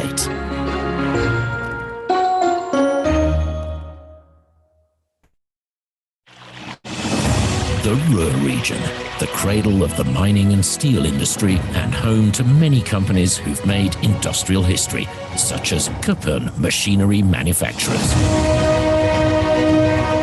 The history of the manufacturer began over 120 years ago in Hattingen with Wilhelm Köppen, a brave entrepreneur and technical visionary who transformed a small steelworks into a major producer of roller presses. It all started in 1898 when my great-grandfather acquired an existing company here in Hattingen, the so-called Berningshaushütte. It was a foundry. But with the acquisition of that company, he immediately turned it into a machine manufacturing and producing company. Köppen's business today is the production of state-of-the-art roller presses and roller mills. It is one of the world's leading producers in the fields of comminution, compaction, and briquetting. In order to determine the perfect solution for its customers, Köppen has its own industrial-scale testing facility. This is where the delivered material is tested and analyzed. First of all, the customer is asking for a certain throughput, tons per hour or tons per year. And together with the raw material from the customer, we go to our test center in Freiberg. And there we find out the necessary pressing forces. And together with the working widths, which defines the throughput, we define and design the machine. Once the type of machine and the process technology have been defined, the planning phase begins, where engineers and product designers develop a product based on the customer's requirements. Well, apart from the service of the machines in the field, we also offer the design and the engineering for whole plants. This is especially necessary in the grinding field and also in fertilizer. Here we do the engineering of the whole plants, and they can be of reasonable size. Once the planning is complete, the next step is to assemble all the parts needed to build and develop the machine. To ensure the highest possible quality for the individual products, Köppern works with industrial service providers who all meet the Made in Germany quality standard. In addition, many parts that are later installed in the roller presses and roller mills are manufactured in-house. The machine you can see in the background is for a customer who has bought in the early 1970s the first two machines from Köppern. Beginning 2000, he has doubled his capacity and bought another two machines. And now, 50 years later, after the first two machines, these new machines will replace the first machines. Roller presses or roller mills are manufactured at Köppern with a high level of in-house production. Many production steps run in parallel in the large factory halls so that manufacturing and assembly can produce effectively and just in time. State-of-the-art machines and the latest technology with innovative ideas. Well, important in our field is especially the wear protection. Here we do high-class and very advanced powder metallurgical production of our own surfaces in order to reach highest and best wear protection. We also have very modern machines here in our factory, so we are able to produce all know-how parts in our machines by ourselves. Köppern is represented all over the world, with a large network of contacts for sales and services. In addition to the commissioning of complete plants, maintenance and repair are important points in customer care. It's not just a bit and piece of metal we are supplying. We are supplying process know-how, we are supplying support, mechanical-wise, process-wise, and we are close to the customers. We are a traditional German-based company with more than 125 years of experience in our markets, and that's what we are focusing for, to be in long-term partnership with our customers and develop real partnerships from the beginning to the end. From planning to production, assembly to commissioning, and far beyond, Köppern accompanies its products and also its customers throughout the life of the machine. One of our key drivers is high technical professionalism and responsibility and reliability. And that's something which Köppern stands for. Of course, most important to the customers, but our responsibility refers also to all our employees, our partners, our sub-suppliers, that they can rely on Köppern as a responsible partner. For over 120 years, Köppern has been a family-run company with a reliable team that works in a customer and solution-orientated manner. Day after day, year after year, since 1898.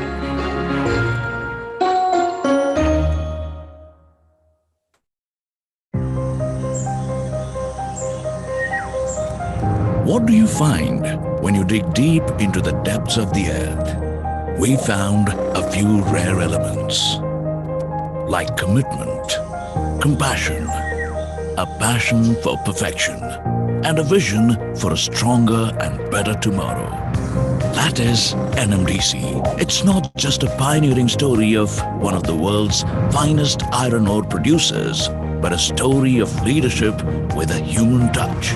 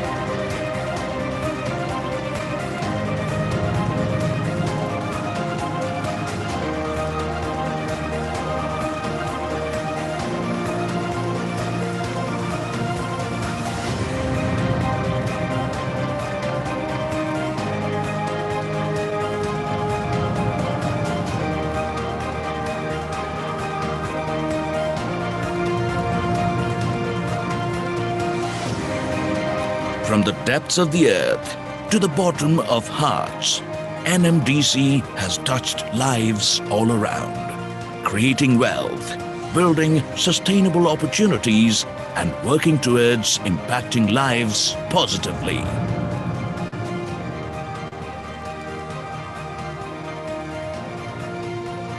NMDC, harnessing Earth's goodness.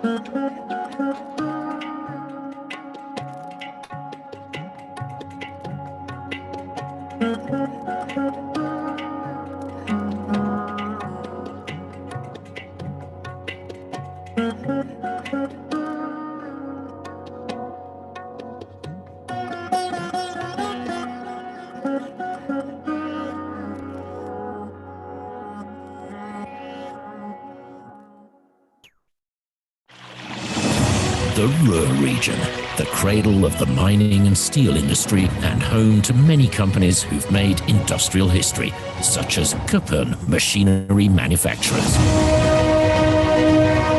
The history of the manufacturer began over 120 years ago in Hattingen with Wilhelm Köppen, a brave entrepreneur and technical visionary who transformed a small steelworks into a major producer of roller presses.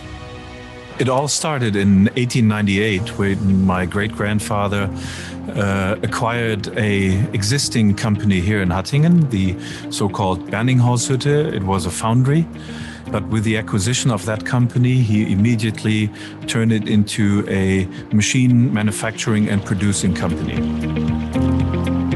Köppen's business today is the production of state-of-the-art roller presses and roller mills. It is one of the world's leading producers in the fields of comminution, compaction, and briquetting. In order to determine the perfect solution for its customers, Köppen has its own industrial-scale testing facility. This is where the delivered material is tested and analyzed. First of all, the customer is asking for a certain throughput, tons per hour or tons per year. And together with the raw material from the customer, we go to our test center in Freiberg, and there we find out the necessary pressing forces, and together with the working widths, which defines the throughput, we define and design the machine. Once the type of machine and the process technology have been defined, the planning phase begins, where engineers and product designers develop a product based on the customer's requirements. Well, apart from the service of the machines in the field, we also offer the design and the engineering for whole plants. This is especially necessary in the grinding field and also in fertilizer. Here we do the engineering of the whole plants, and they can be of reasonable size. Once the planning is complete, the next step is to assemble all the parts needed to build and develop the machine. To ensure the highest possible quality for the individual products, Köppen works with industrial service providers who all meet the Made in Germany quality standard.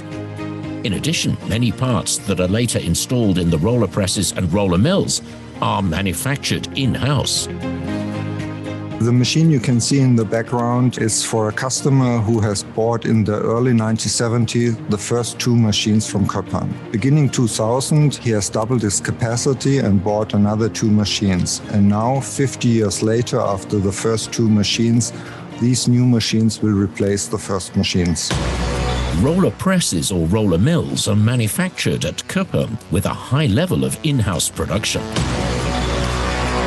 Many production steps run in parallel in the large factory halls so that manufacturing and assembly can produce effectively and just in time.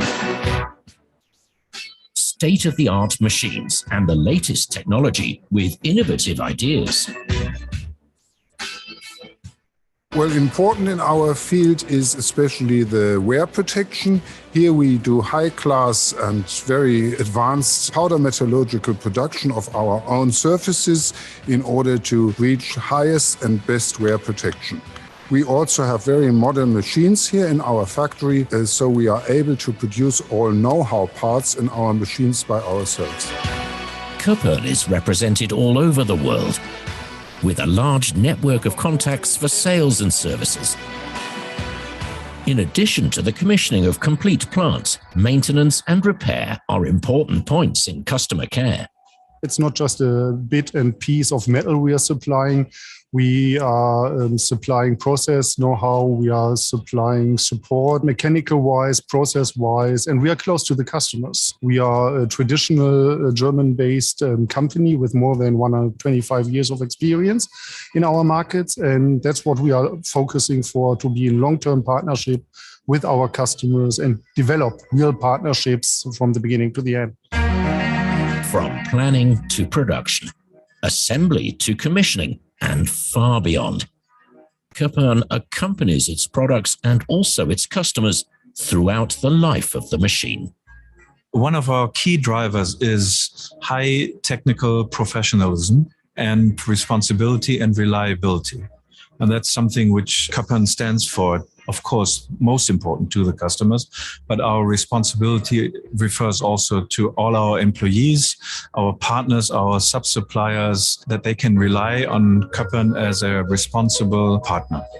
For over 120 years, Köppen has been a family-run company with a reliable team that works in a customer and solution-orientated manner.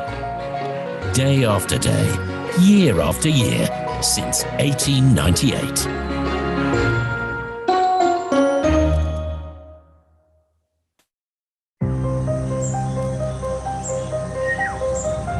What do you find when you dig deep into the depths of the earth? We found a few rare elements, like commitment, compassion, a passion for perfection, and a vision for a stronger and better tomorrow. That is NMDC. It's not just a pioneering story of one of the world's finest iron ore producers, but a story of leadership with a human touch.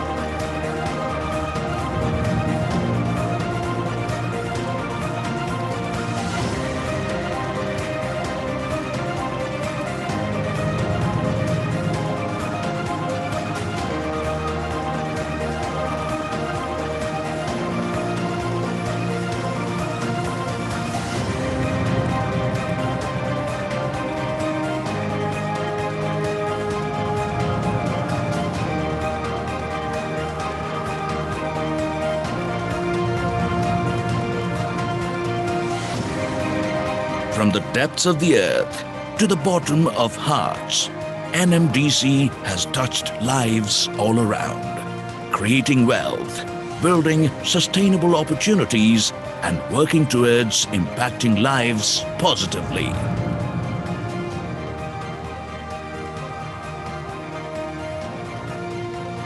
NMDC, harnessing Earth's goodness.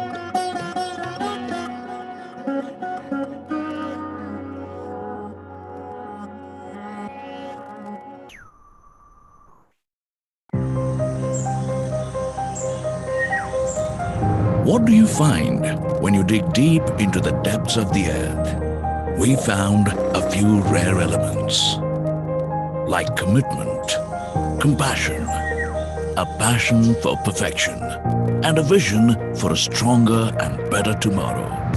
That is NMDC. It's not just a pioneering story of one of the world's finest iron ore producers, but a story of leadership with a human touch.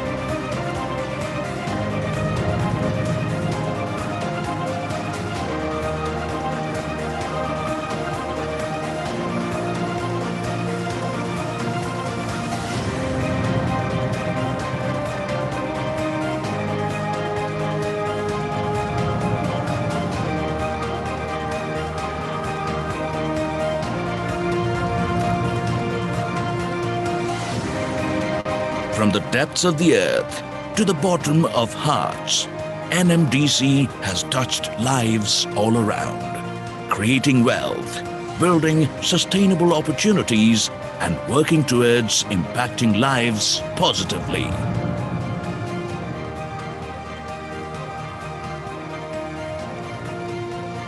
NMDC, harnessing Earth's goodness.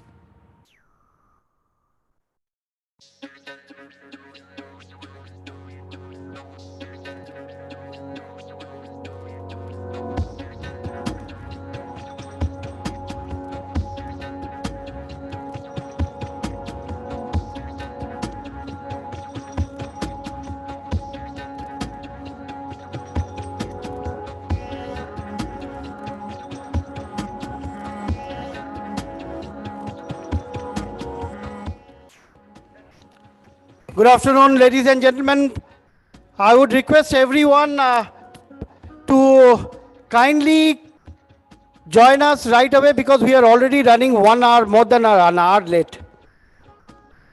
We should have been here with 3 presentations by now. We should have completed 3 and 2, 5 presentations by now.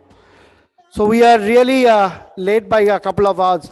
So request everyone, if you could get everyone inside the hall, we can't wait anymore. So our next session, there are 4 presentations. So we'll have only 3 right now, 3 presentations. One is on availability of raw materials in Odisha for iron and steel industry by Dr. Saibal Chandra Mitra, Deputy Director General, GSI State Unit Odisha. He is also going to chair this session.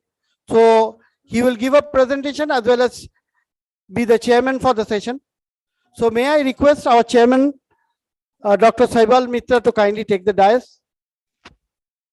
Dr. Saibal Chandra Mitra will also give a presentation. So we will begin with his presentation, followed by a presentation by Pricewaterhouse on iron ore mining in India. That will be presented by Mr. Arnab Majumdar from Pricewaterhouse. Mr. Arnab Majumdar, if you are here, kindly request you to join us. Mr. Arnab Majumdar, I think he is here. Mr. Arnab Majumdar is already here. Yeah. Actually, the third presentation will be by Mr. Malay Bhattacharjee, Joint Managing Director of Copan Mako, but he has some issues with his back pain. So we will call him on the dais at the time of his presentation. With your kind permission, Chairman, sir, Mr. Malay Bhattacharjee will be joining us on the dais only at the time of his presentation because he cannot sit on the chair for a long time because of his lumbar issues. So May I request our Honorable Chairman, sir, Dr. Saibal Mitra, Deputy Director General of Geological Survey of India, to kindly take over with his presentation, followed by the presentation by Mr. Arnab Mazumdar on iron ore mining in India. And the next presentation will be improving the efficiency of ore preparations with high pressure grinding rolls by Mr. Malay Bhattacharjee, Joint MD, Kopan Mako Services. So these are the three presentations we have this session.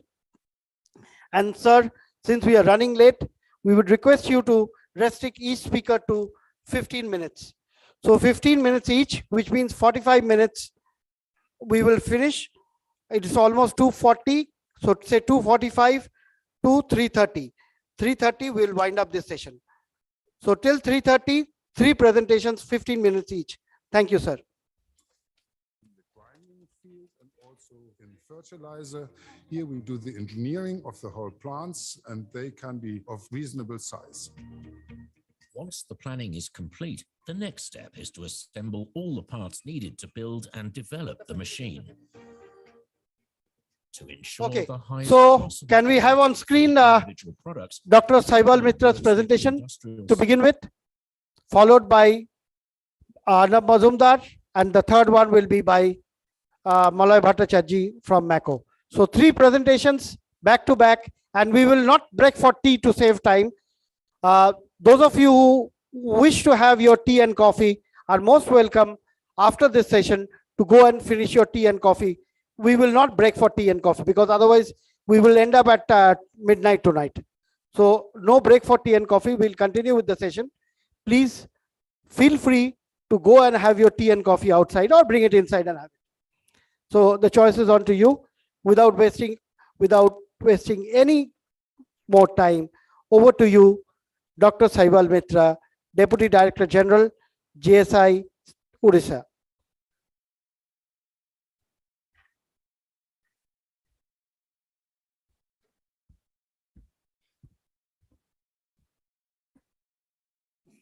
Thank you, Mukherjee sir.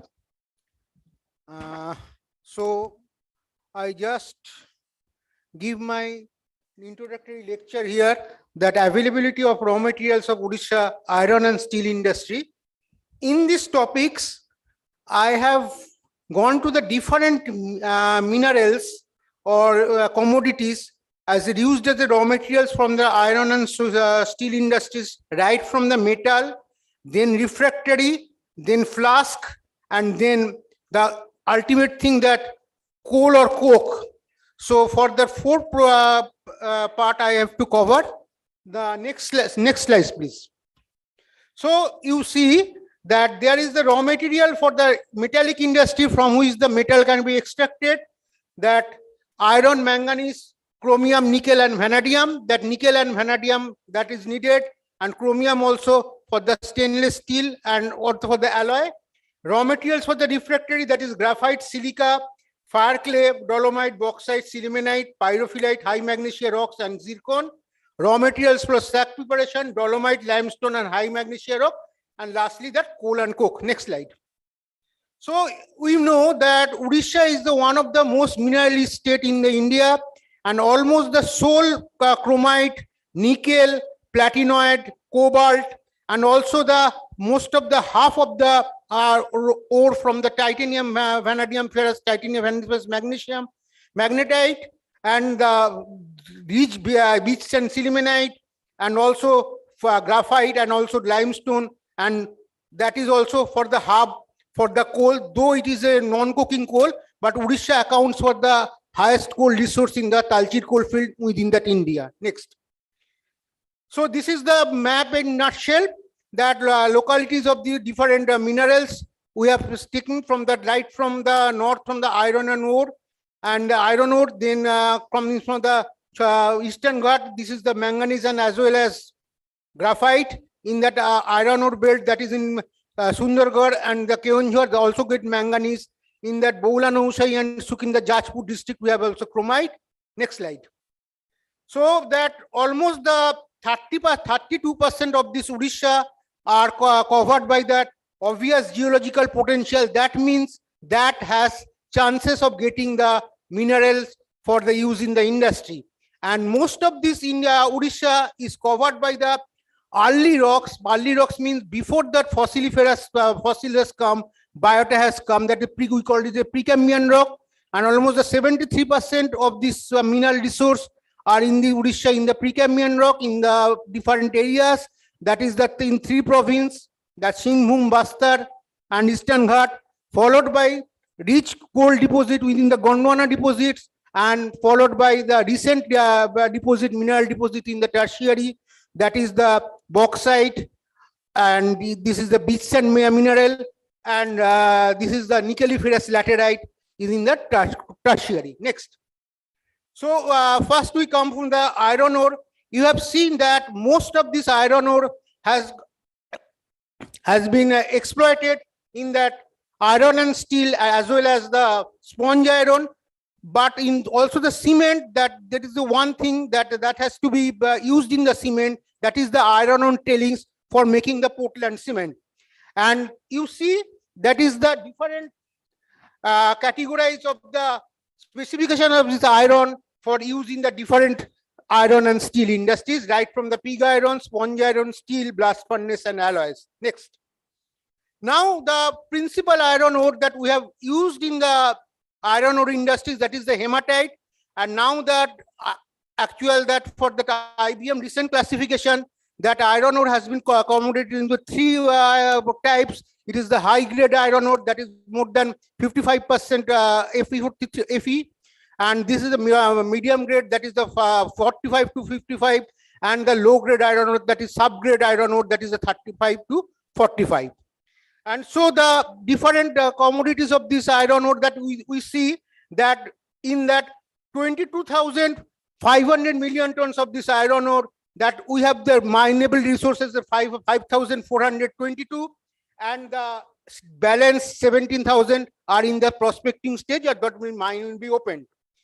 The ore can be on the basis of the geological point of view, that ore texture, that is the hard ore, that is the lateritic ore, fine ore, that is the blue dust, and also the soft grade ore, that soft laterite, soft laminated ore, we have to categorize.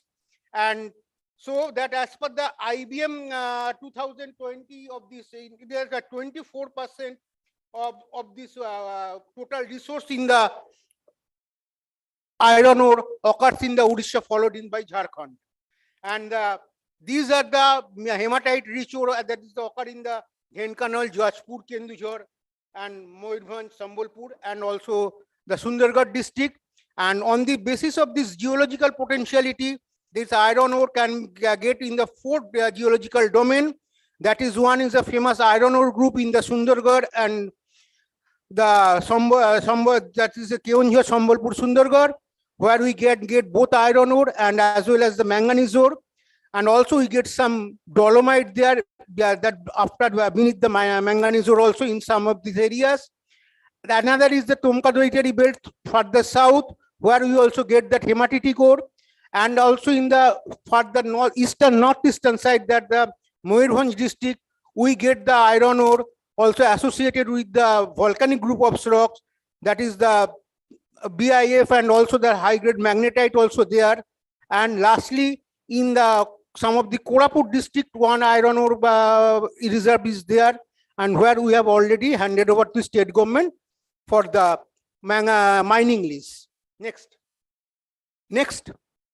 So for this magnetite ore, that the cutoff percent is 15%, and the resource in the magnetite in the Odisha is mainly in the Moyurbhanj district, and Odisha contain 1.52 million ton of the magnetite ore. And among the states, Odisha recorded the highest production of almost 60% of this country's total production of this iron ore, that in Odisha. Next. So this is I have already spoke to this one, and that we have here that this is the list, that how many blocks we have been handed over to the state governments for the mines of for the Ministry of Ministry of Mines for the different auction. Some of them in the advanced stage of exploration we have completed. They are directly given to the mining lease, and some of them we have given in the in the some stage, in the initial stage of exploration, as per the government of India's now point of view, that in the that CL on that is the captive license. Next. So this is the, I think that different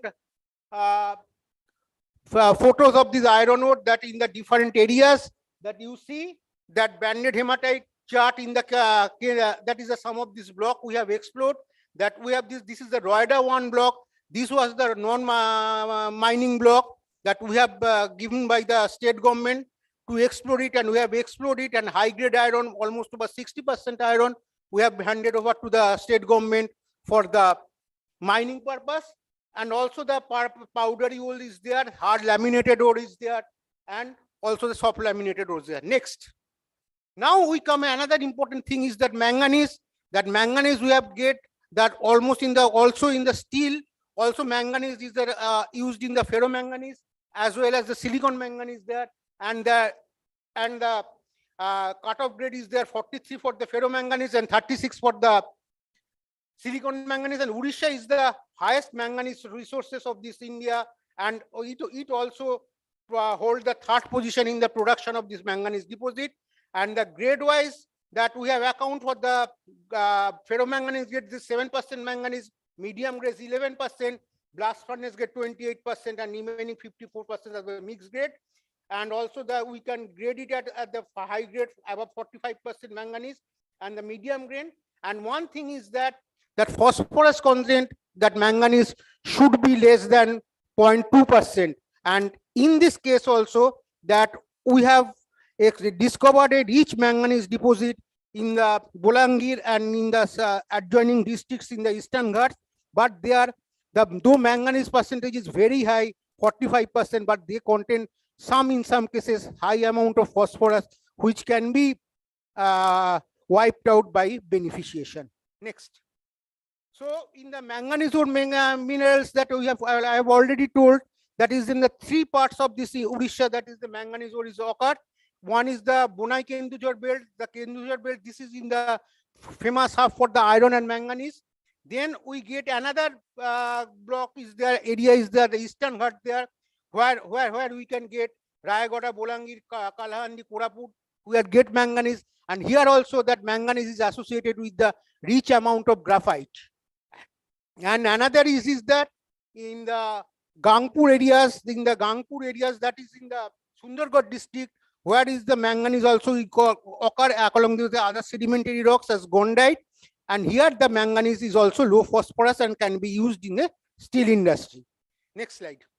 So here the three picture is there, that first three pictures, manganese intersected in the borehole of Patmunda West. This is a non-working mines there.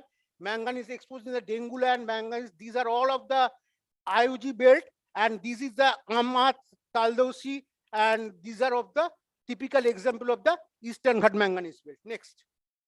Now another important thing is the chromite, that we know that Odisha is the almost the sole producer, almost 96% chromite of this Odisha has been produced in India, and this chromite is also used in the ferrochrome industries as well as the refractories industries, and the total resource in the India is 344 million ton, and more than 96% is in Odisha. And three types of chromite ore we have got there. One is hard gray ore, then the another is brown ore, soft ore, brown massive fairly soft ore. Another is the disseminated pockety ore, that is we get disseminated pockety ore in the Eastern Ghats also. And the grade wise, the charge chrome grade accounts for the 31% resource, followed by the ferromanganese grade, and refractory grade is 14%, and other for the 12%. Next. So that for this refractory aspect, that chromium ore, that chromium should be maybe the less of this that is used in the iron and steel in ferrochrome industries, but it contains it must contain high alumina. And the resource position of this that in the Jajpur and Dhenkanal, that we have already auctioned over to the state government, and chromite is a powerful element for the hardenability and toughness of this steel, and also the refractory grade chromite that we get the low silica and high alumina, and the different refractories from the based on this chromium, such as the chrome magnesite refractories and magnesite chrome refractories used in the different part of the blast furnace for withstanding high temperature, better spalling resistant, withstand of corrosive slag, and having high refractories. Next, this is the some of the picture of this chromite there. Chromite load is the this is the in Jajpur there. That is the chromite there, and this is the chromiferous dunite. That is the Boulan. This is another advantage is that the dunite, I have already told that dunite can be used as a replacement of the magnesia in the refractory industries for the source of magnesium. Next. So that nickel ore, that mainly that Odisha is also got the first position in the nickeliferous, and the nickel is associated with chromite, and some of this nickel we can get from the lateritic deposit developed over the chromium deposit. Chromite rock is there, and the nickel is in the Sukinda. There are 3 types of nickel is there: high grade ore, low grade ore, and medium grade ore. And mainly the Jajpur districts and the Boulan we get the nickel, and also in Shimlipal areas, also in the Mayurbhanj district, we get nickel associated with the ultramafic rocks. Next, another important is for the vanadium. That vanadium, apart from this vanadium in the titanovanadiferous magnetite, we have also get rich vanadium associated with the graphite deposit we have now discovered. And also vanadium we can get from the different biogenic fuel also, that we can extract vanadium. And Odisha accounts for the 4.8 million tons of vanadium, nearly 20% of this vanadium. And vanadium is extensively used in the iron and steel industry, that from the low carbon flat rolled steels, high strength plates and structural steels, etc. Now we switch over to the next slide. Now I switch over the different refractory material that can be used in the iron and steel industries. First come the graphite. That graphite with its high corrosive resistance, that is the high conductivity, the low insulating purpose, that can be used also as a iron and steel industries as a refractories. And that in Odisha also, Odisha stands the second position. And in Odisha, that most of this graphite, major graphite deposit is associated in the Eastern Ghats with a metasedimentary rock, that chondrite, that garnet sillimanite bearing rock, garnet sillimanite bearing gneiss or schist. That most of the chondrite is there, we get graphite. And the graphite in some areas, they have occurred in the close position of this fold, that is the rock, that is the fold hinge, or in the closure of this fold, due to the structural removability after the formation of there. So both the structural as well as lithological control is given for this graphite. Next slide. So that one block of the graphite already we have handed over to the state government for auction, and graphite refractory is used in the blast furnace for the high temperature conductivity, ability to reduce heat load by moving excess heat to the shell water. And graphite with 87% to 90% fixed carbon is used in the MAC carb and alumina carb refractory. And the conventional carbon block refractories is replaced by the superior micropore graphite block that is used in the iron and steel industry. And microporous alumina bricks are used also, graphite along with bauxite clinker, corundum, and mild alumina. Next. This is the different distribution of this graphite. We have some graphite belt is there, such as in Sargipolli, in the Titlagor, in the Deogor, etc. That where we can get rich graphite deposit. Next. And this is the graphite position is there. In the upper two portion, this is the graphite. In one is associated in the Angul district, another in the associated in the Kalahandi district, and here it is the graphite associated in the Noyagod district. Next. So now earlier that in the quartz and quartzite are extensively used for the high silica bricks used in the blast furnace, but nowadays this has been conventionally replaced by the other monolithic refractories and macrome refractories, because that quartz and quartzite has a relatively less temperature of the melting. Next slide. Now the fire clay, that fire clay we used here for that actually that fire clay, sillimanite, these are all are used for the getting the mullite. Mullite refractories in the aluminosilicate there, and mullite is the ultimate product in the aluminosilicate in acidic refractories such as spinel, and the other spinel is getting from the basic and neutral refractories. And the fire clay, this is mostly associated with that coal deposit in the Odisha, that is the two famous coalfield, in one in Sundargarh Deep River coalfield, and another is Rangul and Henkanal. This is the Talchir coalfield. And most of these graphite, most of the fire clay used in the refractory, that high grade fire clay more than 37% above an IL2O3, and with the low Fe2O3 can be used in the refractories. And also fire clay after calcine, it get the calcine fire clay and used as a refractory refractories. I personally used the fire clay aggregates in the low moisture crustables. And this fire clay is the state of the Odisha is Angul, Kotok, Dhenkanal, Jharsuguda, Khurda, and the Puri Sambalpur there. Next. This is another very important thing is the dolomite. Dolomite is also a refractories as associated for the magnesia refractories, and as associated as a flask in the iron and steel industries.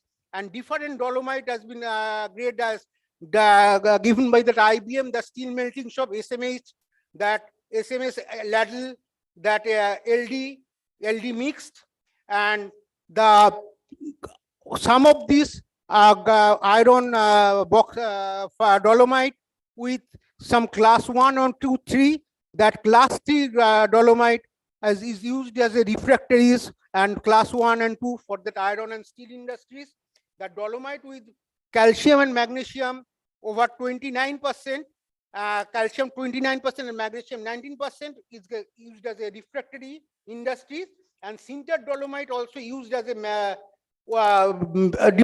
basic refractory aggregates for using in the different blast furnace for the Magdol in can also macrome refractory. Next.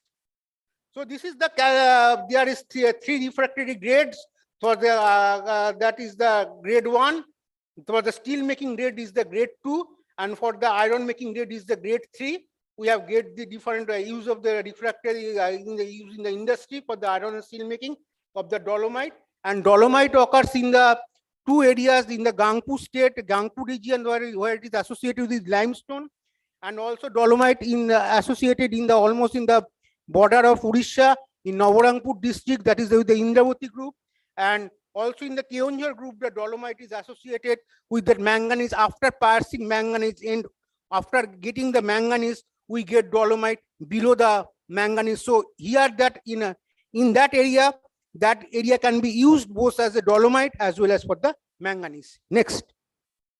So this is the bauxite ore. That bauxite ore, the main production is for the alumina refractories, alumina that is the alumina industries. But apart from this, that significant amount is used also for the refractory industries. And that in the reserve of this bauxite, that 3.9 million ton, and almost that Odisha is the highest production of this bauxite, almost the 77% metallurgical, 51% country resource in the bauxite in the famous East Coast area. Next slide. So this is the bauxite you use in the iron and steel industries. That from this bauxite, that when calcine bauxite, we get brown fused alumina. That is the finer alumina. And with the bauxite, after leaching, we get white tabular alumina, and the calcine bauxite microfine alumina hydrate. And also the leach bauxite and the high temperature gives the mullite and corundum, two very good commodity for the refractory. And the white tabular alumina is used in the fusing arc furnace, and the calcine bauxite is produced by sintering. And these are the different refractory use for that bauxite. Next. And the distribution of bauxite we have already told. That is the East Coast bauxite in the Koraput, Rayagada, Malkangiri, etc. Another bauxite is the minor capping over in the Nuapara district over the alumina shell, and also in the some of these iron ore areas that Sundargarh, Keonjhar, bauxite occurs as a capping over the high alumina rock. Next slide. Another important thing is for the sillimanite, and we know that after the depletion of sillimanite, the main sillimanite deposit in India was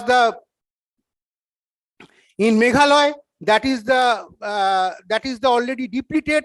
So we have mostly dependent on the beach sand sillimanite, and a very high percentage of these heavies of the beach sand we get the sillimanite, and sillimanite is mostly almost overly used is the refractories, both as the mullite refractories used in the blast furnace, also used as a refractory for the cement material, as a sillimanite based brick and sillimanite based pot, also used in the glass industries for the glass melting pot, and that both the 73.3% of these are high granular grade, while the quartz sillimanite schist also in Odisha gives up some sillimanite, and sillimanite also occurs in the almost 25% of this country's sillimanite come from the Odisha, the beach sand of Chhatarpur, Odisha, got the 18% of heavy minerals, of which 8% account for the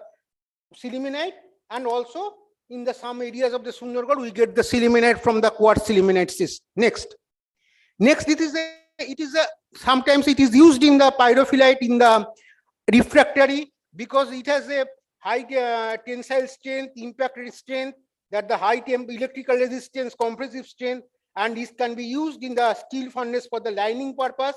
And the Odisha accounts for the 23% of this total resource of this industry, and grade wise the refractory grade use the 28%, the maximum used in the refractory. Apart from this, the insecticide, ceramic, and the other areas ceramic mixed grade that we use the pyrophyllite.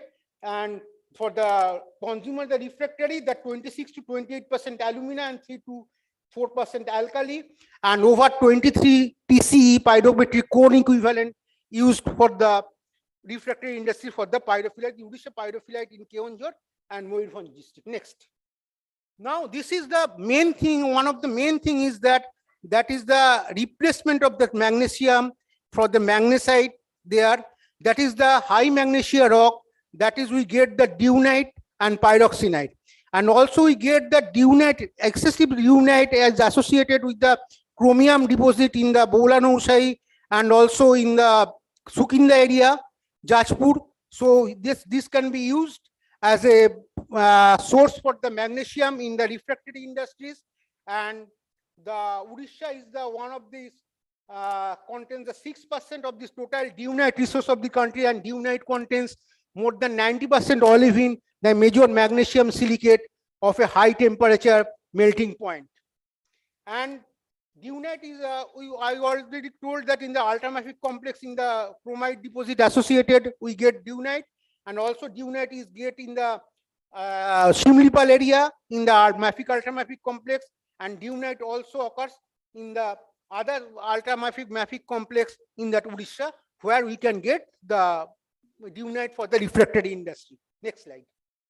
So dunite and pyroxenite as they used as a flask for dolomite as a source of MgO, and it is after sintering used as a iron and steel industries, and olivine as a that is the advantage that it is of the low and uniform coefficient of thermal expansion, and they have good resistance to thermal shock swelling and resistive to slag attack, high green strength and resistance, and also that olivine can be directly charged into the blast furnace without any preheating, so that can be easily used as a source of magnesia in place of dolomite and in place of magnesite. Next. Now this is another important refractories, that is the zircon. That we know that the zircon is here in India mostly associated with the beach sand, and in the Odisha also that beach sand is there. From the IREL extract the zircon there, and zircon has a high temperature, that thermal shock, a low excellent thermal shock resistance, low thermal conductivity, and is easily used in the blast furnace, and it has also a very good resistance from the iron and steel slag there. and it can be used as a dopant, that it can be used as a small product in the castable refractories also for getting the high strength and high performance of this ultra low moisture ULCC or LCC castables. And though that chemical stability, thermal shock stability and strength of the materials may be improved that castable by adding a small amount of zirconium oxide in the high alumina refractory, magnesium carbon refractory. And also that zircon based monolithic refractories now is coming. The zircon based monolithic refractories is replacing now the conventional type of fired refractories. And in the monolithic, we see that in monolithic no preheat is required, and it can be directly used in the blast furnace from this green strength also. Next.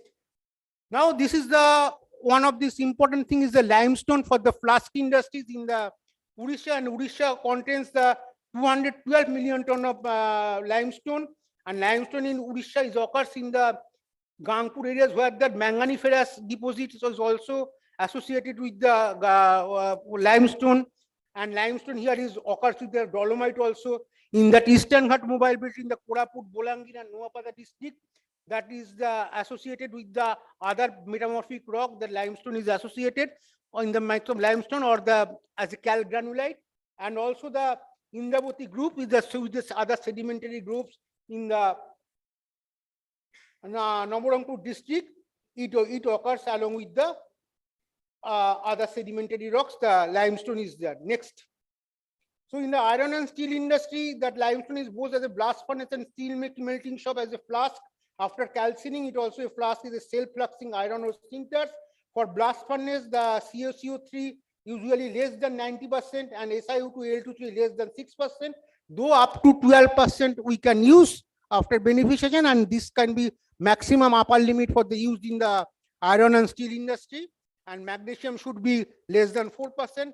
And high alumina cement, we know that used in the alumina castable, that low moisture castable, ultra low moisture castables, that we use that high alumina cement because the natural cement, the Portland cement, making the low melting phase, that is the anorthite and galenite, but that due to the high calcium, but aluminum is used there instead of high alumina cement for getting more mullite also, and also used as the source for the alumina spinel there in the refractories.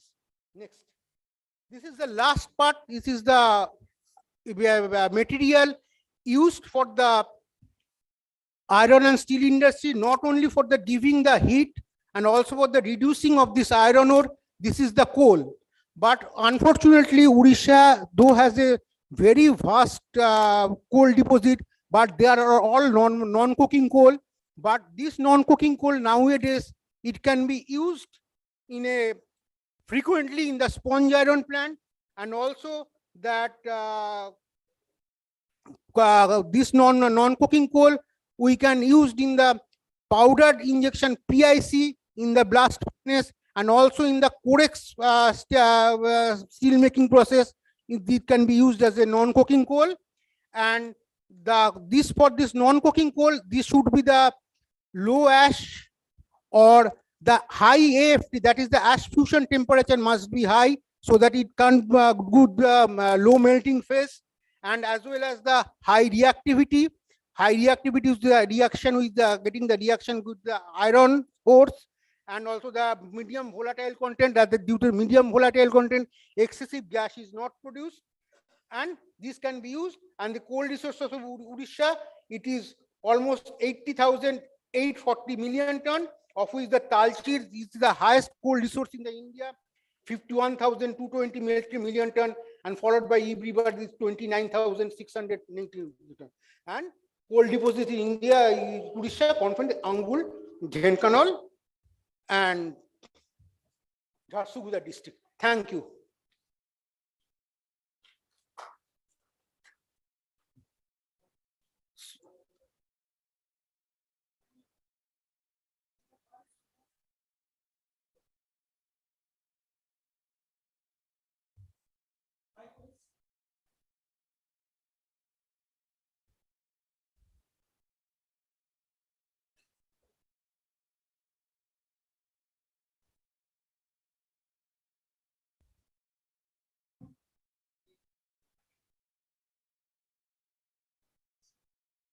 Good afternoon, sir. Hmm. My name is Jant Kumar Saho. I'm a PhD research scholar in geology, jointly in collaboration with Ravensa University and CSRMMT Bhubaneswar. I'm working on Daitari iron mines. We were talking about the blue dusts.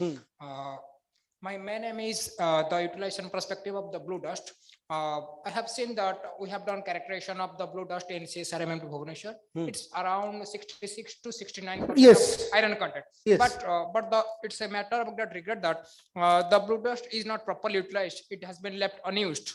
What is the future perspective of this blue dust of the entire region, and what action has been taken by the GSI for the steel and iron production? Actually, GSI give the iron ore deposit, the blue dust, how much blue dust is there, laminated ore is there, but the use in the industry, GSI doesn't do this. It is for the technology industry, this is for the beneficiation industry, this is for the metallurgical industries. But nowadays, I know that either the other technocrat who are present there, they can very well speak about, better speak than myself. But nowadays, I think the technology has come to use blue dust as a pellet also, and blue dust also is used for the iron industries. And initially, that lot of blue dust was exported to the China and Korea for the making the steel there, because that they have the technology. I think that technology has come India to get the use of the blue dust in the iron and steel industry. Sir, second question. There are two kinds of occurs mostly seen in Daitari. That is, one is red occur and one is yellow occur. What is the utilization perspective of that occurs? Actually, that occur when it is associated with the iron and alumina industry. Sometimes occur contains high amount of titanium, vanadium, and gallium. And in the lithomerge of this bauxite also there, we have get rich amount of vanadium and titanium.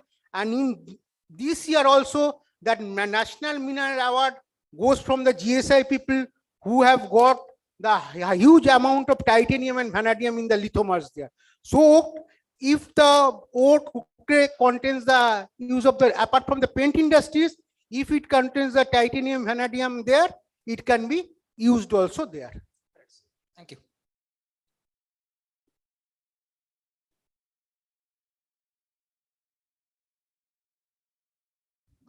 Anyone else?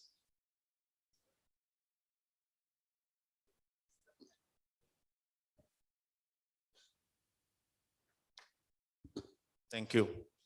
So what is the present number in terms of the measured, indicated and inferred resources for iron ore in India? Because I'm getting different numbers in different sources from IBM, GSI and different sources. So I'm just curious to know about that. Actually, the main thing is that GSI giving the resources there, and there are different private entrepreneurs in the iron ore industry there. Suppose in such coal, that total resource, that the annual resource is prepared by the GSI itself. But for the iron ore, GSI is not the prepared, this is from the IBM also. For that, making that, due to the lack of the sources, they are coming from the limitation of the source of this iron ore, that there is a variation there. But for this, I think the IBM you can use, because that IBM has all the information from that all industries that used in the iron mining process. Yes.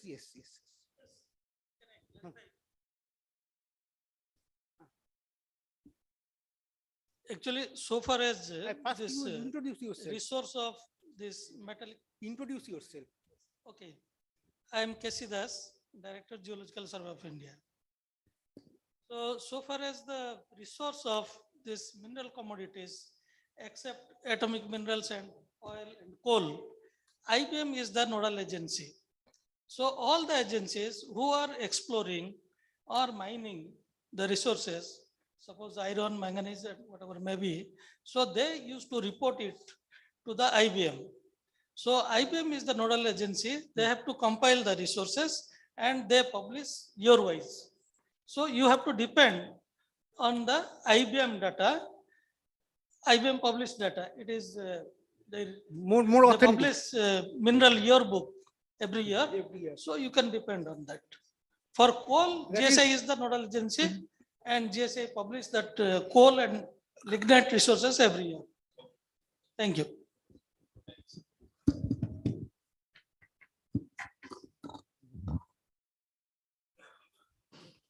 Okay, sir. Move on to the next presentation.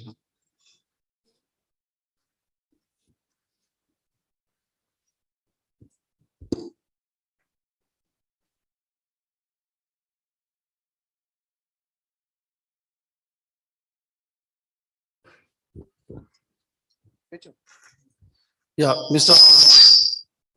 Arnab Majumdar from PricewaterhouseCoopers, PwC.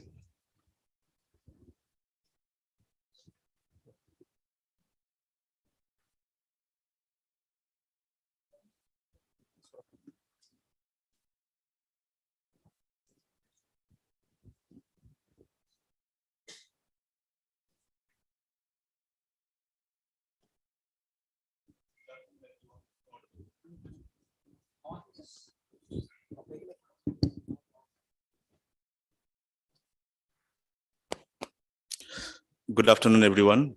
Hopefully I'm audible now. Yeah. So my name is Arnab Majumdar. I'm working in PwC, India. Let us start by introducing myself. I studied from Ramakrishna Mission and did my graduation from Calcutta University in geology. Then I went to IIT Roorkee for post-graduation. From IIT Roorkee, I went to Rio Tinto, where I worked in Australia, in Perth, for 5 years in Australia. So I came back in 2016. Since then, I have been working in SRK Consulting. Post that, I have started working in PwC India. So I'll be speaking on iron ore market, especially. I'll give you an overview today and how the market is looking like at present and what is the future like for iron ore mining. You can see me there, and my colleague Sai Srujan has helped me in this presentation, so I have given his reference as well. Next one, please. So today I'll be speaking on the global iron ore industry. Also, I'll be speaking on the Indian iron ore industry, the price volatility, how the price looks like, and the challenges and prospect we have this mining industry. And lastly, I'll be talking about what are the services, how the practice we have in PwC India. Next one, please. Next one. Okay, so when you start with the global operation in iron ore mining, the name comes to everyone's mind is Australia, because Australia is the highest producer and exporter. Now, why I'm saying Australia, I have seen the operation directly there in Australia. They operate in large scale. They're sitting on very good numbers of resource and reserve, and they're doing really well in terms of technology incorporation and the upskilling of their people. Now, we all know that the iron ore reserve is like 180 billion ton globally. The major countries contributing to the reserves are Australia, Brazil. I'm naming serially: Australia, Brazil, China, Russia, India, Ukraine, and Canada. So these are based on the reserve, the countries are serially ranked.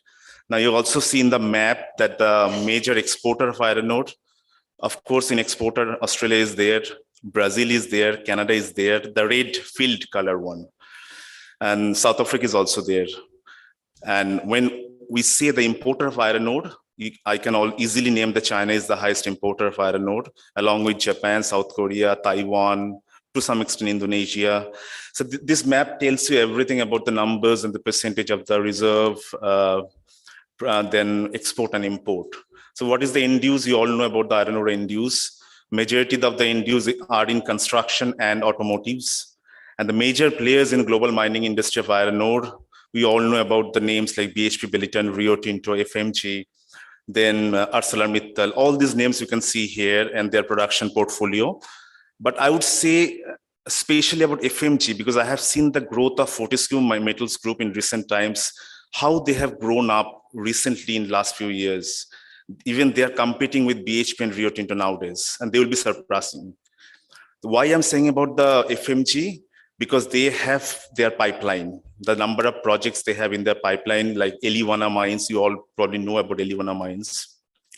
that mines has potential to go like fully autonomous, like what Rio Tinto has in Kodai mines. They are running that operation fully autonomous. Very hardly manpower sitting over there. All the trucks, rails, and everything, they are autonomous fully.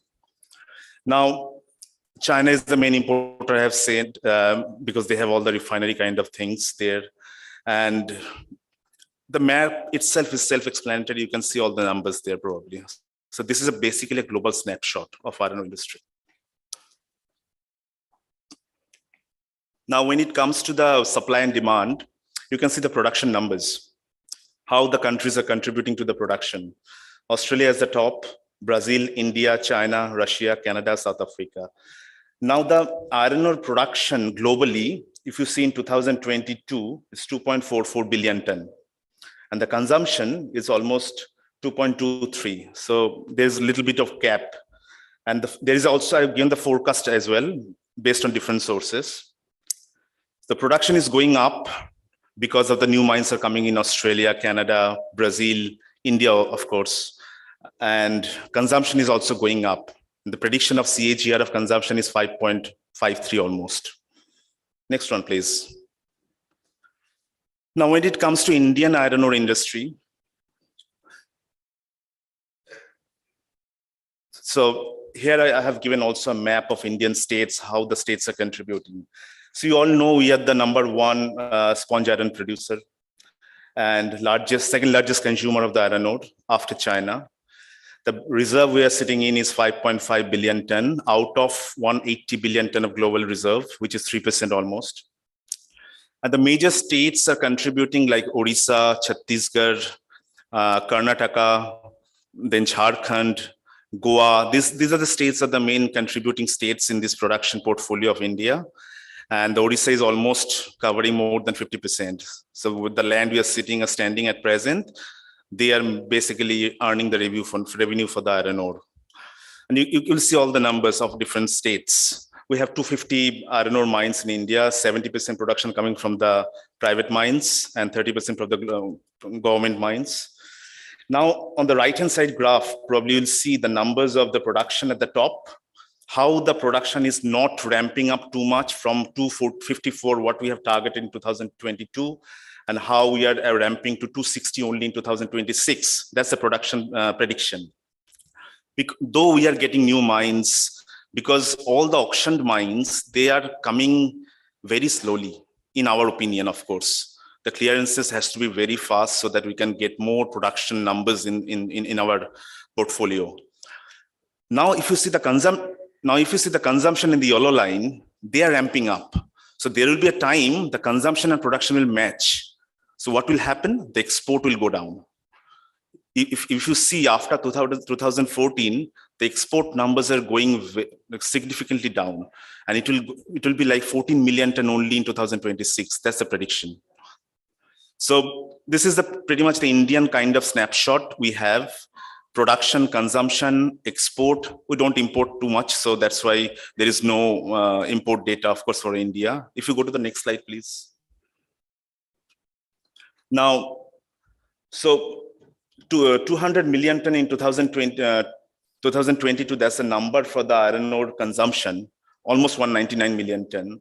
And we are producing 120 or 124 of crude steel. So also there is also a ramp up in the crude steel production in 2026, which will be matching almost 155. And by 2030, the NSP is saying that it will be like 255. Capacity is 300, but the 255 will be the number. But the production by 2026 will be, consumption by 2026 will be 245. So you can see there will be a situation when there will be a crisis in the production, consumption, and the matching of the steel. So we have to ramp up our production. Major players in the iron ore portfolio in the Indian market, of course, we all know about NMDC, SAIL, OMC, Tata Steel. You can see all their production from, I've got the data from the annual reports. Now, NSP is saying the 300 million ton target. How much of iron ore requirement for that 300 million ton? It will be like 437 million ton. If we consider that for 1 ton of steel requires 1.5 ton of iron ore. So there is a huge requirement, huge gap, what we have to bridge. It's all our responsibility being a part of the mining industry, how we can facilitate more mines into the picture so that we can have more iron ore production going forward. It's not our individual ministry job or individual personal job, it's a teamwork. Now, there are many projects in pipeline if you consider the operational project, development project, exploration projects. So all this production, all these development projects, you can see company-wise, I have listed out. Of course, there are many more under exploration stage that can give you more guidance on the exploration projects. But overall, whatever projects can come in next 3, 5, 7, or 10 years, I have listed down everything here. Next one, please. Now, total 74 mines have been auctioned so far in iron ore, which is pretty good number.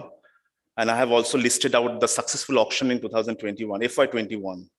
So you can see all the auction block, what are the reserve, who was the successful bidders. So Rungta Mines Limited, JSPL, Tata Steel Mining Limited, then ESL, which is Vedanta. I mean, they are all sitting in good numbers. And the surprising and the most fortunate fact for me that I have worked in all the blocks, or I have done personally due diligence for all the blocks when in my previous company. I have worked in Purai Bahal, Netrabandha, I have Chandiposi, even Nuagaon. All the blocks you can see, apart from top 3, which is from Andhra Pradesh and Karnataka, I have worked in all the blocks. So I know the geography, geology, and everything. Next one, please. A very interesting slide, I believe. I'm sure you'll like it also. The price volatility in iron ore since 2019. I have given here the Karnataka price, 63% lump, and the global price also. Now you will see the red box is saying that how the Indian market has been impacted. The black box is how the global market has been impacted. Now in the circles or the ellipse you can see here, there is a trend. There's an increase in the price of iron ore. And I have given also the reasons behind it. Suppose for 2021, significant spike in iron ore, up to $210 per ton. The reason behind it, of course, after the COVID, everything was opening up. So there were significant reasons behind it. Now, again, there is a downward fall in late 2021 and 22. Graph is saying that market is going up, but actually 2026, the price will go down. Today's price is 117, almost pretty close to that dollar per ton. But I am very pessimistic about the price of the iron ore market. Looking at the production level of every company, every country, they are ramping up. So there will be over surplus supply. So who will buy all those things? There will be oversupply, less demand, the price will go down by 2026. I'm focusing on 2026 because in 5 years' time. Again, the price volatility is there. It will go up and down based on the demand and supply. So something to note on from this slide, that price is extremely volatile. It cannot be the same in 1 year time. So whoever from the iron ore industry and market, you have to plan accordingly, looking after the global perspective. Next one, please. There are many challenges and prospects in iron ore industry. I'll start with the depleting reserve thing. We have a reserve of 5.5 billion ton. Now, that's why I asked that what is the resource we have. Now, if we see the approximately 250 million ton production in a year in India, so we have a life of survival of 22 years only. What's going to happen after that? So we need to find out more numbers from resource to reserve conversion. We need more mines. We need to do more auctions. Next, of course, there are quality issues in India, because all our speakers have talked about the low grade ore. We are not beneficiating enough. I have seen in Australia, a Chinese company doing 25% or 30% of iron grade, beneficiating up to 63% iron grade, using their technology, which is unknown, still unknown to world. They haven't shared that kind of technology they have. I'm sure, I know the name of the company, I have forgotten now, but they were operating in north of Pilbara in Australia. So it was very surprising because whatever waste we have in Pilbara, all the beef, like banded iron formation, all the silica material we used to throw in the bin, they used to purchase that kind of material, and they were processing that kind of material and getting that from the 25% of iron, they're getting 60% of iron. I don't know how, but they have certain kind of secret technologies, which we do not know. The world does not know even. Now, of course, we have logistic issues. All our speakers have talked about the logistic issues, how we need to invest more. Odisha is doing really well in logistic, of course, but in India, we have to increase more investment in the logistic purpose, because someone from NMDC was telling about that we need more railways, because all the mines are in remote location. So we need to invest more on the logistic purpose. Next, we have to consider about the price volatility we have in iron ore. Plan accordingly, because there will be again a drop in the price of iron ore. And beneficiation is one of the kind of challenge we need to discuss more, find out the solution for beneficiation, talk to IMT, what kind of technologies we have, real-time solution we need. I do not personally believe in circuits and all kind of things, or plans or flow sheet. I need real-time examples if you have done something like that in India somewhere else. And one of the challenges for India, of course, we do not have enough skilled labor. I'm telling these things because people are not tech savvy. I have seen people of different age gaps are not very much tech savvy. That's why not incorporating the digital kind of mindset. So we need a change management, of course, in iron ore industry, not only in iron ore industry, in everywhere. So skilling, digital upskilling is very important for us, along with the production, reserve, logistics. Again, we have to think about the policies, how we can make the clearances more faster. That is very important, considering the time we are taking from the auction to the lease handover. This is very critical and crucial for us to understand. And lastly, I would say about the corporate tax or other effective taxes we have in India and compare with the global portfolio.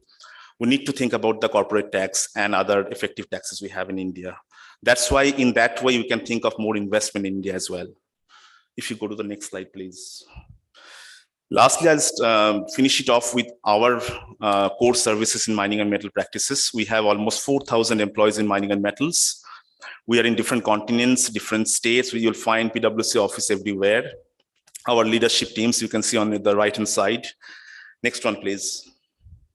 All the services we have in our portfolio, we do mine digitalization, operational improvement, change management, strategic minerals, transactional advisory, economic advisory, supply chain management, ESG, sustainable mining, pretty much everything in mining and metals, we are into it. And every year we publish our mine publication. Please go through it. You will find that we are basically the trendsetter. Whatever we say in our mine publication, that's going to be happening in next 1 or 2 years kind of time. Next one, please. So thank you very much. Myself, Arnab Majumdar, demonstrated the kind of services we have along with the iron ore mining. And I would love to hear more from you over the tea and coffee. Thank you very much. Please visit our offices. Please come to Kolkata. I sit in Kolkata. If you come to Kolkata, let me know. We'll definitely have a quick discussion if you have anything in mind. Thank you very much. Good.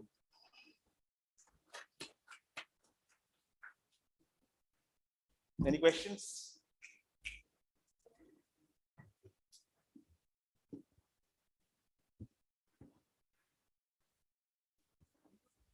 Any question?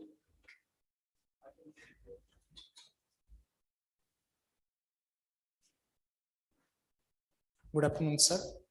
Very nice presentation. You were talking about the production of iron ores. I would like to know that due to the rapid expiration of the high-grade ores, the quality of the iron ores are depleting at a faster rate. How the quality, the decrease in quality of iron ore will affect the steel market or the iron market?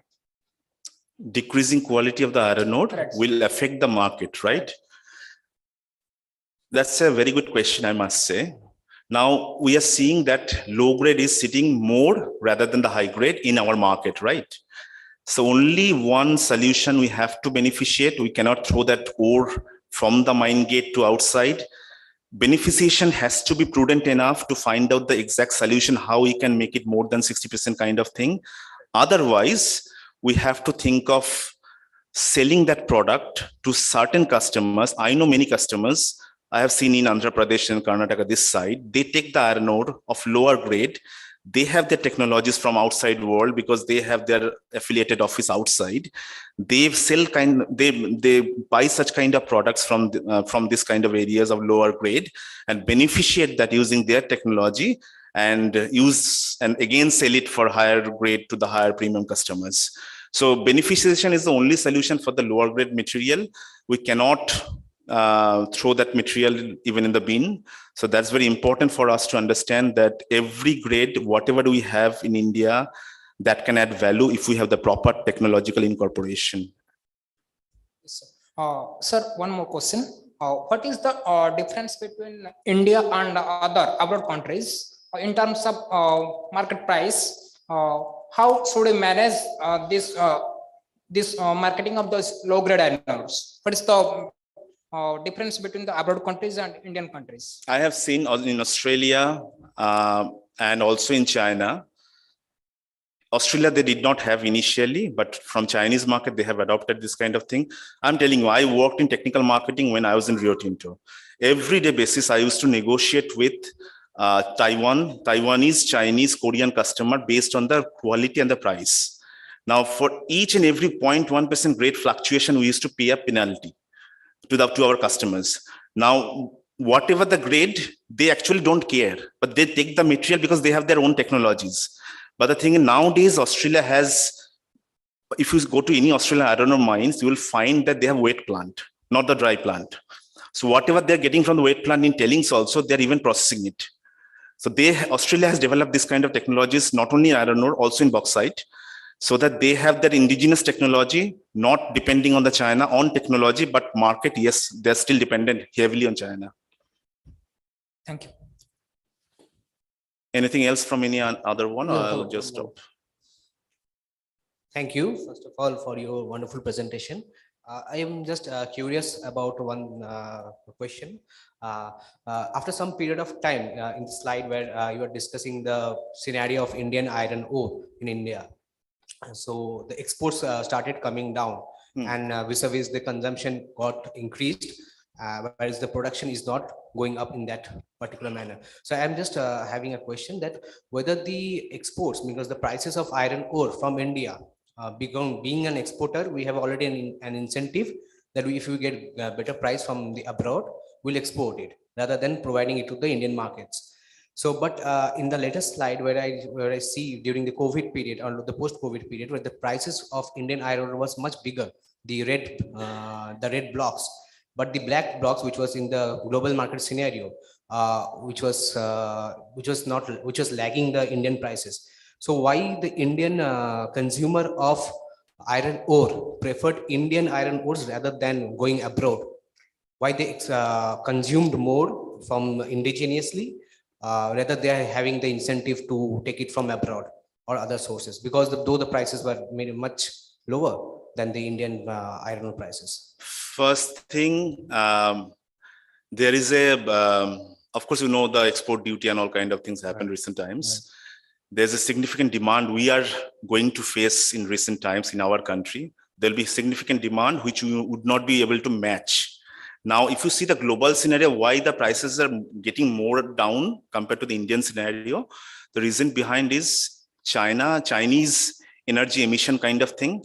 They have stopped their consumption of and steel production. Not stopped, but reduced because of they have kind of H2C1 kind of emission they have recently implemented or incorporated, and the energy crisis having because of the Ukraine-Russian war. That factor is contributing the global sector. That's why India is attractive more to the foreign customers nowadays. If you see the EU, European Union, they are focusing more on Brazil and India nowadays, not looking towards China. Because of India is a stable market, India will have a continuous supply and can be the king in the iron ore market if we can ramp up our production. Not only matching our domestic demand, also catering the foreign customers. Hope I am able to answer you. Yes. Okay.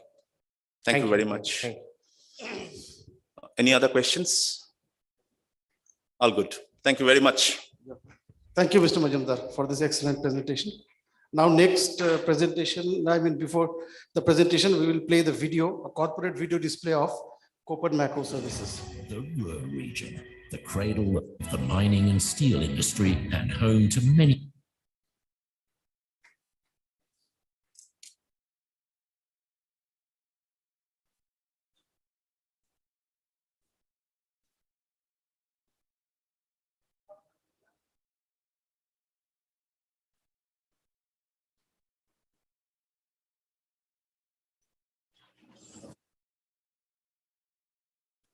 the Ruhr region, the cradle of the mining and steel industry and home to many companies who've made industrial history, such as Kuppen machinery manufacturers. The history of the manufacturer began over 120 years ago in Hattingen with Wilhelm Kuppen, a brave entrepreneur and technical visionary who transformed a small steelworks into a major producer of roller presses.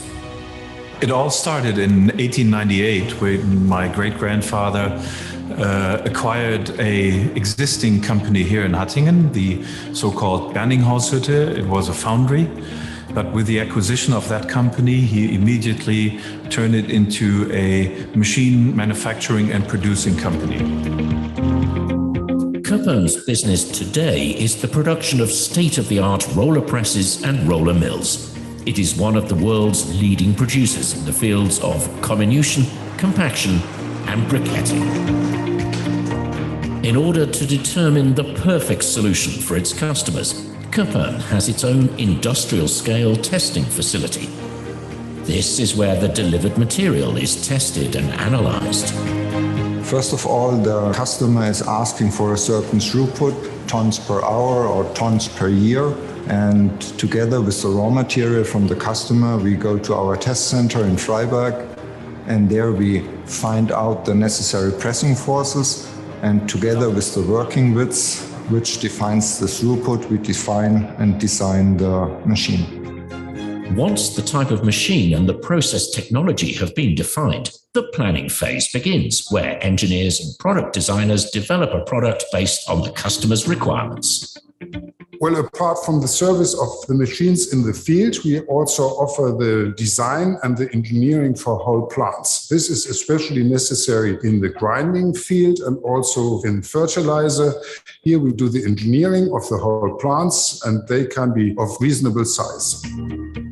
Once the planning is complete, the next step is to assemble all the parts needed to build and develop the machine. To ensure the highest possible quality for the individual products, Kuppen works with industrial service providers who all meet the Made in Germany quality standard. In addition, many parts that are later installed in the roller presses and roller mills are manufactured in-house. The machine you can see in the background is for a customer who has bought in the early 1970s the first two machines from Kuppen. Beginning 2000, he has doubled his capacity and bought another two machines. And now, 50 years later, after the first two machines, these new machines will replace the first machines. Roller presses or roller mills are manufactured at Kuppen with a high level of in-house production. Many production steps run in parallel in the large factory halls so that manufacturing and assembly can produce effectively and just in time. State-of-the-art machines and the latest technology with innovative ideas. Well, important in our field is especially the wear protection. Here we do high-class and very advanced powder metallurgical production of our own surfaces in order to reach highest and best wear protection. We also have very modern machines here in our factory, so we are able to produce all know-how parts in our machines by ourselves. Kuppen is represented all over the world, with a large network of contacts for sales and services. In addition to the commissioning of complete plants, maintenance and repair are important points in customer care. It's not just a bit and piece of metal we are supplying. We are supplying process know-how, we are supplying support, mechanical-wise, process-wise, and we are close to the customers. We are a traditional German-based company with more than 125 years of experience in our markets, and that's what we are focusing for, to be in long-term partnership with our customers and develop real partnerships from the beginning to the end. From planning to production, assembly to commissioning, and far beyond, Kappan accompanies its products and also its customers throughout the life of the machine. One of our key drivers is high technical professionalism and responsibility and reliability. And that's something which Kappan stands for, of course, most important to the customers, but our responsibility refers also to all our employees, our partners, our sub-suppliers, that they can rely on Kappan as a responsible partner. For over 120 years, Kappan has been a family-run company with a reliable team that works in a customer and solution-orientated manner. Day after day, year after year, since 1898.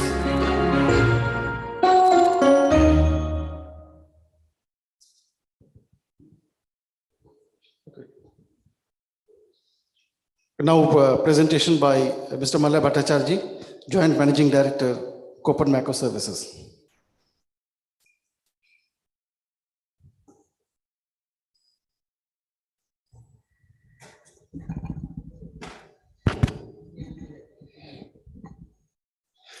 Good afternoon.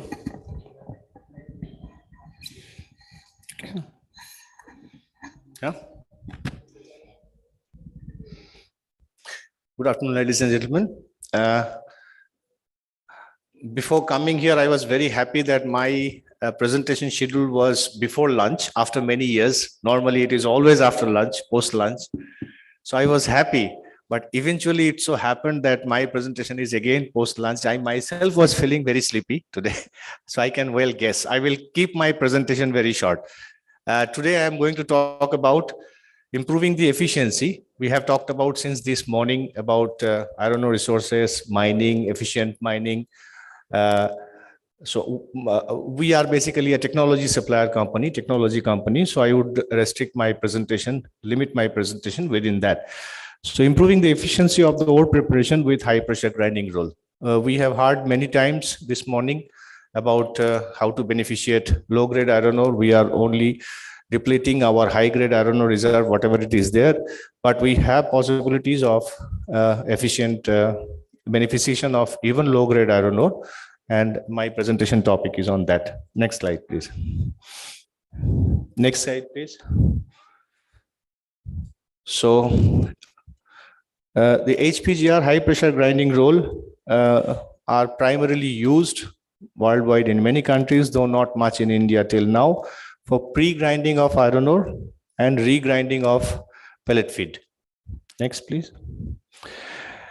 People who are working in beneficiation circuit, in mining circuit, these are very common flow sheet, very simple. Everybody has seen this, that at mining source, you have comminution, including blasting, crushing, and grinding.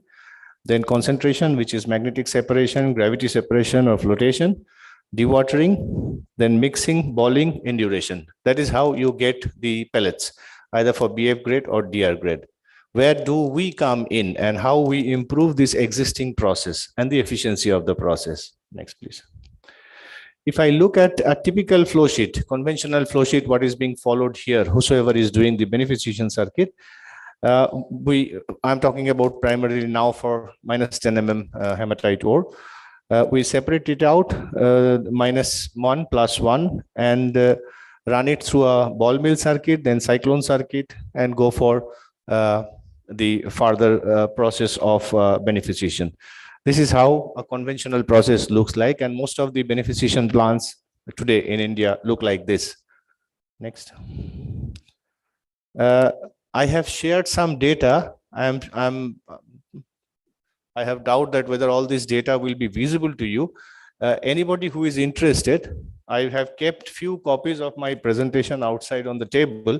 You can pick it up, and then there the data are very clear.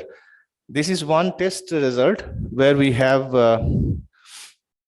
taken a -10 mm sample. You can see that here the D50 is, we cannot make it larger, no, a little bit. Even I can't see. And I don't remember so many data. If it is difficult, then leave it.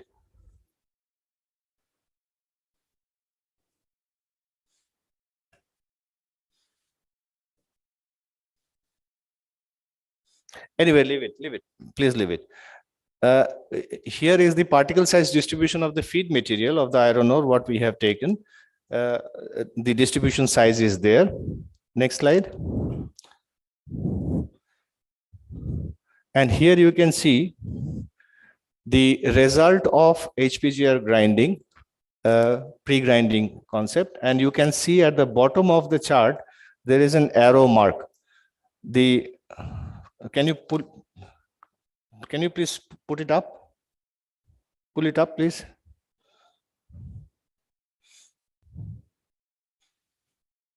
Yeah, just hold it there.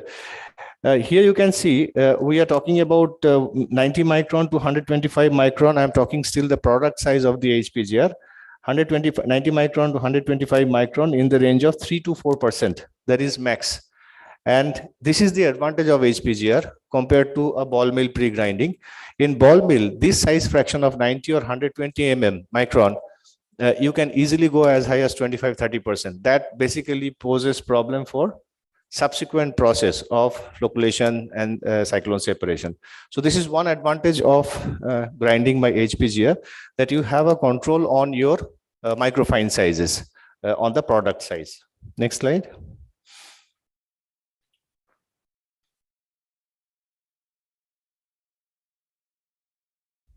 Okay.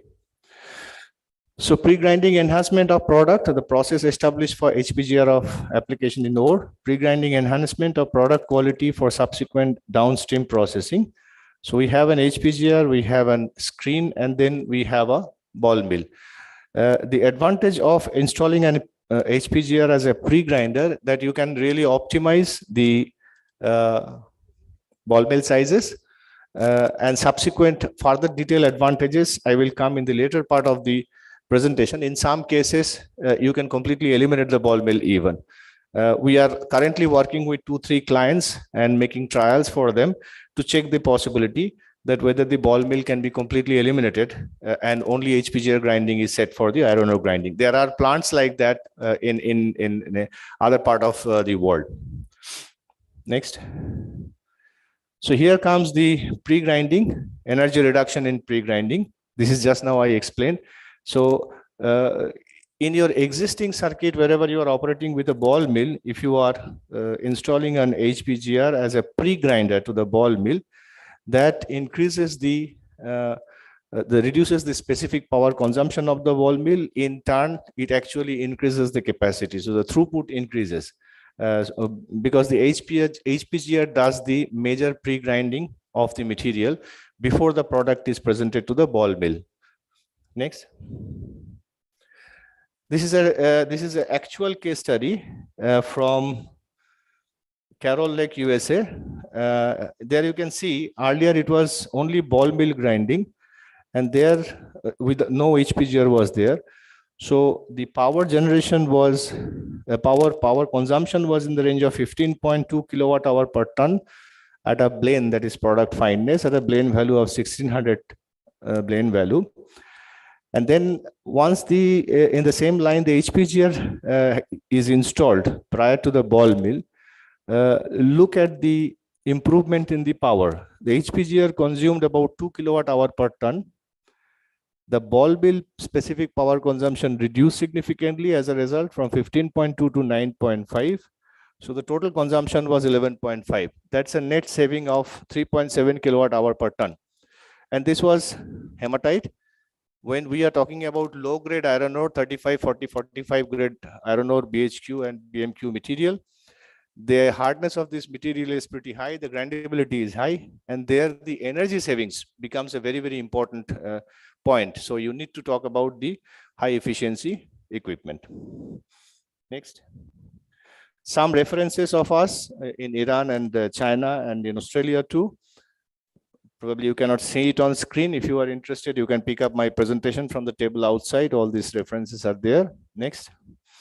Next. Typical example of hematite and BHQ iron ore. I have just picked up a couple of proposals just to show you that how HPGR is advantageous. Next. So here first case is hematite iron ore grinding, HPGR proposal. Next. So basis of design for this HPGR was according to design criteria. The feed material was iron ore hematite. Working days per year, we assume 365 days, operating days 24 hours per day. Typical HPGR fresh feed capacity was 555 tons per hour. Feed material moisture maximum 10%, and fresh feed particle size was +1 -10, 100% less than 10 millimeter. Next.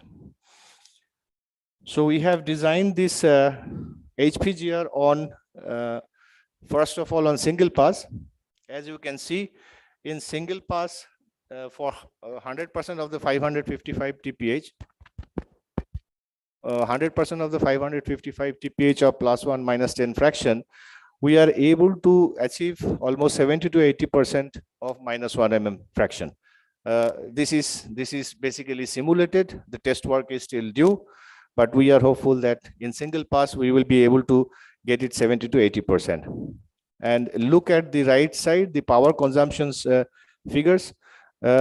By applying 2 into 530 kilowatt motor for a capacity of 555 in single pass, you are able to bring down 70 to 80% of the total feed to -1 mm fraction. Next. So this is a basic specification, but here the important part is to show you that the specific energy consumption, that is in row number 1, 2, 3, 4, 5, 6, 7. Row number 7, the specific power consumption goes down to 1.5 kilowatt hour per ton in this case, compared to standard ball mill power consumption, which should be easily between 4 to 4.5. So that's a power savings almost to the tune of 3. Next slide. To improve upon the further output, because in last scheme, what I have shown to you, we talked about 70 to 80% -1 mm fraction. But if we have to do even more through HPGR only, but without really applying a screen, these are the examples which has edge recycling. This is a further design aspect, edge recycling of the HPGR. There is no screen. The center product already, because of the maximum comminution pressure at the center of the roll, the center product is already 100% -1. The edge is recycled. The edge products from the belts are recycled, and thus we are able to achieve almost 90 to 95% -1 mm fraction. Next. Here you can see the power consumption figure still remains 1.5 kilowatt hour per ton, but the product you are already getting almost 90 to 95% as -1 mm fraction from the 10 mm by applying one HPGR equipment. Next. This is a typical arrangement drawing. Why I have picked up this drawing, just to show you that to achieve a capacity of 555 TPH and -1 mm through a ball mill, how much space you would have required, how much energy you would have required. And as a comparative figure, how compact an HPGR installation can be. It is only consuming about 22 meter by 12 meter, 13 meter. And in that area, you are able to process that much 555 TPH tons per hour iron ore -10 mm fraction directly to -1 mm fraction. So space, which is also an important in today's scenario. Over the last few months, we are hearing government is putting a lot of pressure for beneficiation of iron ore. They are advertising on incentive as well as penalties for doing or not doing it. But the pellet plant companies or the pellet plant implementation companies, they have issues with the land, availability of land, space. Space is also a big problem for setting up beneficiation plants. In such kind of scenario, such a compact design can work hopefully with Indian iron ore also. We are very successful with this kind of installations in other part of the world. Next. The BHQ iron ore grinding HPGR proposal, another case study. So this is again through HPGR, but for an Fe, for an iron ore with much lower Fe content. Next. So here the design basis was again iron ore BHQ 365, 24 hours per day, capacity 500 tons per hour, feed material moisture maximum 80%. Here the feed size is minus 50 mm. As you can see the size distribution. Earlier for hematite, we were talking about feed size of minus 10. Here we are talking about minus 50. That is the limit or threshold size for an HPGR. Beyond 50 millimeter, HPGR is not successful. So 100% minus 50 and minus 10 is out of that almost close to 60%, minus 3, 40%, and so and so. So this was the feed size and this was fed to HPGR. Next slide, please.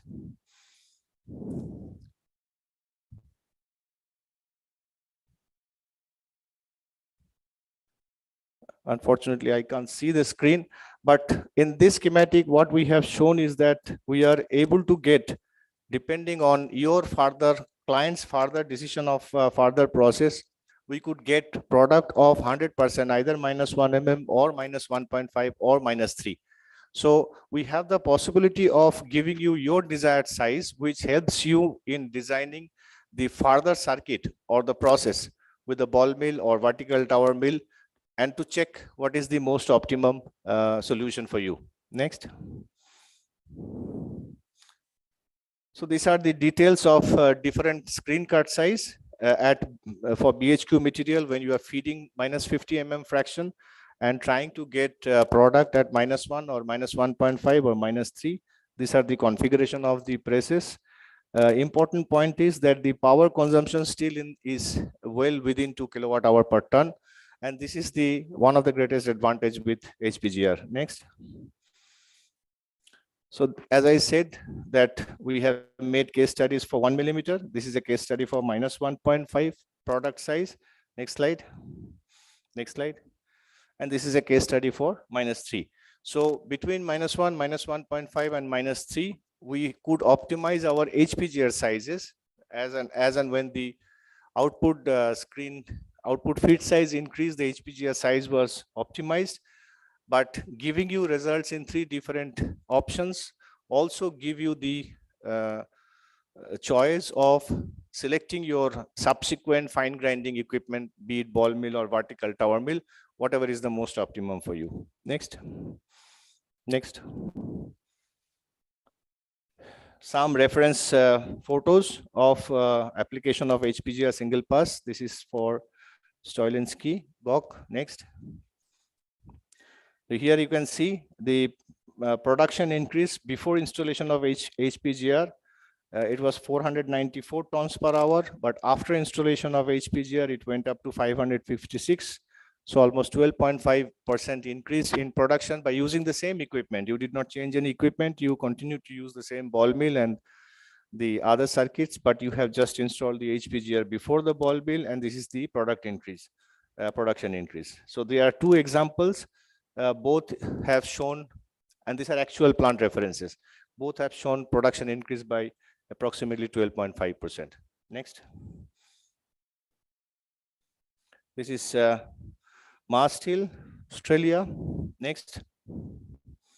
Here also you can see the results, productivity increase before HPGR and after HPGR. Here we have been able to increase 30.2%, almost close to 30% by installing the HPGR before the ball mill as a pre-grinder. Next.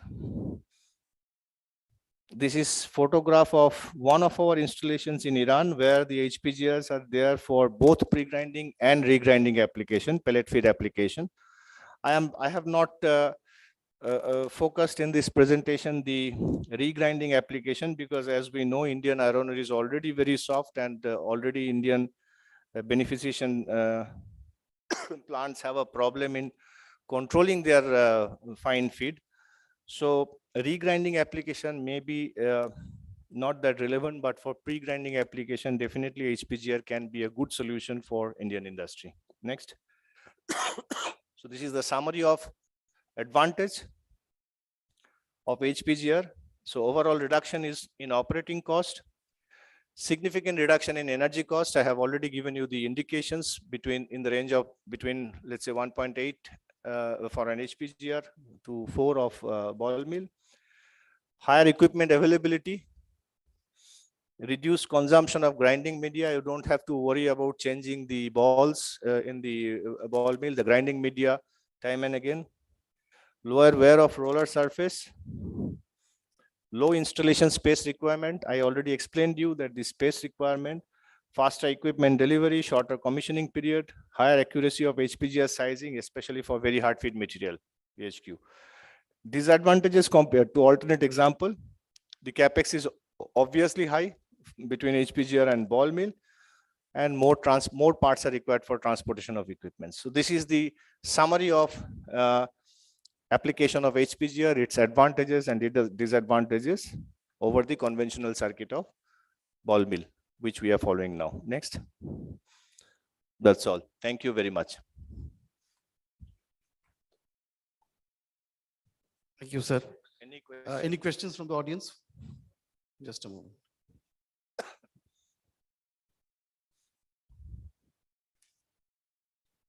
Good afternoon, sir. Very nice presentation and something new that I got to know. Please introduce yourself. Sir, my name is Jayant Kumar Sahu. I'm a PhD research scholar in geology in joint collaboration of Ravenshaw University and CSR MMT Bhubaneswar. Okay. Sir, my question is how HPGR is effective in the beneficiation of the tailings, the slims, which have been left after the extraction of ores? We have not done it yet. We have not worked on it yet. Currently, right now, one client in India is discussing with us. I don't have really ready results. Once we do the trial work with them, I will be able to answer you this question.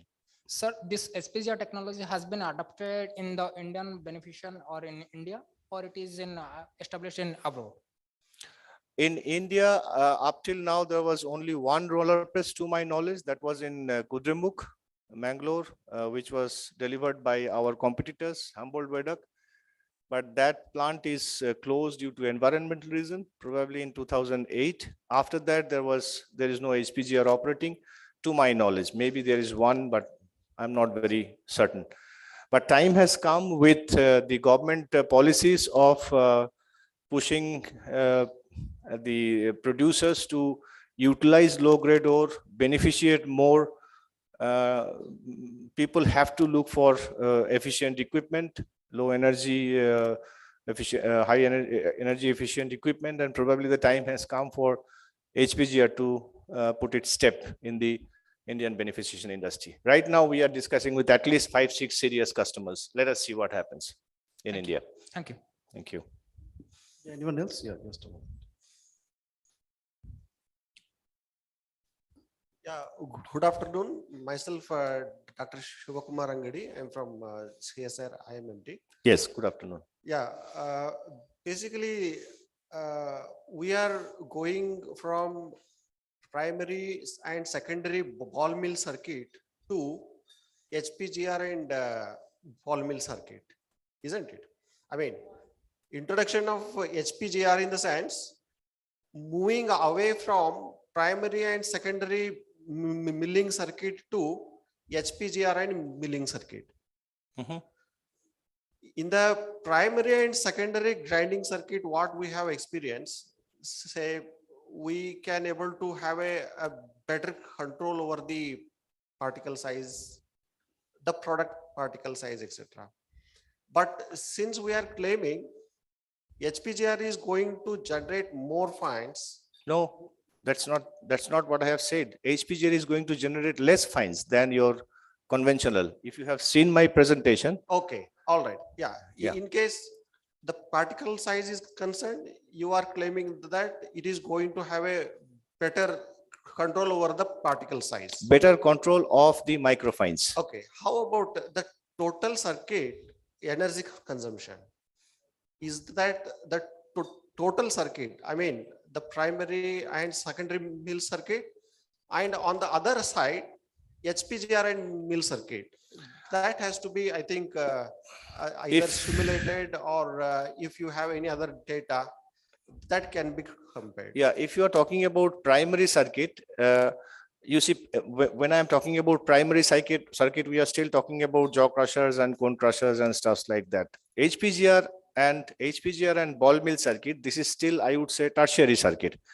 Yeah. Not in the primary or secondary, it is a tertiary circuit. Yeah, generally in the iron ore industries, the primary mill and secondary mill we used to call. So HPGR circuit, in the sense, in place of the primary mill, you are going to, or say, No. You got me wrong. The mill is required in any case, be it ball mill or vertical tower mill. What we are trying to achieve by installing an HPGR as a pre-grinder to ball mill or vertical tower mill, that we are making the ball mill more efficient. The specific power consumption for the ball mill or the vertical tower mill reduces drastically. The overall results, I have given you already 2 examples in my presentation. I have shown that how the overall energy consumption have been saved. In one case, we have seen 3.7 kilowatt hour per ton was saved between the case when only ball mill was working and when an HPGR was installed before the same ball mill. Then what was the total results at the same blend value? okay. So basically the tertiary crusher also, I think HPGR it can able to replace. Tertiary crusher in an existing plant, the existing ball mill become more efficient. It can give more throughput. And when you are designing a greenfield plant, if you already have HPGR in mind as a pre-grinder, you can already optimize the ball mill size depending on the capacity. That is the advantage of HPGR. Okay, so is there any data on the operating cost of the HPGR? Of course, we have the operating cost in terms of wear cost, energy cost. These 2 are the main cost other than the capex. Okay. So those data are available with us. You can send me a mail separately. I can share that. I cannot share those because those are actual data from operating plants. Yeah, thank you very much. Yeah, thank you. Yes, please, Guruji, please help me. Mike, please. Mike, दीजिए ना.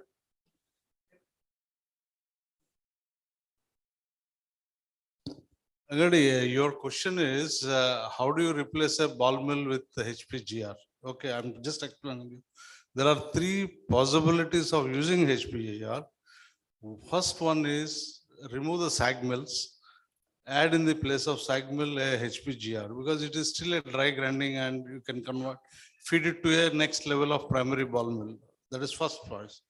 Second one is the product, what you get out of concentrator, it is still coarse for converting into pellets. So use HPGR to increase the blend number at that level to convert into pellets. That is the second application. These 2 are proven all over the world. Yeah. The third application is, can we replace the primary mill where you require a liberation grinding to feed it to either a specific gravity, gravity circuit or a magnetic circuit? That is a challenging part for Kopan today. So what we came to know with all the experiments done all over the world is primary mill for a hard work, it requires a lot of power. Yeah. So that particular application easily replaceable with a HPGR because it requires a very small power and you just introduce a fracture mechanism in the hard ore which will help in the subsequent ores and spirals or whatever the next circuit of wet beneficial circuit helps. Now coming to the ores like Indian ores, which are very soft, where we can, if you put through a ball mill, what is happening is the end product of the primary mill goes much lower, where the separation is becoming problem in gravity as well as magnetic circuit. So there is an opportunity for Kopan to replace the primary ball mill with a HPGR with the less energy and Less space. control the grain size Yeah. before feeding to either a spiral or a magnetic separator or any other further technologies. This is what is coming into your question is that This is how do what you I use was it? expecting. Yeah, So yeah. the Okay. only choice is primary mill can be replaced with a HPGR with a control. Suppose you want a spiral feed which is required to be minus 1 mm. Right, sir. Right. So that you can control in that. Yeah. Suppose you are going for a new jigging or any other type of equipment, or the Alflux or different gravity flotation that jigs are floating cells or anything. For that you require 2 mm as the top size. Right. So in this case, the primary ball mill is very inefficient. Right. Because it produces ultra fines with iron ore, Orissa or any other than Chhattisgarh region or a magnetite ore, where you cannot use that primary mill product efficiently for gravity separation. Invariably, you have to invest a high capex for Right. magnetic separators. So there is a trade-off between these two, and the advantage comes out of HPGR. This is what the experiments are showing, and the results are in favor of that. So I am also working something on that. Maybe very soon he will publish those results to everyone. The primary mill can be replaced with a HPGR. Yeah, exactly, sir. I was expecting the same. Yeah. Yeah, you see, Mr. Prasad happens to be my Guruji in grinding. Whatever I have learned, whatever small I have learned is only from him. No, in fact, He the has same a thing I was complete picture. expecting. No, he has a, please try to understand. I am only an HPGR equipment technologist. I don't have even the total perspective of iron ore beneficiation like what you have or what my Guruji have. So naturally, your question can be best answered by me. I am very pleasant listener to all these questions. Now the second part is challenges. Now HPGR has a limitation on moisture. Right. Okay. Right. Now HPGR coupled with a dryer, a prior pre-treatment, is supporting your technology of roasting. Yeah. Okay. Exactly. The moment you put a dryer, put it into a roasted material, and that material you pass through HPGR and subject it to magnetic separation, you are eliminating totally the gravity circuit in the entire process. So that is what you can work on that. I was about to ask him, suppose iron ores in India require a pre-treatment. Well, not like other ores where we can feed directly to the HPGR and work on that. When you do pre-treatment, it is nothing but a desliming. When you deslime, the deslimed product has around 8 to 10% moisture. That's a challenge for the HPGR, and your number of machines, capex, everything goes up. Yes. Just because of moisture. Suppose there is a plant operating with a dryer somewhere in African countries.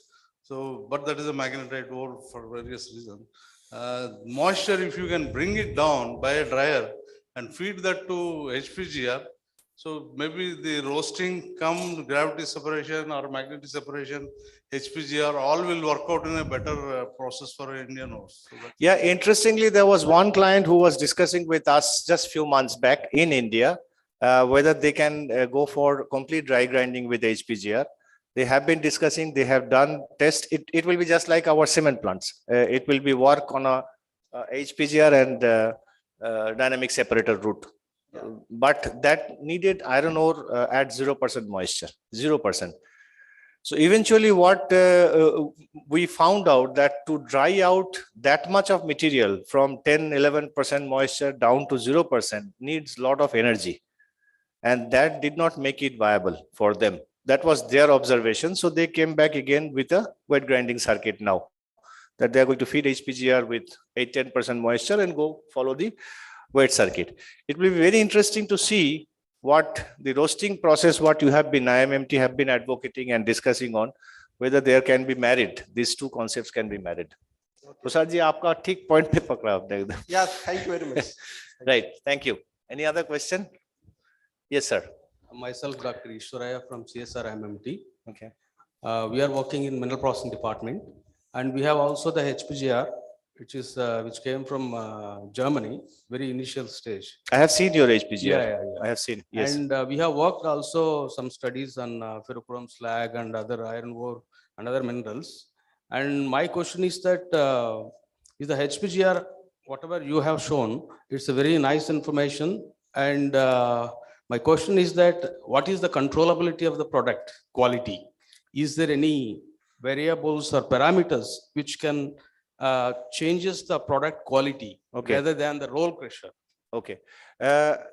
You see, the variable parameters for any hydraulic roller press for any applications are few. One, of course, as you correctly mentioned, this is pressure that can be set by setting the hydraulic and the accumulator pressure. Second is the RPM of the roll, the revolution, which can be done by variable frequency drive. And third important point is the static gap between the rolls. You can adjust the static gaps. These three are the primary parameters which can be acted on or modified to get the desired result. That is what we do actually in our pilot plant to achieve the result. That's okay. My second question is that you have shown about the iron ore like BHQ or low grade iron ore, whatever the test work. Yeah. How good it is for the other minerals like complex ores or something, which is hard. Have you tested any test work on the? Have you done any test work on other than the iron ore? We have definitely done test work on copper, on zinc, on quartz, on kimberlite, gold ore. Yes, there are test results available, but I don't have those data right now in front of me, but I only have the references. We have done those test works. What exact material you are looking for? Of course, you said that kimberlite. Yeah. That we are interested. Fine. So please do write to me. Yeah. I will help you to get the right answer from our. If I'm not wrong, we have a reference installation in kimberlite too, somewhere. I have to check. Okay. Yeah. The last question is that yes.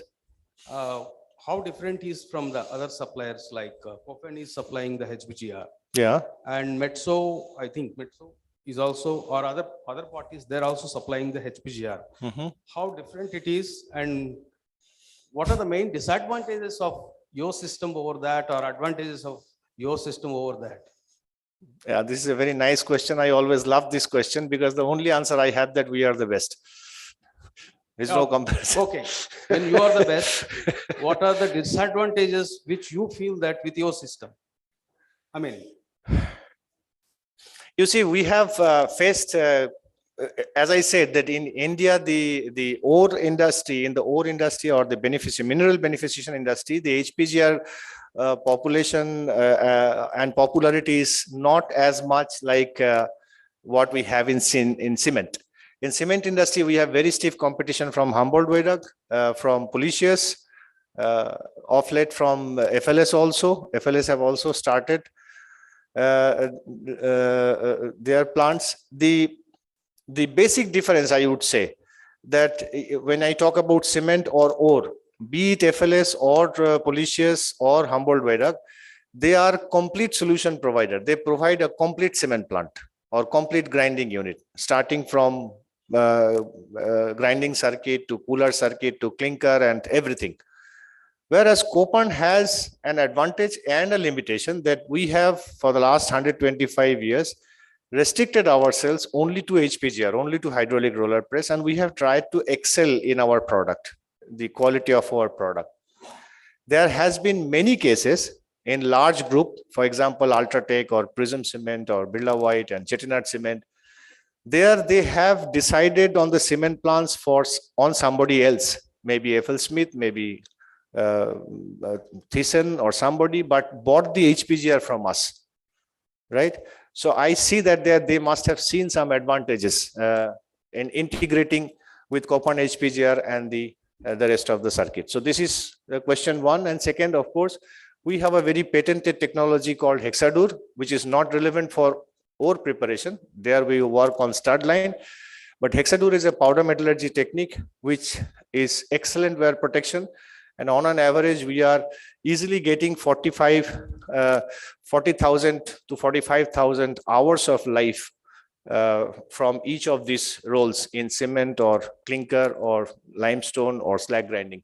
So that is an excellent product from us. This is one key advantage, of course, we have over above the other suppliers. Thank you. Thank Yeah. you. Thank you so much, sir. Thank But you for please remember, we are the best. Kopan is the best. Obviously, Hello. you're the best, but some disadvantages must be there. I think that's what I just want to know, that how it is advantage and how it is disadvantage when we compare with other systems. Okay, fine. Okay, Thank sir. you. Thank you so much. Thank you. Thank you for this session. Now we end this session here.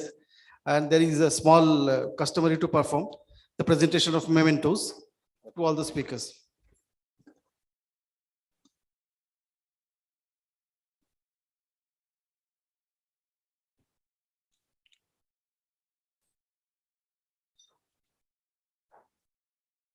Come. Dr. Shoibal Chandramitra from GSI.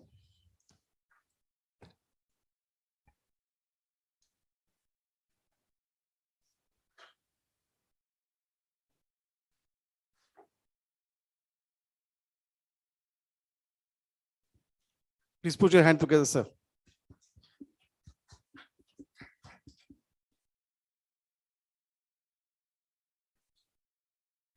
Mr. Arnav Mojumdar for his presentation.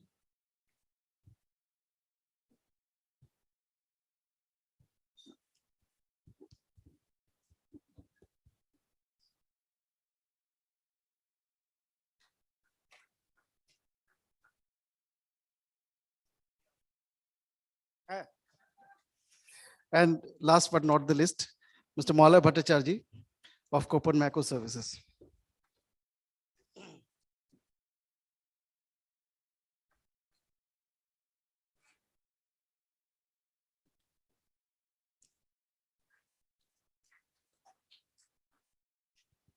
Okay. Thank you, sir. And now, in continuation to this, we continue with the next session.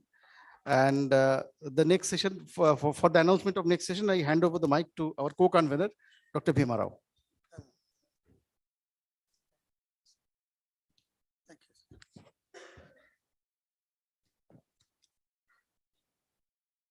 Now the session have 7 papers. I request the authors to come to the dais. I think 7 chairs are there. And chairman is Anil Chobe. Anil Chobe is the senior principal scientist, due for the chief scientist and CSR AMT. He is a metallurgist. He has come Banaras University. If I talk more, it will take 2 hours. He's such a big personality.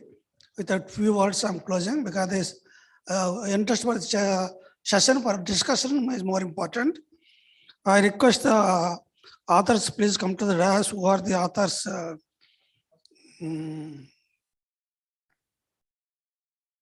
This is Prajendra Datta Mehra, A.S. Prasad,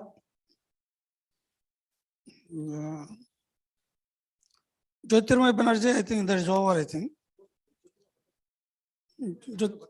Jyotirmay Bhattacharjee. Is he here?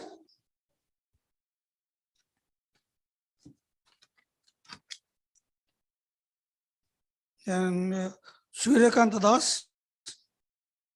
Come to us.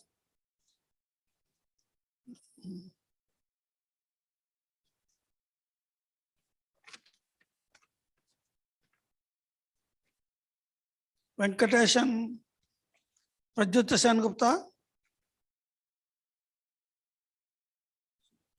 Not there.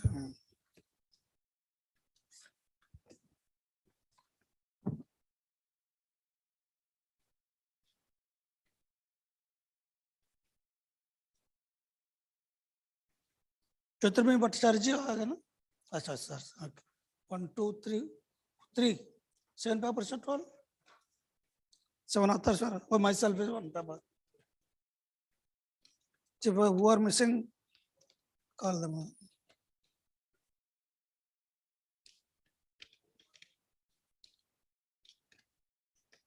I think that's all, no? Okay.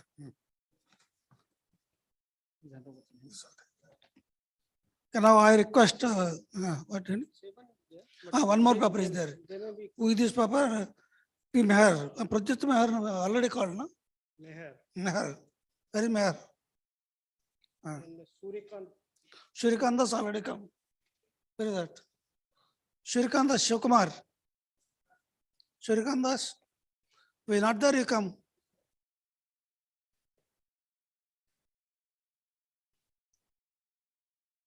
If he is not there, you come and okay, okay. No, go ahead. This will be with us. Mike is here. I'll take this one. Okay.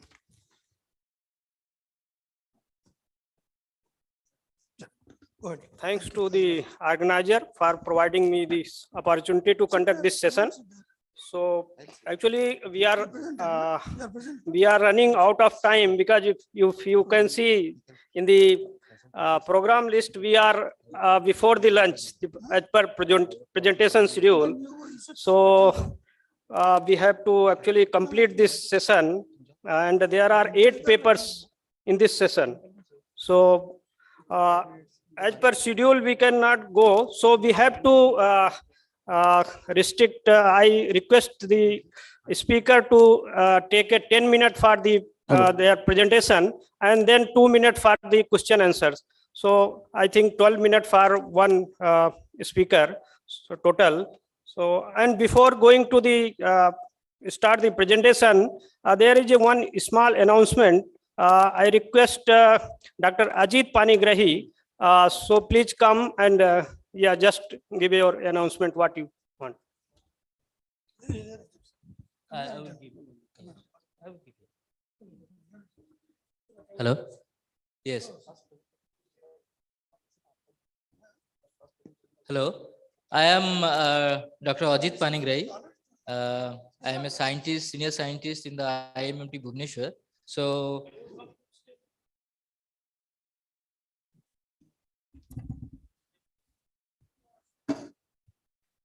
on the behalf of Indian Institute of Metals Bhubaneswar chapter, I am inviting you all for NMD IIM ATM 2023, which is going to be held at Bhubaneswar this time. Last time it was at Hyderabad. More than 1,500 participants were participated, and many industries, exhibitions were there. So I request all of you to participate. So it is a mega event, and it is in association with the Hindalco Industries. So they are organizing this time. We are the co-conveners, and other chapters are also associated with this. Thank you. Yeah, before we move on, there is a video presentation, corporate video of RHI Magnesita.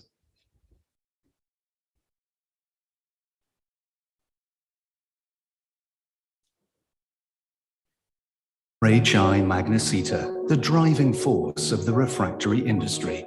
Taking innovation to 1200 degrees Celsius and beyond, our solutions lead the field. And without us, global industry would grind to a halt. Steel, glass, cement, copper. The building blocks of modern life are partially manufactured at temperatures hotter than a volcano.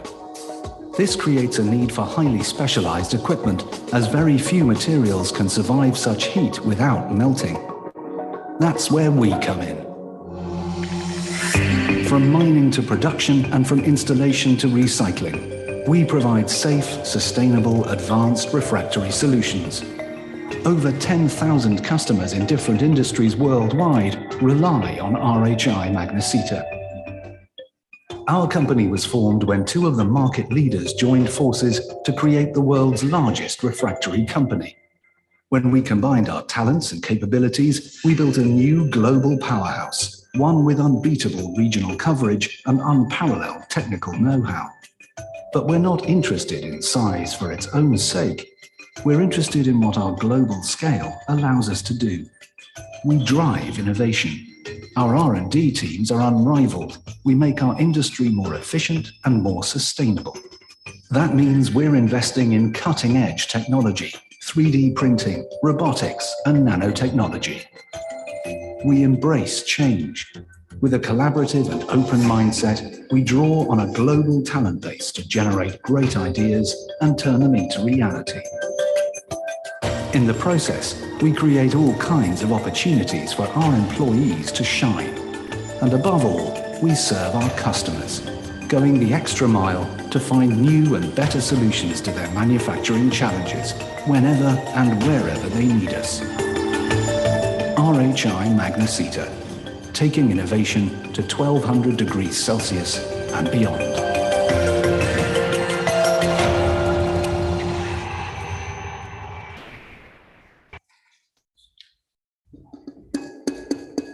So as you have seen, this first speaker is the Mr. Jyotirmay Bhattacharya ji, who is the Director of Sales RHI Magnesia India. He is going to talk on the Odisha, the emerging growth hub for refractory. So now I invite Bhattacharya ji. Good afternoon, ladies and gentlemen, and a very belated Happy New Year. And I promise, I start with the promise. The promise is that I will stick to my timeline. We'll try to give a couple of minutes back to the organizers. Let's see. You know, when as a refractory supplier, when I saw the panel with the invitees, I feel privileged. I feel privileged because, you know, refractory per se is not a raw material for steel industry. And we don't necessarily add any so-called value in the steel manufacturing. In fact, if I'm allowed to say so, the only value which refractory can add in a steel making system is nuisance value when it fails. Okay, so when you give me an opportunity to be present for this kind of a situation seminar, I feel privileged. Huh? So I will be first. Okay, can I have the next slide, please? Okay. See, in refractory, there are two challenges which are always there. One is that, you know, refractory is made from natural raw materials mostly. So quantity and quality of both of these raw materials are depleting. So to adapt to your process, where you can use optimally these raw materials, this is a ever challenge. I mean, this challenge will be there always. The second challenge is that, you know, your user industry, especially the metal industry, is changing its technology. So you have to adapt your products to that technology. So these two challenges are ever standing. I mean, for my last 27 years in the industry, I have seen. But there are some more challenges, 3 new challenges which have come. I will talk about them, okay? And how, as a group, RHI Magnesita is trying to mitigate those challenges. The first challenge is, you know, the pandemic has taught us one thing. You need to be close to your customer. You know, the first thing which got affected badly after pandemic was logistics. And most of us multinationals who have got a pan-global presence in terms of manufacturing sites, we realize that if we don't orient ourselves or reorient ourselves towards closeness to our customers, there will be a situation where we will have plants full of material, customer will have a need, but because we are dependent so badly on a logistical partner, we will not be able to deliver them in time. With this, I just wanted to show this particular slide, which shows you the total refractory market, which stands as on date estimated at around 20 billion euro. And RHI Magnesita as a group holds around 15% market share. And then we have given a regional split of our market shares, you know, in South America, post our integration with Magnesita Group. We have quite a strong presence. India, we as on date standalone RHI Magnesita, we stand around 25% in terms of revenue. We have done some acquisitions recently in last couple of months. And with this is expected to go up to 30 to 33%. So we are fairly well represented in India in terms of revenue, but this is in terms of revenue, not in terms of manufacturing sites. I was talking about local for local. Okay, next slide, please. Next slide. Yeah, the previous one. Yeah, India, as we all know, is probably one of the growing steel markets in the world, and the one which is growing at a considerable state. We as a company, I track around 70% of Indian steel production at a unit level. So my figure tells me the calendar year, which has just been closed in a couple of days back. India should have touched around 121 million ton steel production. Now, if you see RHI story in India, RHI Magnesita story in India, we have around 1,200 employees working with us. We produce around 180,000 ton refractories in India. When I say this, the people who are a little familiar with refractories, they will say, okay, these guys exaggerating the figures, 180,000 ton they don't make. Yes, I don't make in my own plants, but I do have resale partners spread all across the country. So when I say 180,000 ton, this is inclusive of those resale partners from which I source material through my recipe and my technology.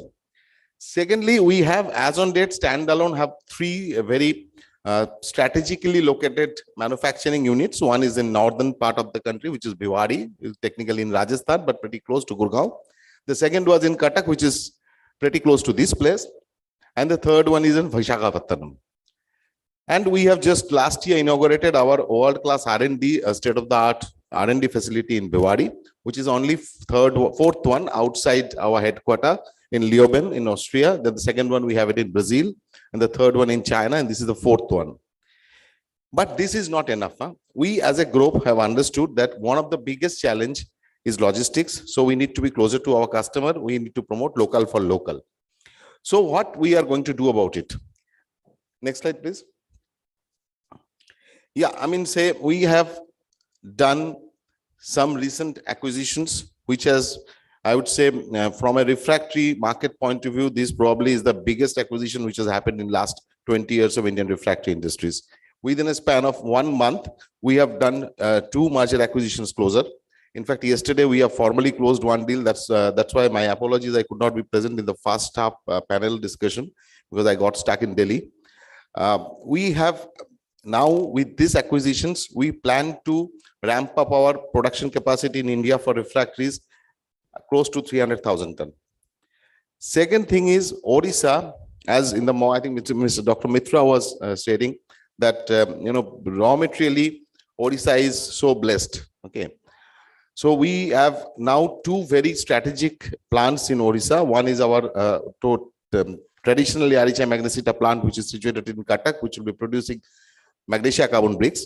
Then now with the recent acquisition of Dalmia Bharat, we will have Rajgangpur, which is one of the largest refractory production unit, a multi-product facility, which is there close to Jharsuguda, close to Rourkela. The third one, which I wanted to say is that we have acquired another company called High-Tech Chemicals, which is specialized in what we call in refractory technology terminology, flow control refractories, which is situated in Jamshedpur. Next slide. Now I come to the second challenge. So the first challenge, okay, probably you have moved closer to your customer, you have developed a strategy for local to local.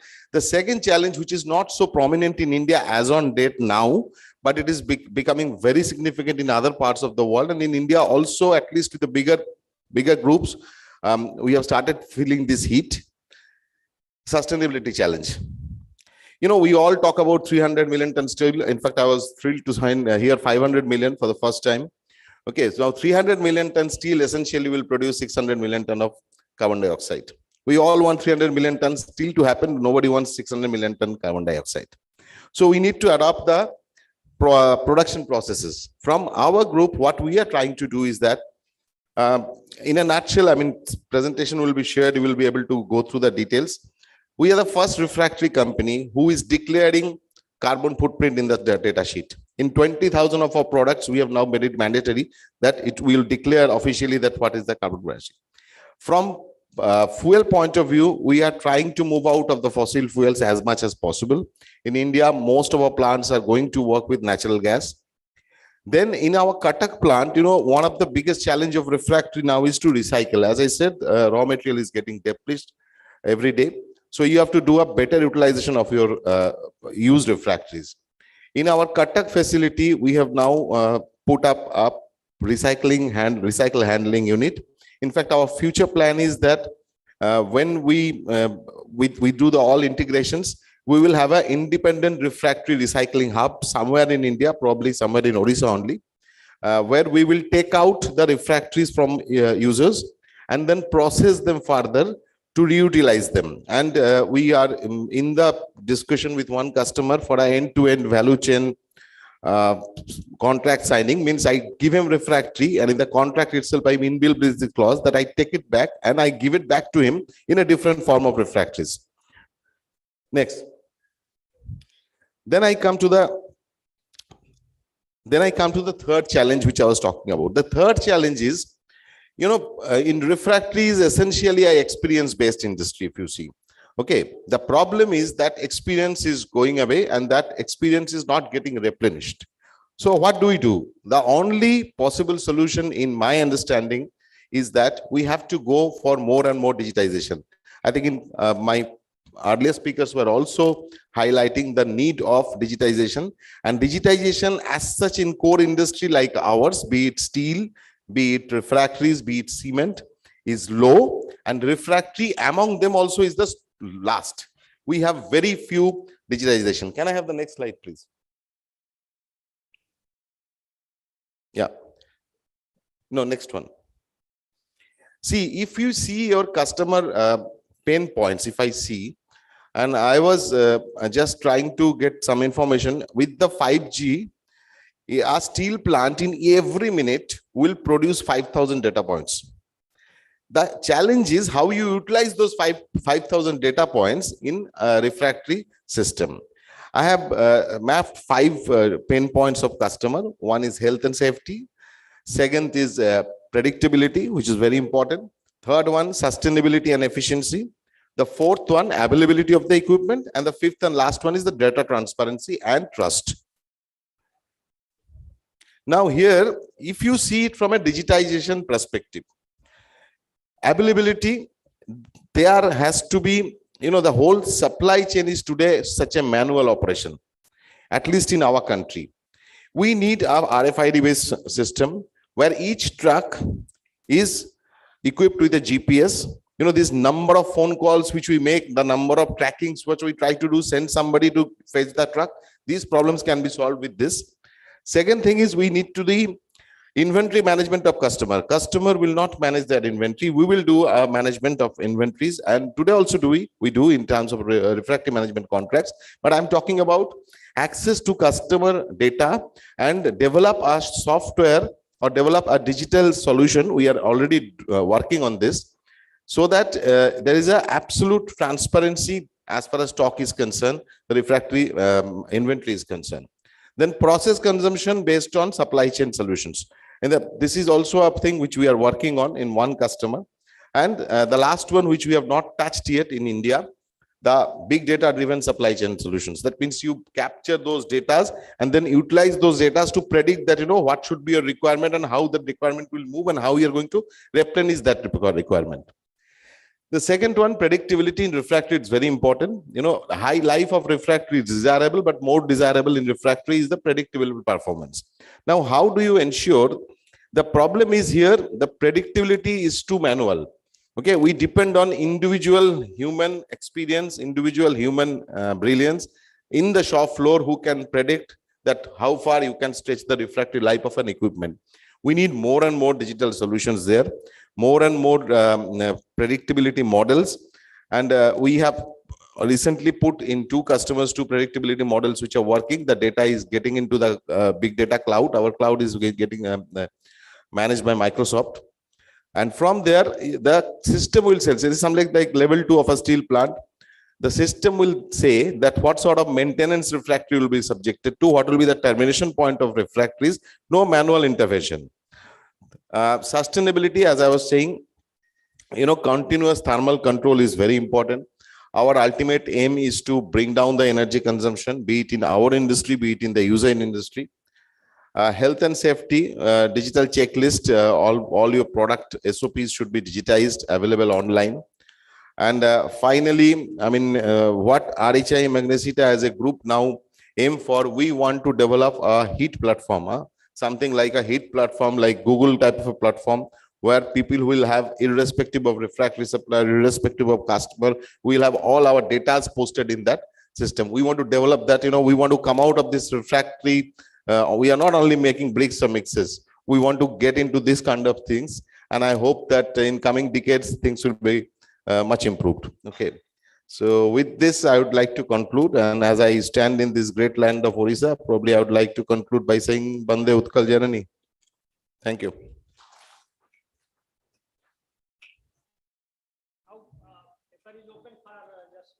I hope I've stuck to my timeline.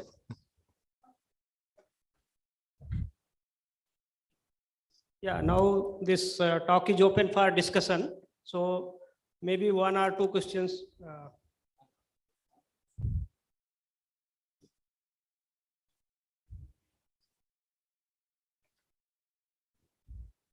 Good afternoon, sir. Nice presentation. Sir, I would like to ask how the refractories industries in India are technologically different from other countries, and and what are the major challenges in terms of future perspective of refractory industries we are going to face in technologically and in marketing? See the second part of your question, probably that's what I was trying to say. There are two traditional challenges and these three new challenges which are coming. One is the local for local. That means you should be closer to end user. So your manufacturing footprint should be elaborated. When I started in this group 17 years back, we were a multinational company. We were supplying materials everywhere, but we were essentially manufacturing mostly in Europe and that to Western Europe and some part of China. Then when we did the acquisition of Magnesita Group, which was very strong in South America, then we got manufacturing footprint in American part. Now we are working on the Indian part of the globe, where we want to increase our manufacturing. This is first challenge. The second challenge, as I said, sustainability, carbon footprint reduction. This is a great big challenge. We have ourselves put our benchmark from our 2018 level, which would reduce carbon footprint by 15%. It's a very challenging for a traditional industry like ours with a very traditional manufacturing process. And the third challenge, as I said, is the human challenge. You know, young guys are not standing in the shop floor. So after 10 years, you won't get any experienced manpower. So how do you replace human brain by digitization so that your end user is not affected? Thank you. Anyone else? I think. Okay. Thank you then. Yeah, if there is no questions, so let us thanks to Bhattacharya for a nice presentation and challenges on the refractory and how the digitization can help the refractory industry. Thank you. So, yeah, now I would like to invite Mr. Dheeraj Nangam, General Manager, Ecologic Asia Private Limited. So if he is here, please come on dash. Yeah, Mr. Yeah, please.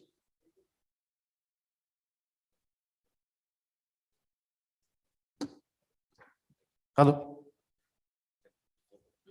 There is one video presentation of Ecologic. Yeah. Just a moment.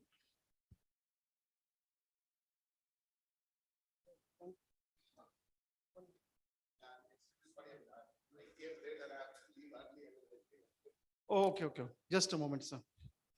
We have a small customary to perform before you leave, sir. A presentation of memento.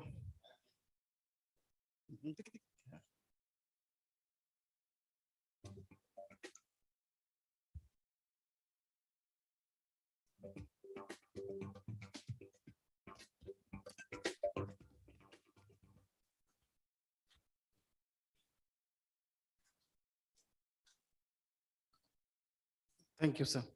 So now, no, next- first we have, sir, first we have a video presentation of Ecologic, then the presentation, his talk will start.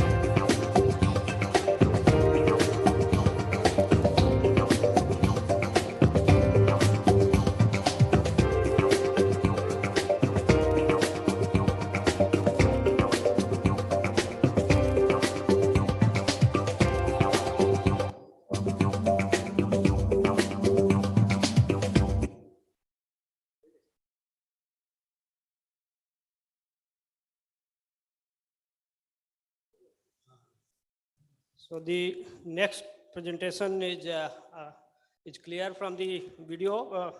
You have, I think, is by Dheeraj Nagalingam. He is a general manager, Ecologic Asia Private Limited. So he is going to present on the continuous dry slag granulation in blast furnace. So now Dheeraj is, please go ahead. Yeah, good afternoon, everybody. So I represent Ecologic Asia Private Limited. So basically, we granulate slag. So every year, hundreds of million tons of steel. So while we produce steel, at least 20 to 30, not knowing what to do with those slags. So all those slags were dumped. Later stages, one by one, we started processing those slags. But utilization of slags was not available, and present days we are all developing new technologies and consumption of slag. So we provide the best solution to 100% consume all the slag whatever generated. So we have been in this industry more than 2-3 decades. So in India we are working with the Jindal Group, JSPL, JSW. Now we are going to work with Tata, BSL. So this presentation, I will show you how we can utilize 100% slag of blast furnace. So play the video. Process. Temperature Yeah. of slag So basically, is you over see 1500 degrees what we used to do. when it is tapping We out. tap the slag from slag pit, Deatomizing should be materialized and then we by a bring it crane to our or hot granulation plant, carrier, depending on the work condition of and steel we granulate the manufacturing. slag. We basically do dry air granulation. The tilting temperature will be over 1300 degrees centigrade, and the atomizing capability shall be about 3 tons per minute.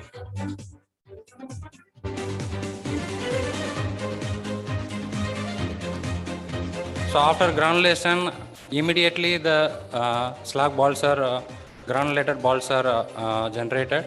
So within 20 minutes, the entire process is complete. In earlier stages, what we do, we tap the slag, we clean the all the slag, bring it to dump yard, we age the slag.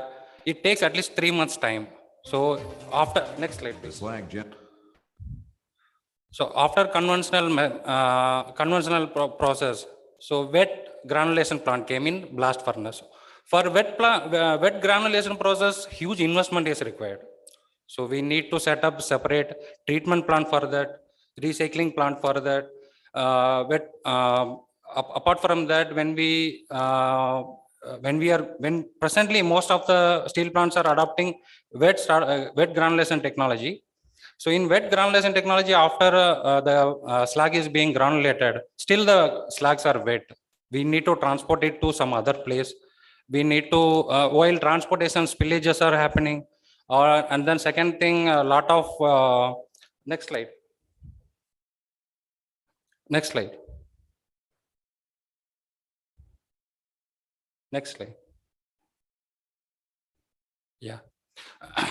While transporting, spillages are happening, then steam explosion, pollution, then we need to dry. We cannot take the granulated slag directly to cement industry, cement plant. It need to be dried. So this takes certain processes, certain time limit. But our technology, dry granulation, through air granulation, we can 100% avoid all the expenses, capital investment, and the time, especially the time. Time is very essential for the steel plant in steel manufacturing. So this process we can complete in 20 minutes time. Next slide. Next. So we basically, what we do, we granulate, under the furnace, we granulate the slag directly, which is falling from furnace. So then we just tap it and we pack it, or whatever the delivery we do. Next slide. So this technology, as I explained you, we eliminate all the additional no water required.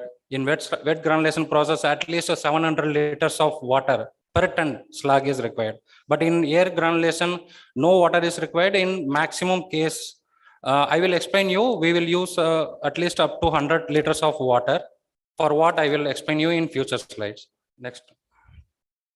So the same thing, whatever I explained you. Next slide.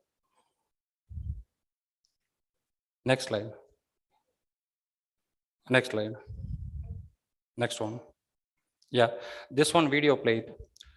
This one actually, I usually provide the data in my earlier presentation. This time I have come up with few of our live examples, how we are operating, how the air granulation is being happening.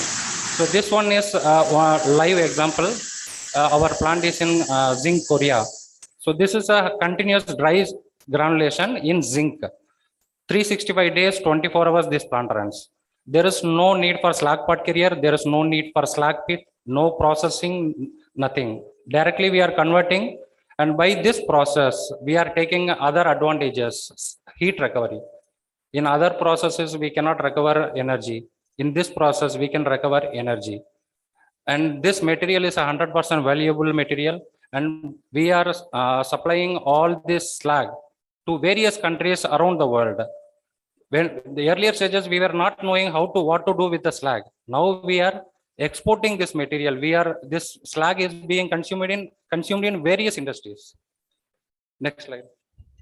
So this one I wanted to show you in India, in JSPL Angul, under the furnace, continuous. This is a steel slag one. Play the video. So we are doing this project now in JSPL Angul. In furnace, we are doing the granulation.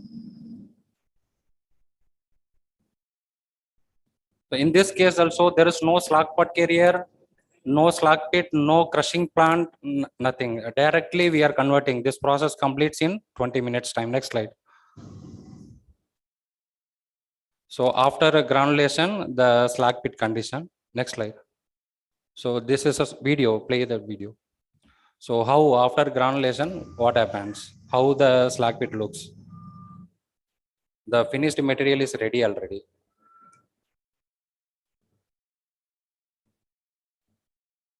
So you can see the granulated balls. This is which are 0 to 7 mm or max 10 mm size. Next slide.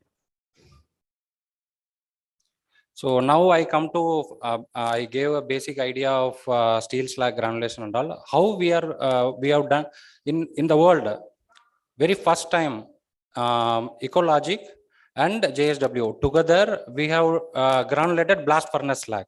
So so far in blast furnace, only wet granulation process is happening everywhere, maximum integrated steel plants and all. But for the first time in the world, we have done dry granulation. You please next slide. Video play it. So this is how we granulated the blast furnace slag.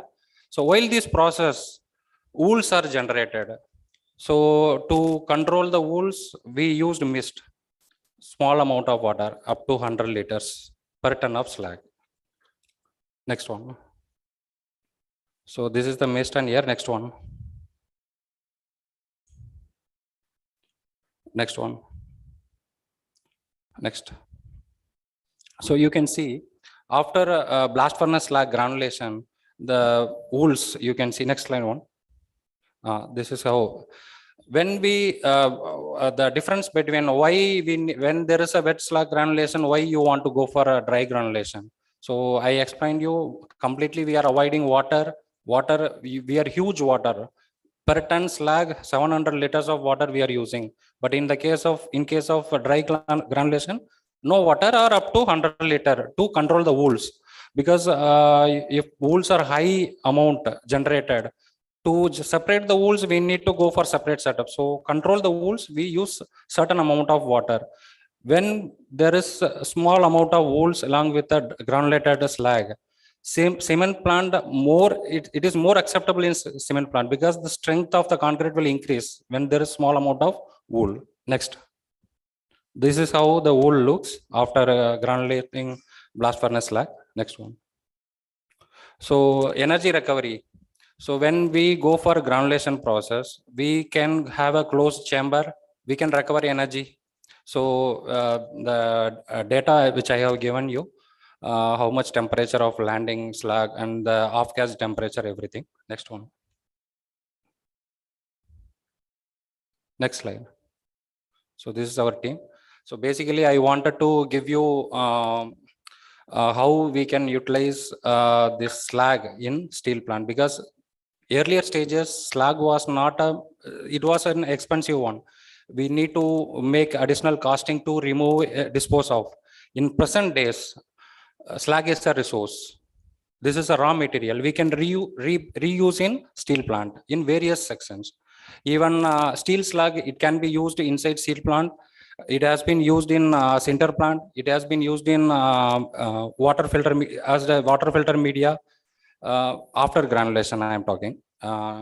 So after granulation, it can be used as a water filter media. It can be used as it can be used in sinter plant. This has been used as an abrasive. This is the best replacement for river sand. It's a best aggregate actually, river sand and fine aggregates.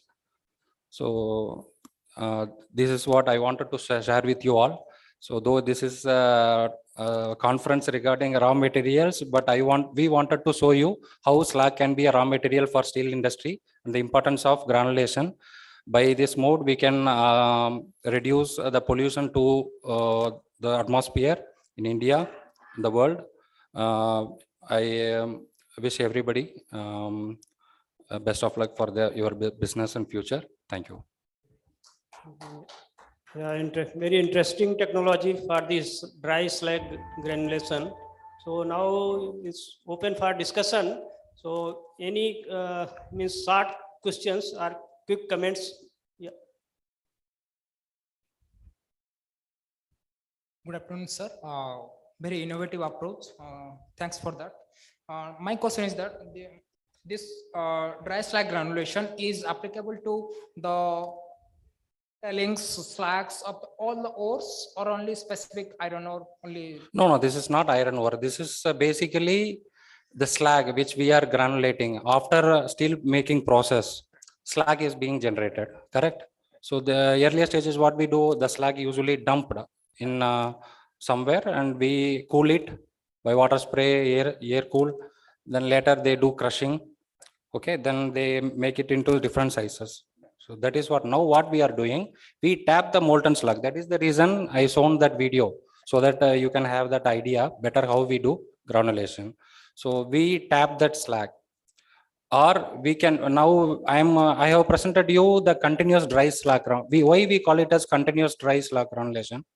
We set up our technology beneath the furnace, slag pit. We call it a slag pit where the slag falls from furnace. Okay, beside the slag pit, we set up our technology. So when the slag falls on the tundies or what the lounder which we set up there, through the air granulation, immediately it is granulated. You saw in that video. This is how. This is basically slag processing, and after slag processing, how the slag can be utilized. Sir, you shown the ore that got generated. What is the process? How the ore is generated? How? The ore, the net-like structure. How it is generated? You are saying it. Actually, this is the technology which we provide. This is simple but air. I will explain you when we have a tea or something. So this is basically the technology which we provide, air granulation technology. This is one kind of byproduct. This is a byproduct, certainly a byproduct. Earlier stages, there were no byproduct from slag.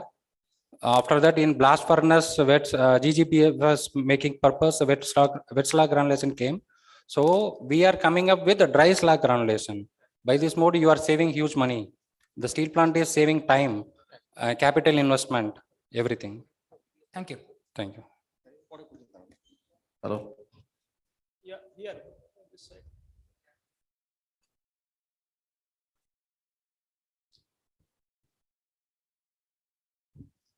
Namaskar to all of you. I am Suraj Prasad, Chief Technical Officer from Arya Iron and Steel. I just wanted to ask, is there any capacity limitation of the blast furnace or the slag generation limitation? No, there is no capacity. Only we require the molten state. Okay. So I have not explained few stage slides because of the time concern. I wanted to cut short my presentation. So we required at least 1200 degree Celsius by the time of granulation. Okay. Then this is effective.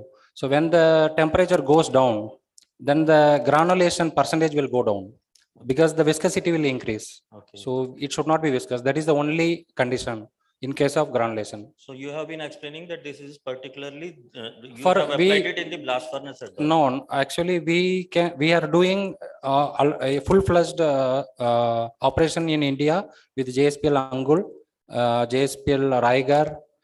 Now we are going to handle Tata BSL, and then we are working with JSW.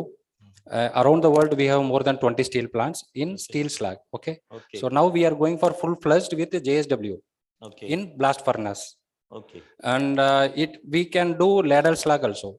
Okay. And what But about the electric arc furnaces and all? Electric arc furnace already in operation. It's Okay. So if there is a battery of 10 tons or 15 tons or 25 tons of there is no based issue. on your capacity, we will provide our design. Okay. Yes. Okay. Right. Thank you. Thank you. Yeah, so just I have one quick question.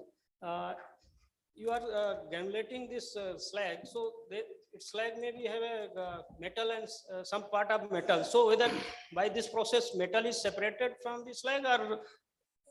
Actually, I can show you. Can you reopen that presentation? Actually, the metal density is high. By this process, what happens when we do offline method? In offline method, we have the control because it is manually tilted using slag pot carrier. So by the time what we do, we don't tilt more than 60%, 70%, because we know that there is a 5% up to 5% metal is there in that slag. So what we do after tilting 60-70%, balance we will bring it to the yard for further processing. But in case of continuous slag processing, we have the improved metal recovery, because that metal it will also get converted, but it won't. It has certain limit. The slag will pass through certain distance, but metal won't. It will fall near the tundis only. I will show you in that picture. That is what. So there is a separation also. Yes. Because of Yeah. gravity. So if suppose a stream of metal, and by this process we can produce a metal powder. Metal ball. Yes. It has a certain technologies. You already it is there in market. Steel shots. They are already making steel shots using water. Yeah, but yours is a dry process. Yeah, this So is by a dry this process. If in place of slag we take a metal stream and by air jet, whether we can able to produce metal powder. It is possible. We need to make some alterations, but in this technology we have customized for slag. Because steel plant main concern, metal should not go out. So if the metal is going out, then there is no meaning, right? So we want to control the metal. But you should, I think you can also try for metal, because metal powder is very costly compared to the metal in bulk. Cost is around 3-4 times of the powder compared to the bulk metal. So if this can be extended for metal powder also, then it will be a very great. Metal granulation, so far nobody has approached us, but metal ball, who will create the steel shot? Only the people who, there is a certain people, they are manufacturing steel shot. So they are making this process. We are not into metal granulation actually. Okay. Yes, Okay. Thank you. Let's give a big hand to the Thank Mr. you. Dheeraj for Thank you. producing a novel technology. Thank you. So yeah, now the next up is third one.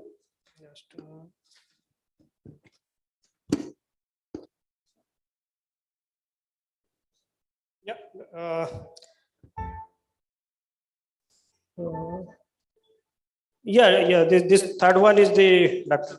Prasad. So he is going to present the evolution and growth of minerals processing industry.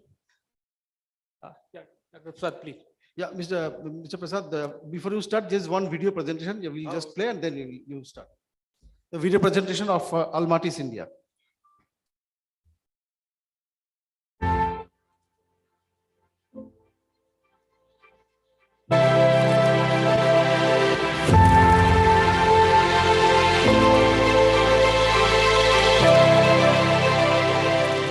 Almatis, the global leader of premium alumina products, started its journey over a century ago in the United States of America and has since then expanded across the world. Almatis began its operations in India in 1995 to process tabular alumina at its plant in Falta in West Bengal, located in the eastern bank of the river Hooghly and just about 60 kilometers from the city Kolkata. The state-of-the-art manufacturing unit at Falta is set amidst the lush green banks of the river with easy accessibility to the city.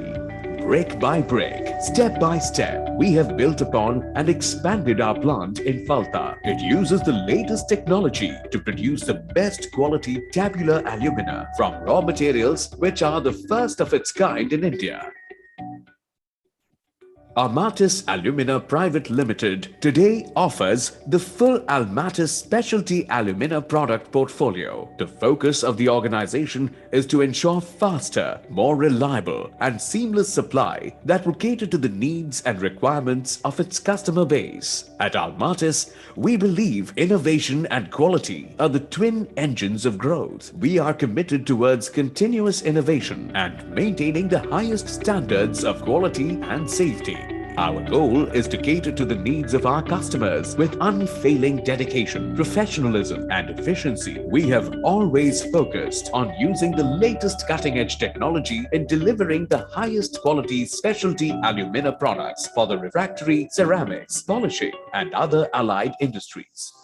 The vibrant diversity of numerous cultures, traditions, and people around the globe has helped us adapt and has enriched our resolve towards following our mission and principle.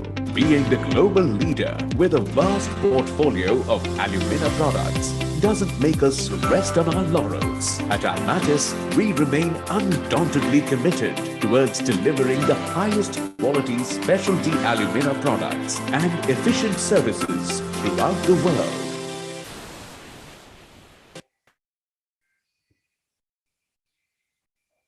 Okay.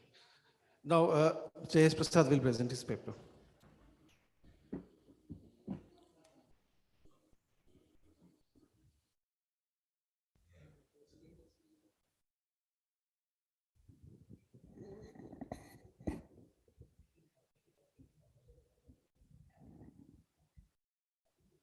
No, not the presentation.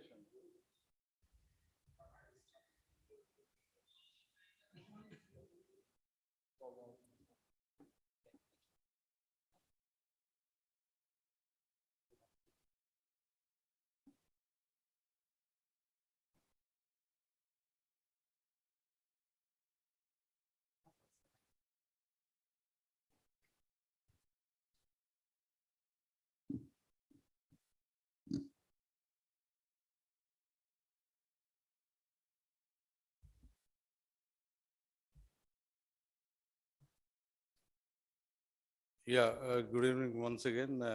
We are meeting on the iron ore session. I'm Prasad, many of you know me.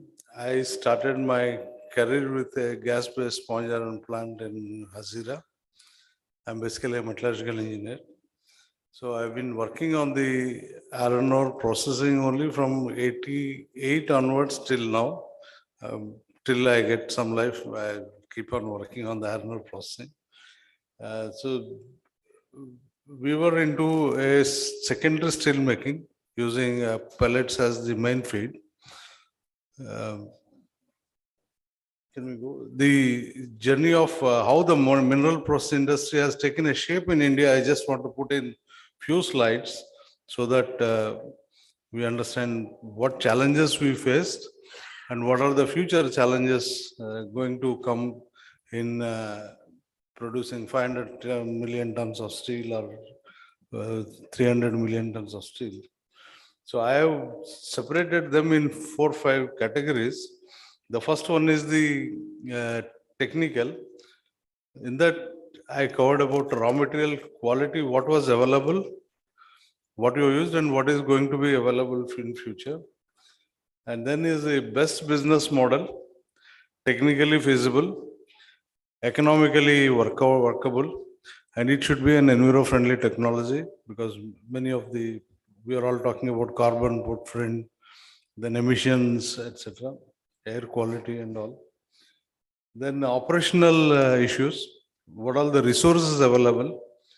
What are the logistics and issues involved in that?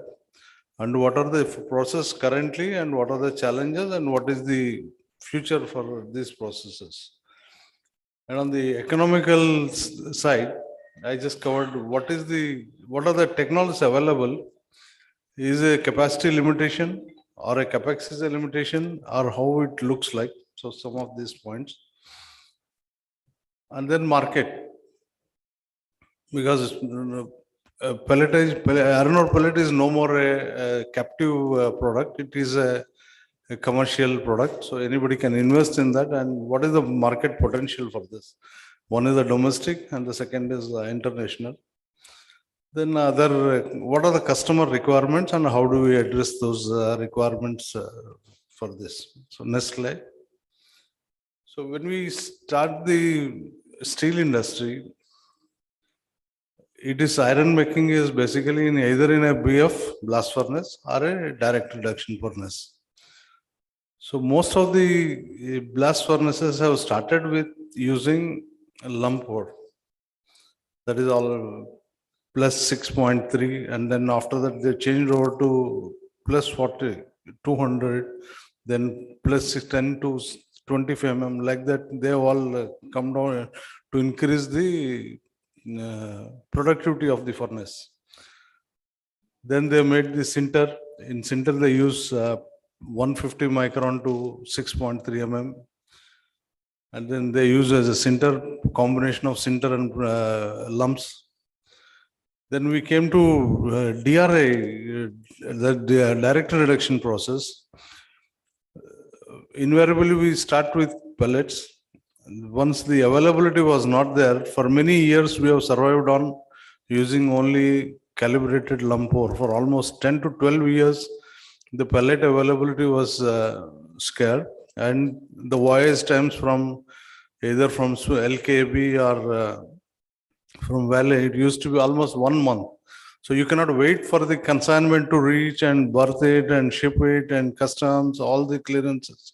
So the plants used to go down. So we started optimizing on the lump ore available from NMDC, which we are blessed with a very high grade lump ore in that time. So this was it. Now today, it is not the case.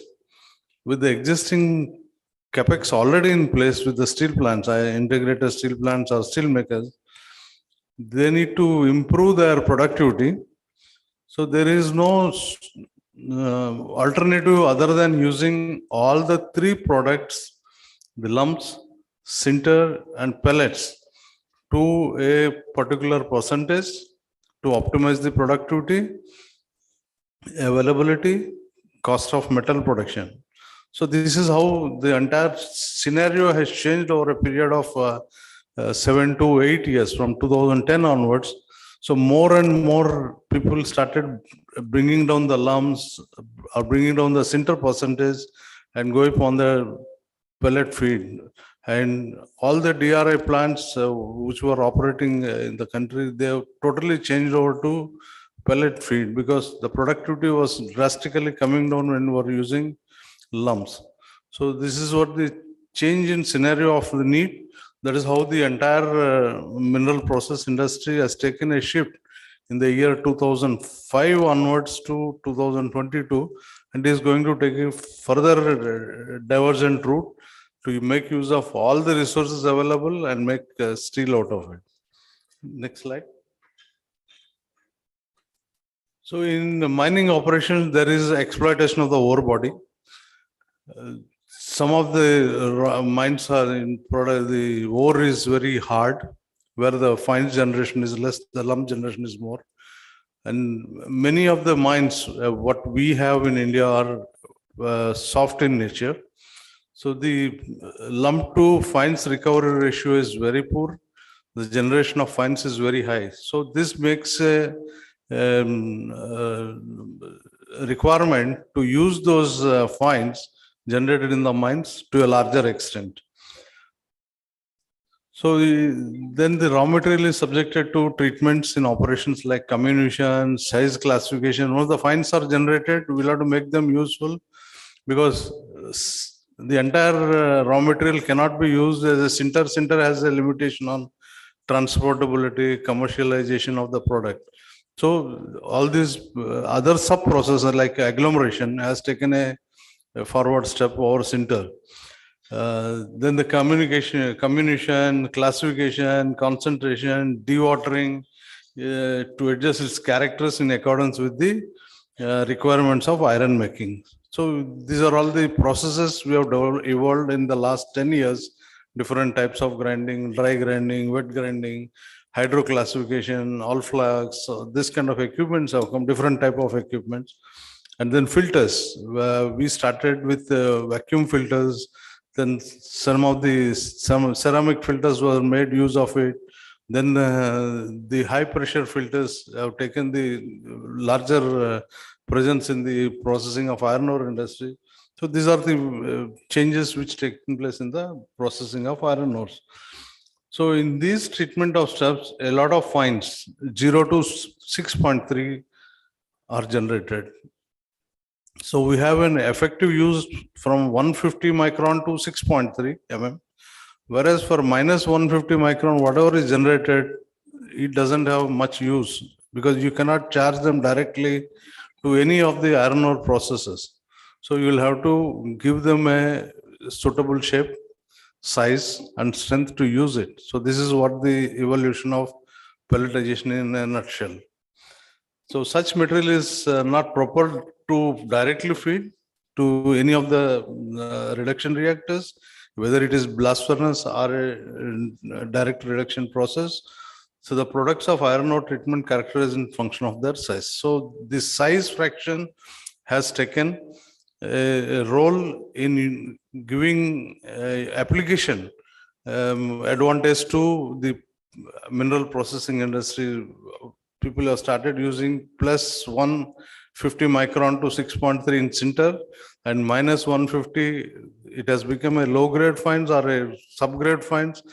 Then the beneficiation processes have come into application, then converted into pellets, and then used at par with either sinter or lumps to a larger extent. So this is how the technological evolution has taken place in the mineral processing industry. Next slide.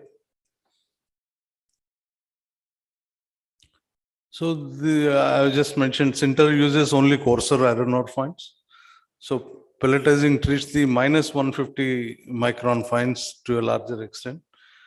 When we analyze the iron ore reserves deposits, it's clear that all over the world, the iron ore content is dropping. The people who are directly using ROM for sinter making or iron making directly, now the grade has come down in all the mines, in many of the mines. So it is forcing every miner or every captive miner or the merchant miner to look at conversion of these low grade fines into a commercial product of where everybody, where it can be used in direct reduction process or blast furnace by converting into pellets. So this is a good opportunity for them to convert their low grade fines into a high grade product. So then the needs of blast furnace and DR are continuously changing. So even if you look at the DR grade technology, people from various, like Middle East and all, they were importing most of the pellets from either LKAB or Vale, where the Fe content was nothing less than 67 plus, 67.25 plus, where India, we are not into the market of 67.25 at any times, not even Australia. And this market, but they are very high in silica. So they are also not able to support this DR manufacturing. So now everyone is thinking, how do we do this? So there is a need for us to think, how do we produce DR grade pellets and get into this market? So that is one opportunity for us to start the beneficiation in different directions. So can we go to the next place? So every ore is behaving differently in mining and as well as metallurgical processes. So when we look at the blast furnace, the Chinese, what morning PwC was making, that from low grade of 40%, we are going to 64, 65, they are able to use that. At the same time, they are also buying a ore from countries like India, where we have high alumina. Standalone, it doesn't perform well. Standalone, our Fe is low. Standalone, our pellet properties are little poorer than as compared to their own. But there is a need to address a metallurgical process. They need to maintain a balance of alumina in their feed. So that is why we find a market where we can also sell that. So it will never extinguish. It will always be a balance between a high grade ore with high silica, low alumina, with the low silica and high alumina. So this trade will be there forever. So we need to catch up with what is happening in the world, what kind of materials are coming into the system. Accordingly, we change our treatment processes. So there is no perfect iron ore. We cannot say that this ore will give me 67.5 or this will give me from 58 to 63. Some ores from the same mine and across the mine, they behave differently. A 55 ore from one mine cannot go to 60 also. A ore from one particular mine can from 55, it has gone to 65, 64.5. Just by desliming and some treatment. So these are all the challenges what we have, and opportunities are plenty with this different types of raw materials. So this influences the process route, the sizing of the equipment, and the core technology among all other aspects. So these are all the three major aspects when you want to develop the mineral processing industry to suit 500 million tons of production in the country going forward. Next slide. Then comes every process has to be a eco-friendly technologies. When we talk about eco-friendly technology, morning also I said that beneficiation or liberation size is much finer. So that supports our wet grinding, wet beneficiation technology, and then our slurry transportation, filtration and converting into pellets. So all these are all very eco-friendly technologies. But at the same time, water can become a scarce after 10 years, 15 years. It may not be available for us to use industry purpose. So we need to work out on developing a dry beneficiation technology going forward, which Brazil has started. They have started small plants with 1 million ton, 2 million ton and all. Now they are going to install one at 4 million tons. Similarly, China is working on a dry beneficiation plant, and Australia is looking at how do we do the dry beneficiation plant. So a day will come for us to start this process at the earliest. How do we do the dry beneficiation technology? Then the current scenario is the ore is very soft. It leads to generation of very, very high percentage of ultrafines. So the separation of at that level of 20 micron, 25 micron for a better concentrate quality is a big challenge.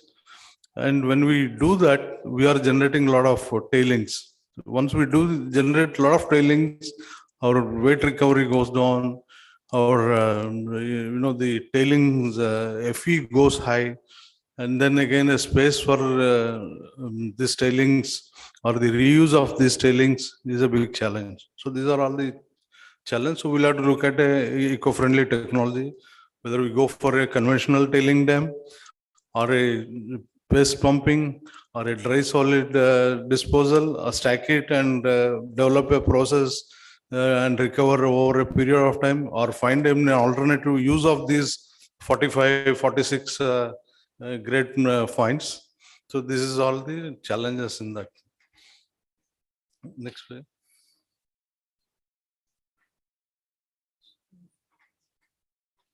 Then we are struggling with very high, always have become a challenging for Mr. Malachar Bandapalja, because we are having a problem of very high plane surface, where the ore is very soft, and just by applying 8 to 10 kilowatt of energy per ton, we are generating 2,500, 3,000 centimeters per gram of surface area, which is very soft. And also you have a very high LOI in the feed. So these two are the challenging. So for a 4 million ton plant or a 1 million ton plant, it gets derated almost by 30% because of this very poor physical properties of the ore. So that is another big challenging.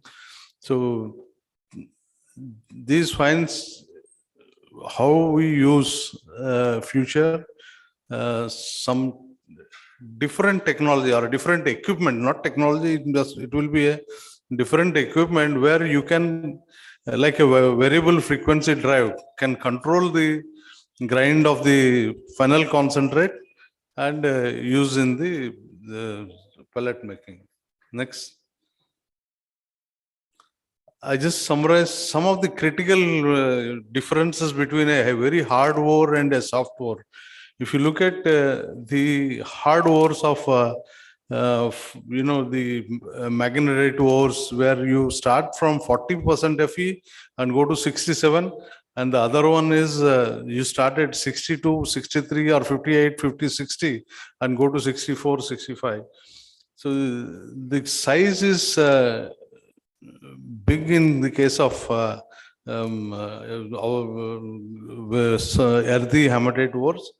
And second is the alumina is very low in the hard ores. They have silica, they don't have alumina, but we have very high alumina and very high percentage of LOI in that.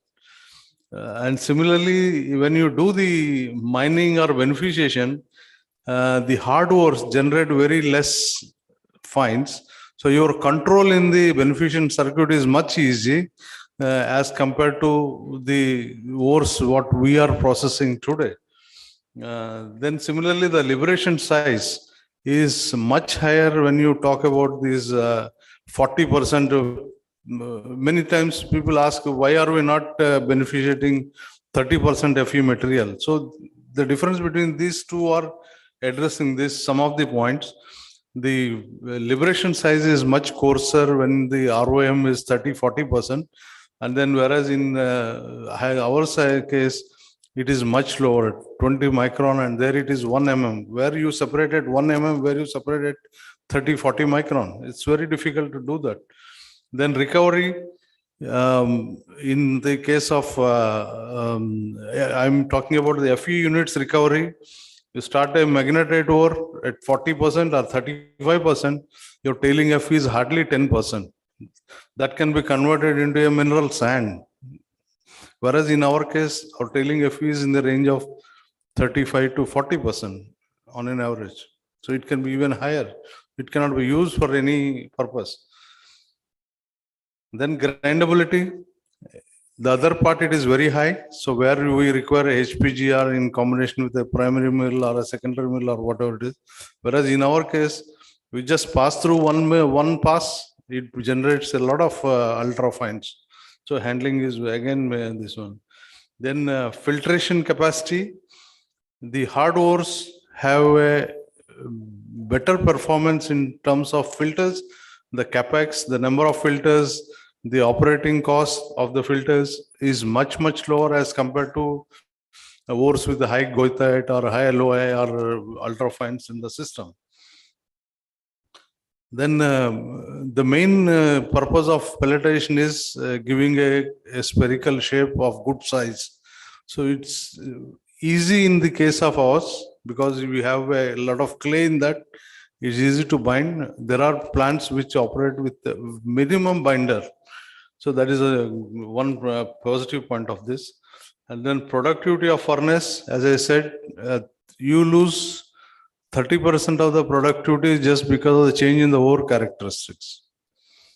And enter the pellet quality also, they are little inferior as compared to the hard ore converted into pellets. But the one advantage is that all our Indian ores exhibit an excellent reducibility properties as compared to all other ores. So there is a definitive requirement of most of these DRI plants operating in MENA region.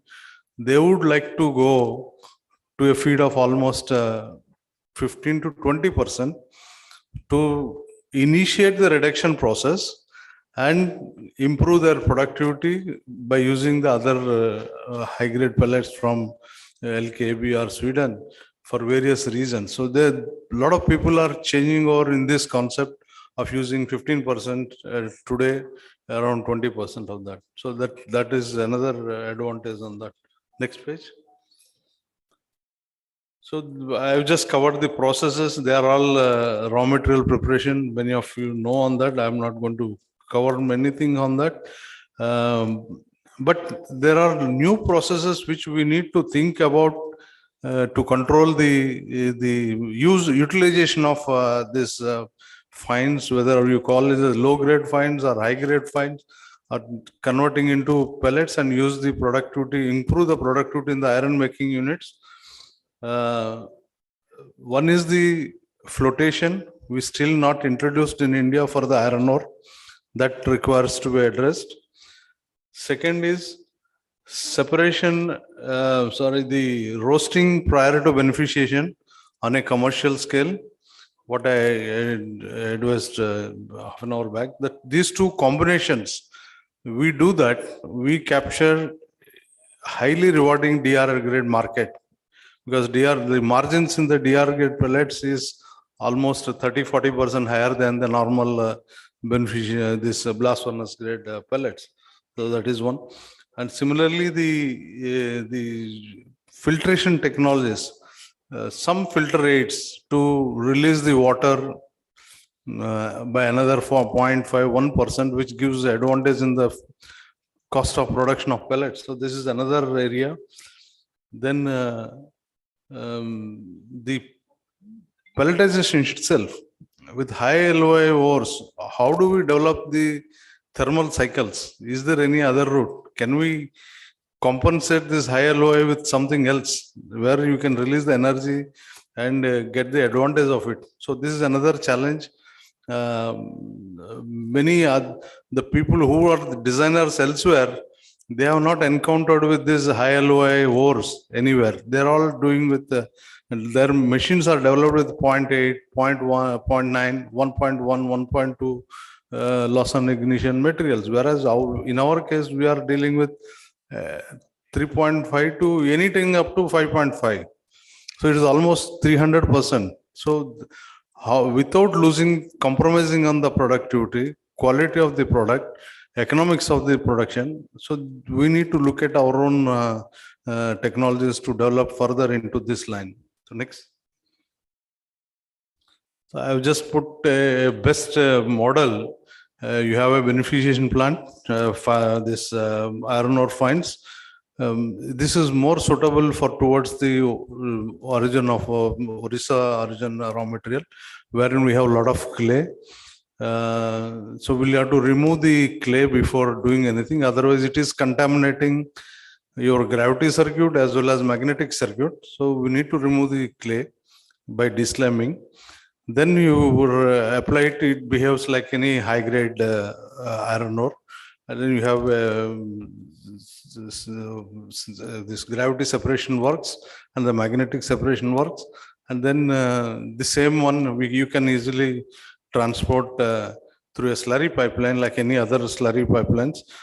If you do not remove the clay, that is prohibiting a slurry transport through pipelines. So that is one learnings on this ore. Then once you transfer it, the filtration and induration becomes much easier. The clay is removed. The alumina is as low as 2.2, 2.1% in the beneficial concentrate. Then this is the best model for doing converting low grade fines to a reasonably good quality pellets to use in blast furnaces. So this has improved productivity in many places. Even when I was working with SR, we have used up to 70% of the feed to pellets. We started from 2.1, 2.2 productivity rate, and we have crossed the world record of 3.8. So you can imagine, without any capex, you are going from 2.1 to 3.4, 3.5. Even I was told last week that even JSPL Angul also has reached 3.1, like that, the productivity rate. So that's without any capex, you are getting almost 20-30% of additional capacity. So that is one advantage of using these pellets. Next. So we are setting up a plant of 14 million tons. Or oh, okay, sir. Khatam ho gaya iske saath. Then we are also setting up one plant in Orissa for 14 million tons, which has a different flow sheet to produce both DR grade and blast furnace pellets simultaneously. So this is one flow sheet. Yeah, go next. And on the pelletization technologies, we have both great kiln and the straight grade technologies. Next. We'll go to the next. So if you look at it, these are the three stages. Stage 1 and stage 2 are common for both the technologies. The only third stage, there is a change in the process. Next. Yeah, this is the population of technology. What we have, a great kiln is just coming up, and traveling rate is almost 60-70% what is used in the. It is because of great kiln is mostly was used for magnetite ores all over the world. Now it is adopted for the other ores also. One is running very successfully. Bigger plants I am considering, not the smaller one. This Chinese 0.4, 0.8 are successful. Whereas the bigger capacity plants, successful was Oman and GAIC Bahrain. So similar technology is now getting commissioned in India also. So we will see the performance of the technology for that. Next.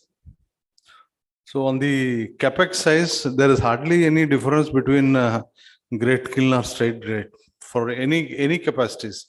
Whether it is beyond after 4 million tons, it becomes more or less similar for capex. Next.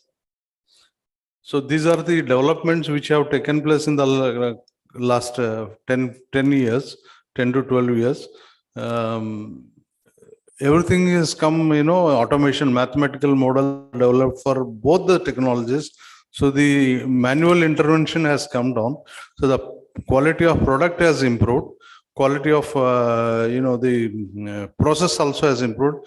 Cost of production or the environmental issues were all addressed due to the automation levels have improved in both the technologies. So both are suitable for our raw materials. We can be implemented in that. Yeah, next. Next. So if you look at that, there is these are the reserves. They are slowly coming down. Even up to the world total is going to become 48, 49 over a period of time. So this is how we'll have to look at how do we use this material or next generations. Next. So there is a big demand. If you look at it, by 2033, the supply will be about 600 million tons. And whereas the demand will be around 700 million tons, there will be a gap of almost 150 million tons. So this is what the future for pellet industry. Next. So we have both sides. If you make blast furnace grade, you can go towards China. If you make DR grade, you can go towards the Middle East and then sell the pellets. Next. Next. So the conclusion is a proven technology. In spite of all these problems or the difficulties in processing, the solutions are available. Next. next, now the hydrogen reduction, that research we'll have to undertake in India, how this is, our ores are going to behave towards hydrogen reduction. So that's one challenging aspect for all the research units. That's all. Thank you very much. I have wrapped up. Thank you, Mr. Prasad, for a nice detailed overview of the pellet technology for the iron and steel industry. So because of sparsity of time, we can take one quick question if anyone, either you can discuss in the tea time.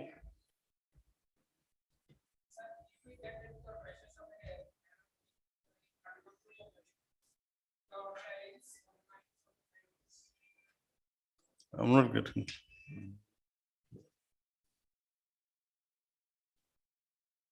Good evening, sir. Sir, my question is, if we get some traces of rare earth elements or any platinum group of elements in the tailings or the finds of the iron ore, what is the recent advanced technology of iron ore processing? As you have a huge experience of iron ore processing, what is the beneficiation technique for the separation of the rare earth or any platinum group of elements? See, you're talking about the tailings, right? Yes, sir. So tailings now, the IBM rule says 45% below only are treated as tailings. Up to 45, it is 45 and above is considered to be the economic reserves. Okay. Now we are not talking about anything above 45. You are asking a question about less than 45, if I'm right. For less than 45, there are the current technology, what the tests were done is the roasting technology. See, most of the product, most of the raw material in that is the goethite with almost 10%, 12% loss on ignition in that. It is almost representing 60, 70% of the ore tailing is towards goethite. Once you roast it, it is becoming a converted magnetite. Once it becomes a converted magnetite, it is responding to a low intensity magnetic separation. So from that, suppose you generate 10% of your tailings, add this technology, so your tailings will come down to around 5 to 6%. So you are recovering another 5% from the main raw material towards your concentrate. So that is less, that is lower in alumina, that is lower in silica, but high in LOI. So the overall product LOI will go up, but you are recovering iron units to the extent of almost 95%. What you are losing is only 4 to 5% of total iron unit from your ROM towards the tailings. So this is the technology. The second is people are working on leaching, whether we can do any bio leaching or acid leaching to recover anything further. The results are yet to be seen. And a day will come that product will find it use, if not in iron ore production or steel production, some other production like a mineral sand or some road making, like steel slag is found an application of making roads. This will also find some solution over a period of time. Thank you. Thank you. Okay, thank you.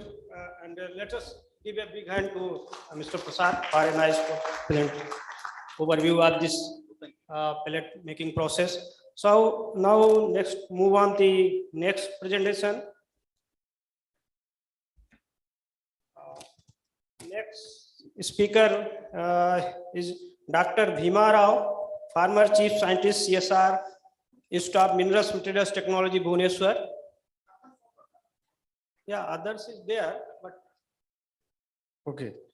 so Dr. Bhima Rao is the co-convener of this conference also. So he is going to present topic is Indian black beach sand potential secondary resource for iron and steel industry.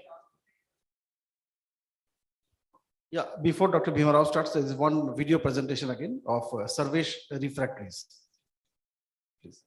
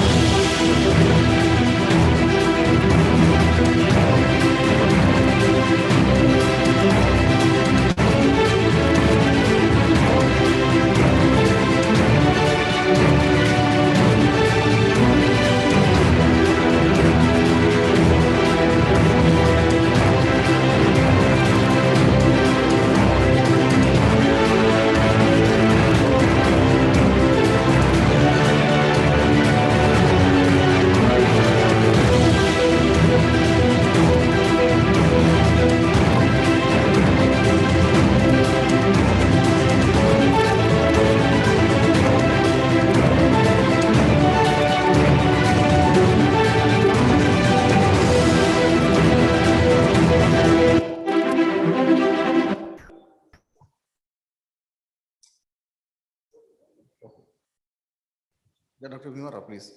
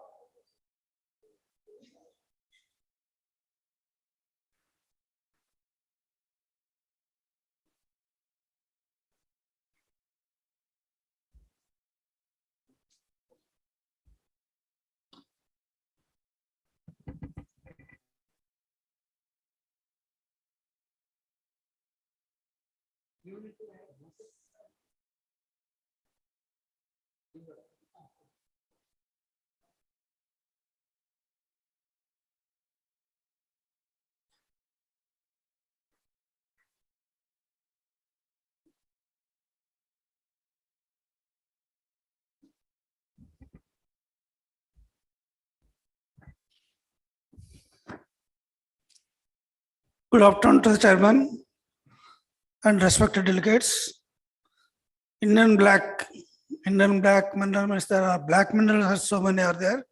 Graphite, chromite, illuminate, all these are black minerals.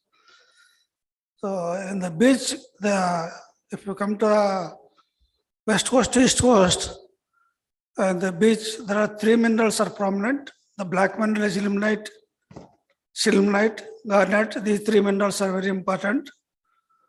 And others like rutile, zircon, monazite are very less than 10% will be there.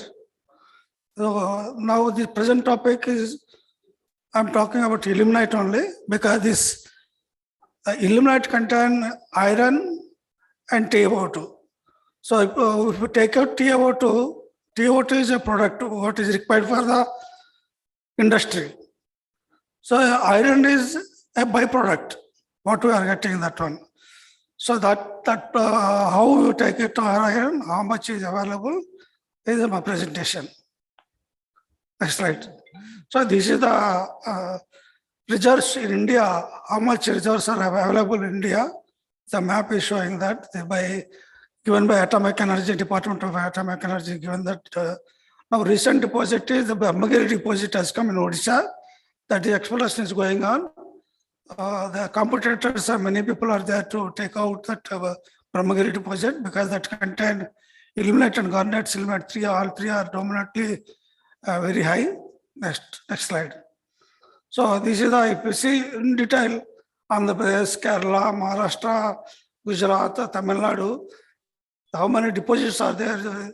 If you can see that illuminate, garnet, total reserves, that is total minerals, heavy minerals, we say that one. So that is the availability in India, is the picture we have given.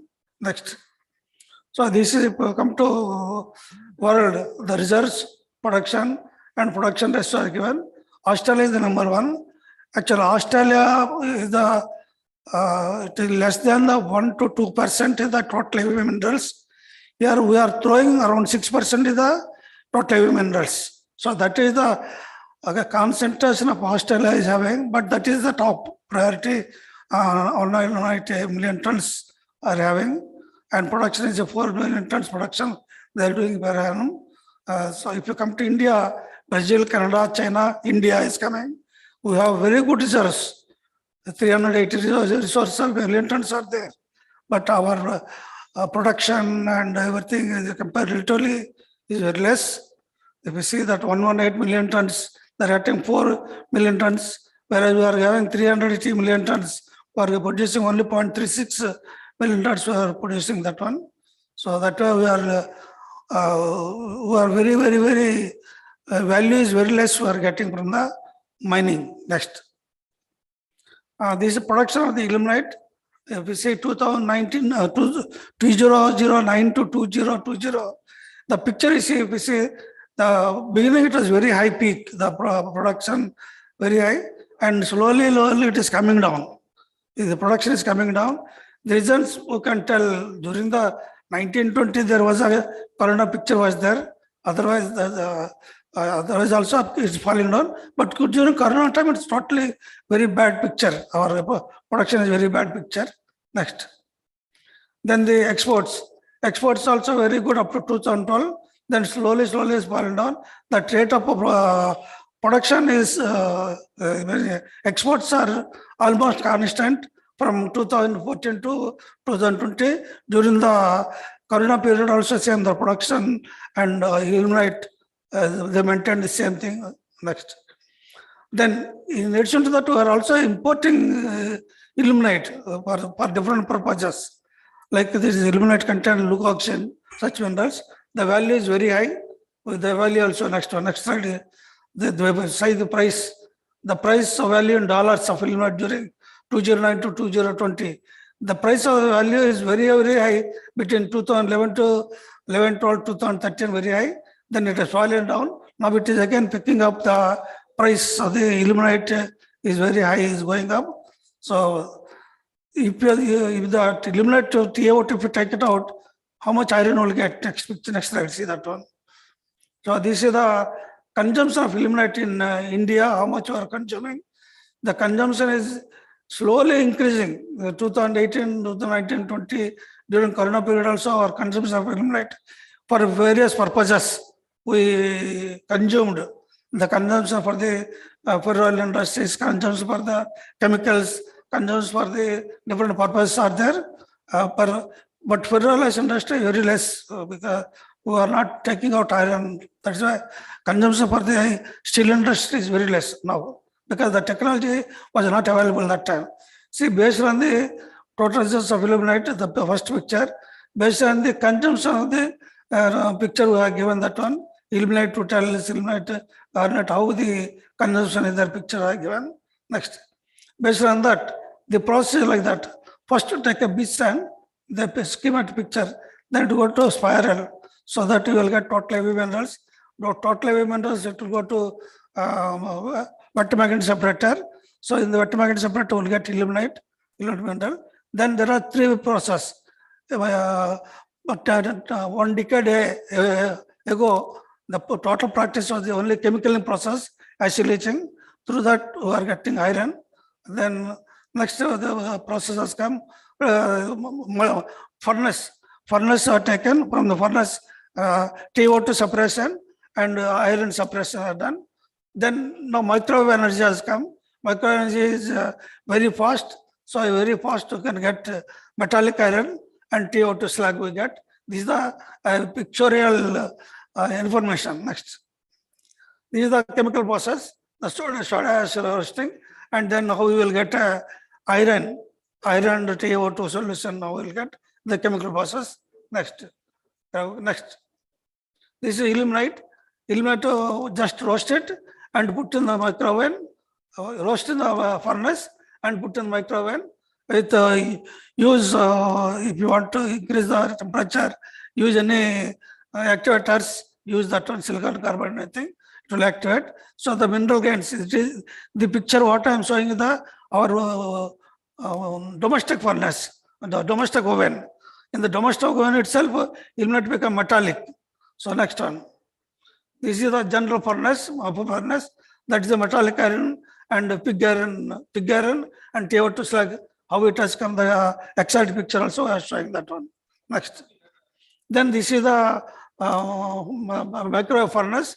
In the microwave furnace, when you kept the titanium slag and metallic iron formed at very low, 24 hours time, 120 hours, 1600 degrees temperature, we are getting conventional furnace takes so much time, where it is this only 24 hours will get that one. Next. So this is the picture, see that microwave is, if you see the right side electricator, that takes very long time like this. If you come to microwave, it's very fast. Very less time, very fast heating will come. So that is why our, from the illuminated iron you can take out very fast. Next. So this is the picture from the scanning electron microscope, how we, that titanium slag is there, how iron is there, what the percentage is there, is clearly shown in the picture. Next. So that is the conclusion, same conclusion. As per the results, 214,432 million tons of metallic iron can be recovered. As per the present available ilmenite, that much iron we can recover. That means 432 million metric tons of metallic iron we can recover. Total metallic iron so far 40 million loss because we have not recovered. We have wasted that through chemical process. Only titanium we have taken and remaining iron we have thrown. If we have properly done, that 40 million tons of iron would have got next. So beneficiation studies also are done Maharashtra coast, and that needs because that contain titanium magnetite is there. So grinding is required, grinding and magnet suppression. So you can take it to magnetite and ilmenite you can take it out. So that is very clear picture. You can make it pellets. So that is Maharashtra coast. Next. So this is raw ilmenite oxidized for 90 degrees, 900 degrees temperature, 3 hours. Then put in the micro oven, the ordinary furnace, 120 hours, 1200 degrees is taken, or conventional furnace. When you go to micro oven, it only 24 hours is taken to form metallic iron. Whereas in conventional, 120 hours, that means 100 hours we can say we have saved that one. Next. So this is the conclusion, what I given the picture. If any, this is the process is available, IMT is doing right now. This is the work is done when I was in IMT as a scientist, this was done. And there are 3 PhDs of producer on that aspect. Anyone have any information? Please. Chairman, sir. Yeah. Thank you, sir, for your nice, clear overview of this iron production as well as TiO2 production from beach sand mineral, TiO2 rich slag. So if any question, 1 or 2, you have completed within the time. So I think Dr. Bhima Rao is available here. Any doubts you can ask anytime. So because of this sparsity of time, we are moving to the next presentation. Thank you, sir, for your nice presentation. So next talk is, I think, Dr. Shiv Kumar Angadi. Yeah, you are here? Okay. So Dr. Shiv Kumar Angadi, Senior Principal Scientist, CSR IMT Bhubaneswar. He is going to give a talk on this. Oh, your student is going to give. Okay. So his student, Mr. Suryakant Das, he is going to give a talk on this beneficiation of low-grade iron ores. Yeah, Mr. Suryakant Das. Yeah, you can go ahead. Good evening, everyone. I am Mr. Suryakant Das, presenting on the topic beneficiation potential of low-grade blended hematite quartzite ores on the behalf of my team. So today we have gathered here for discussing and address the challenges we are facing for the raw material requirement in steel making. So coming to the iron ore, India has about 28 billion tons of iron ore reserve, out of which 6 billion tons are magnetite and 22 billion tons are hematite, goethite, and other iron ore features.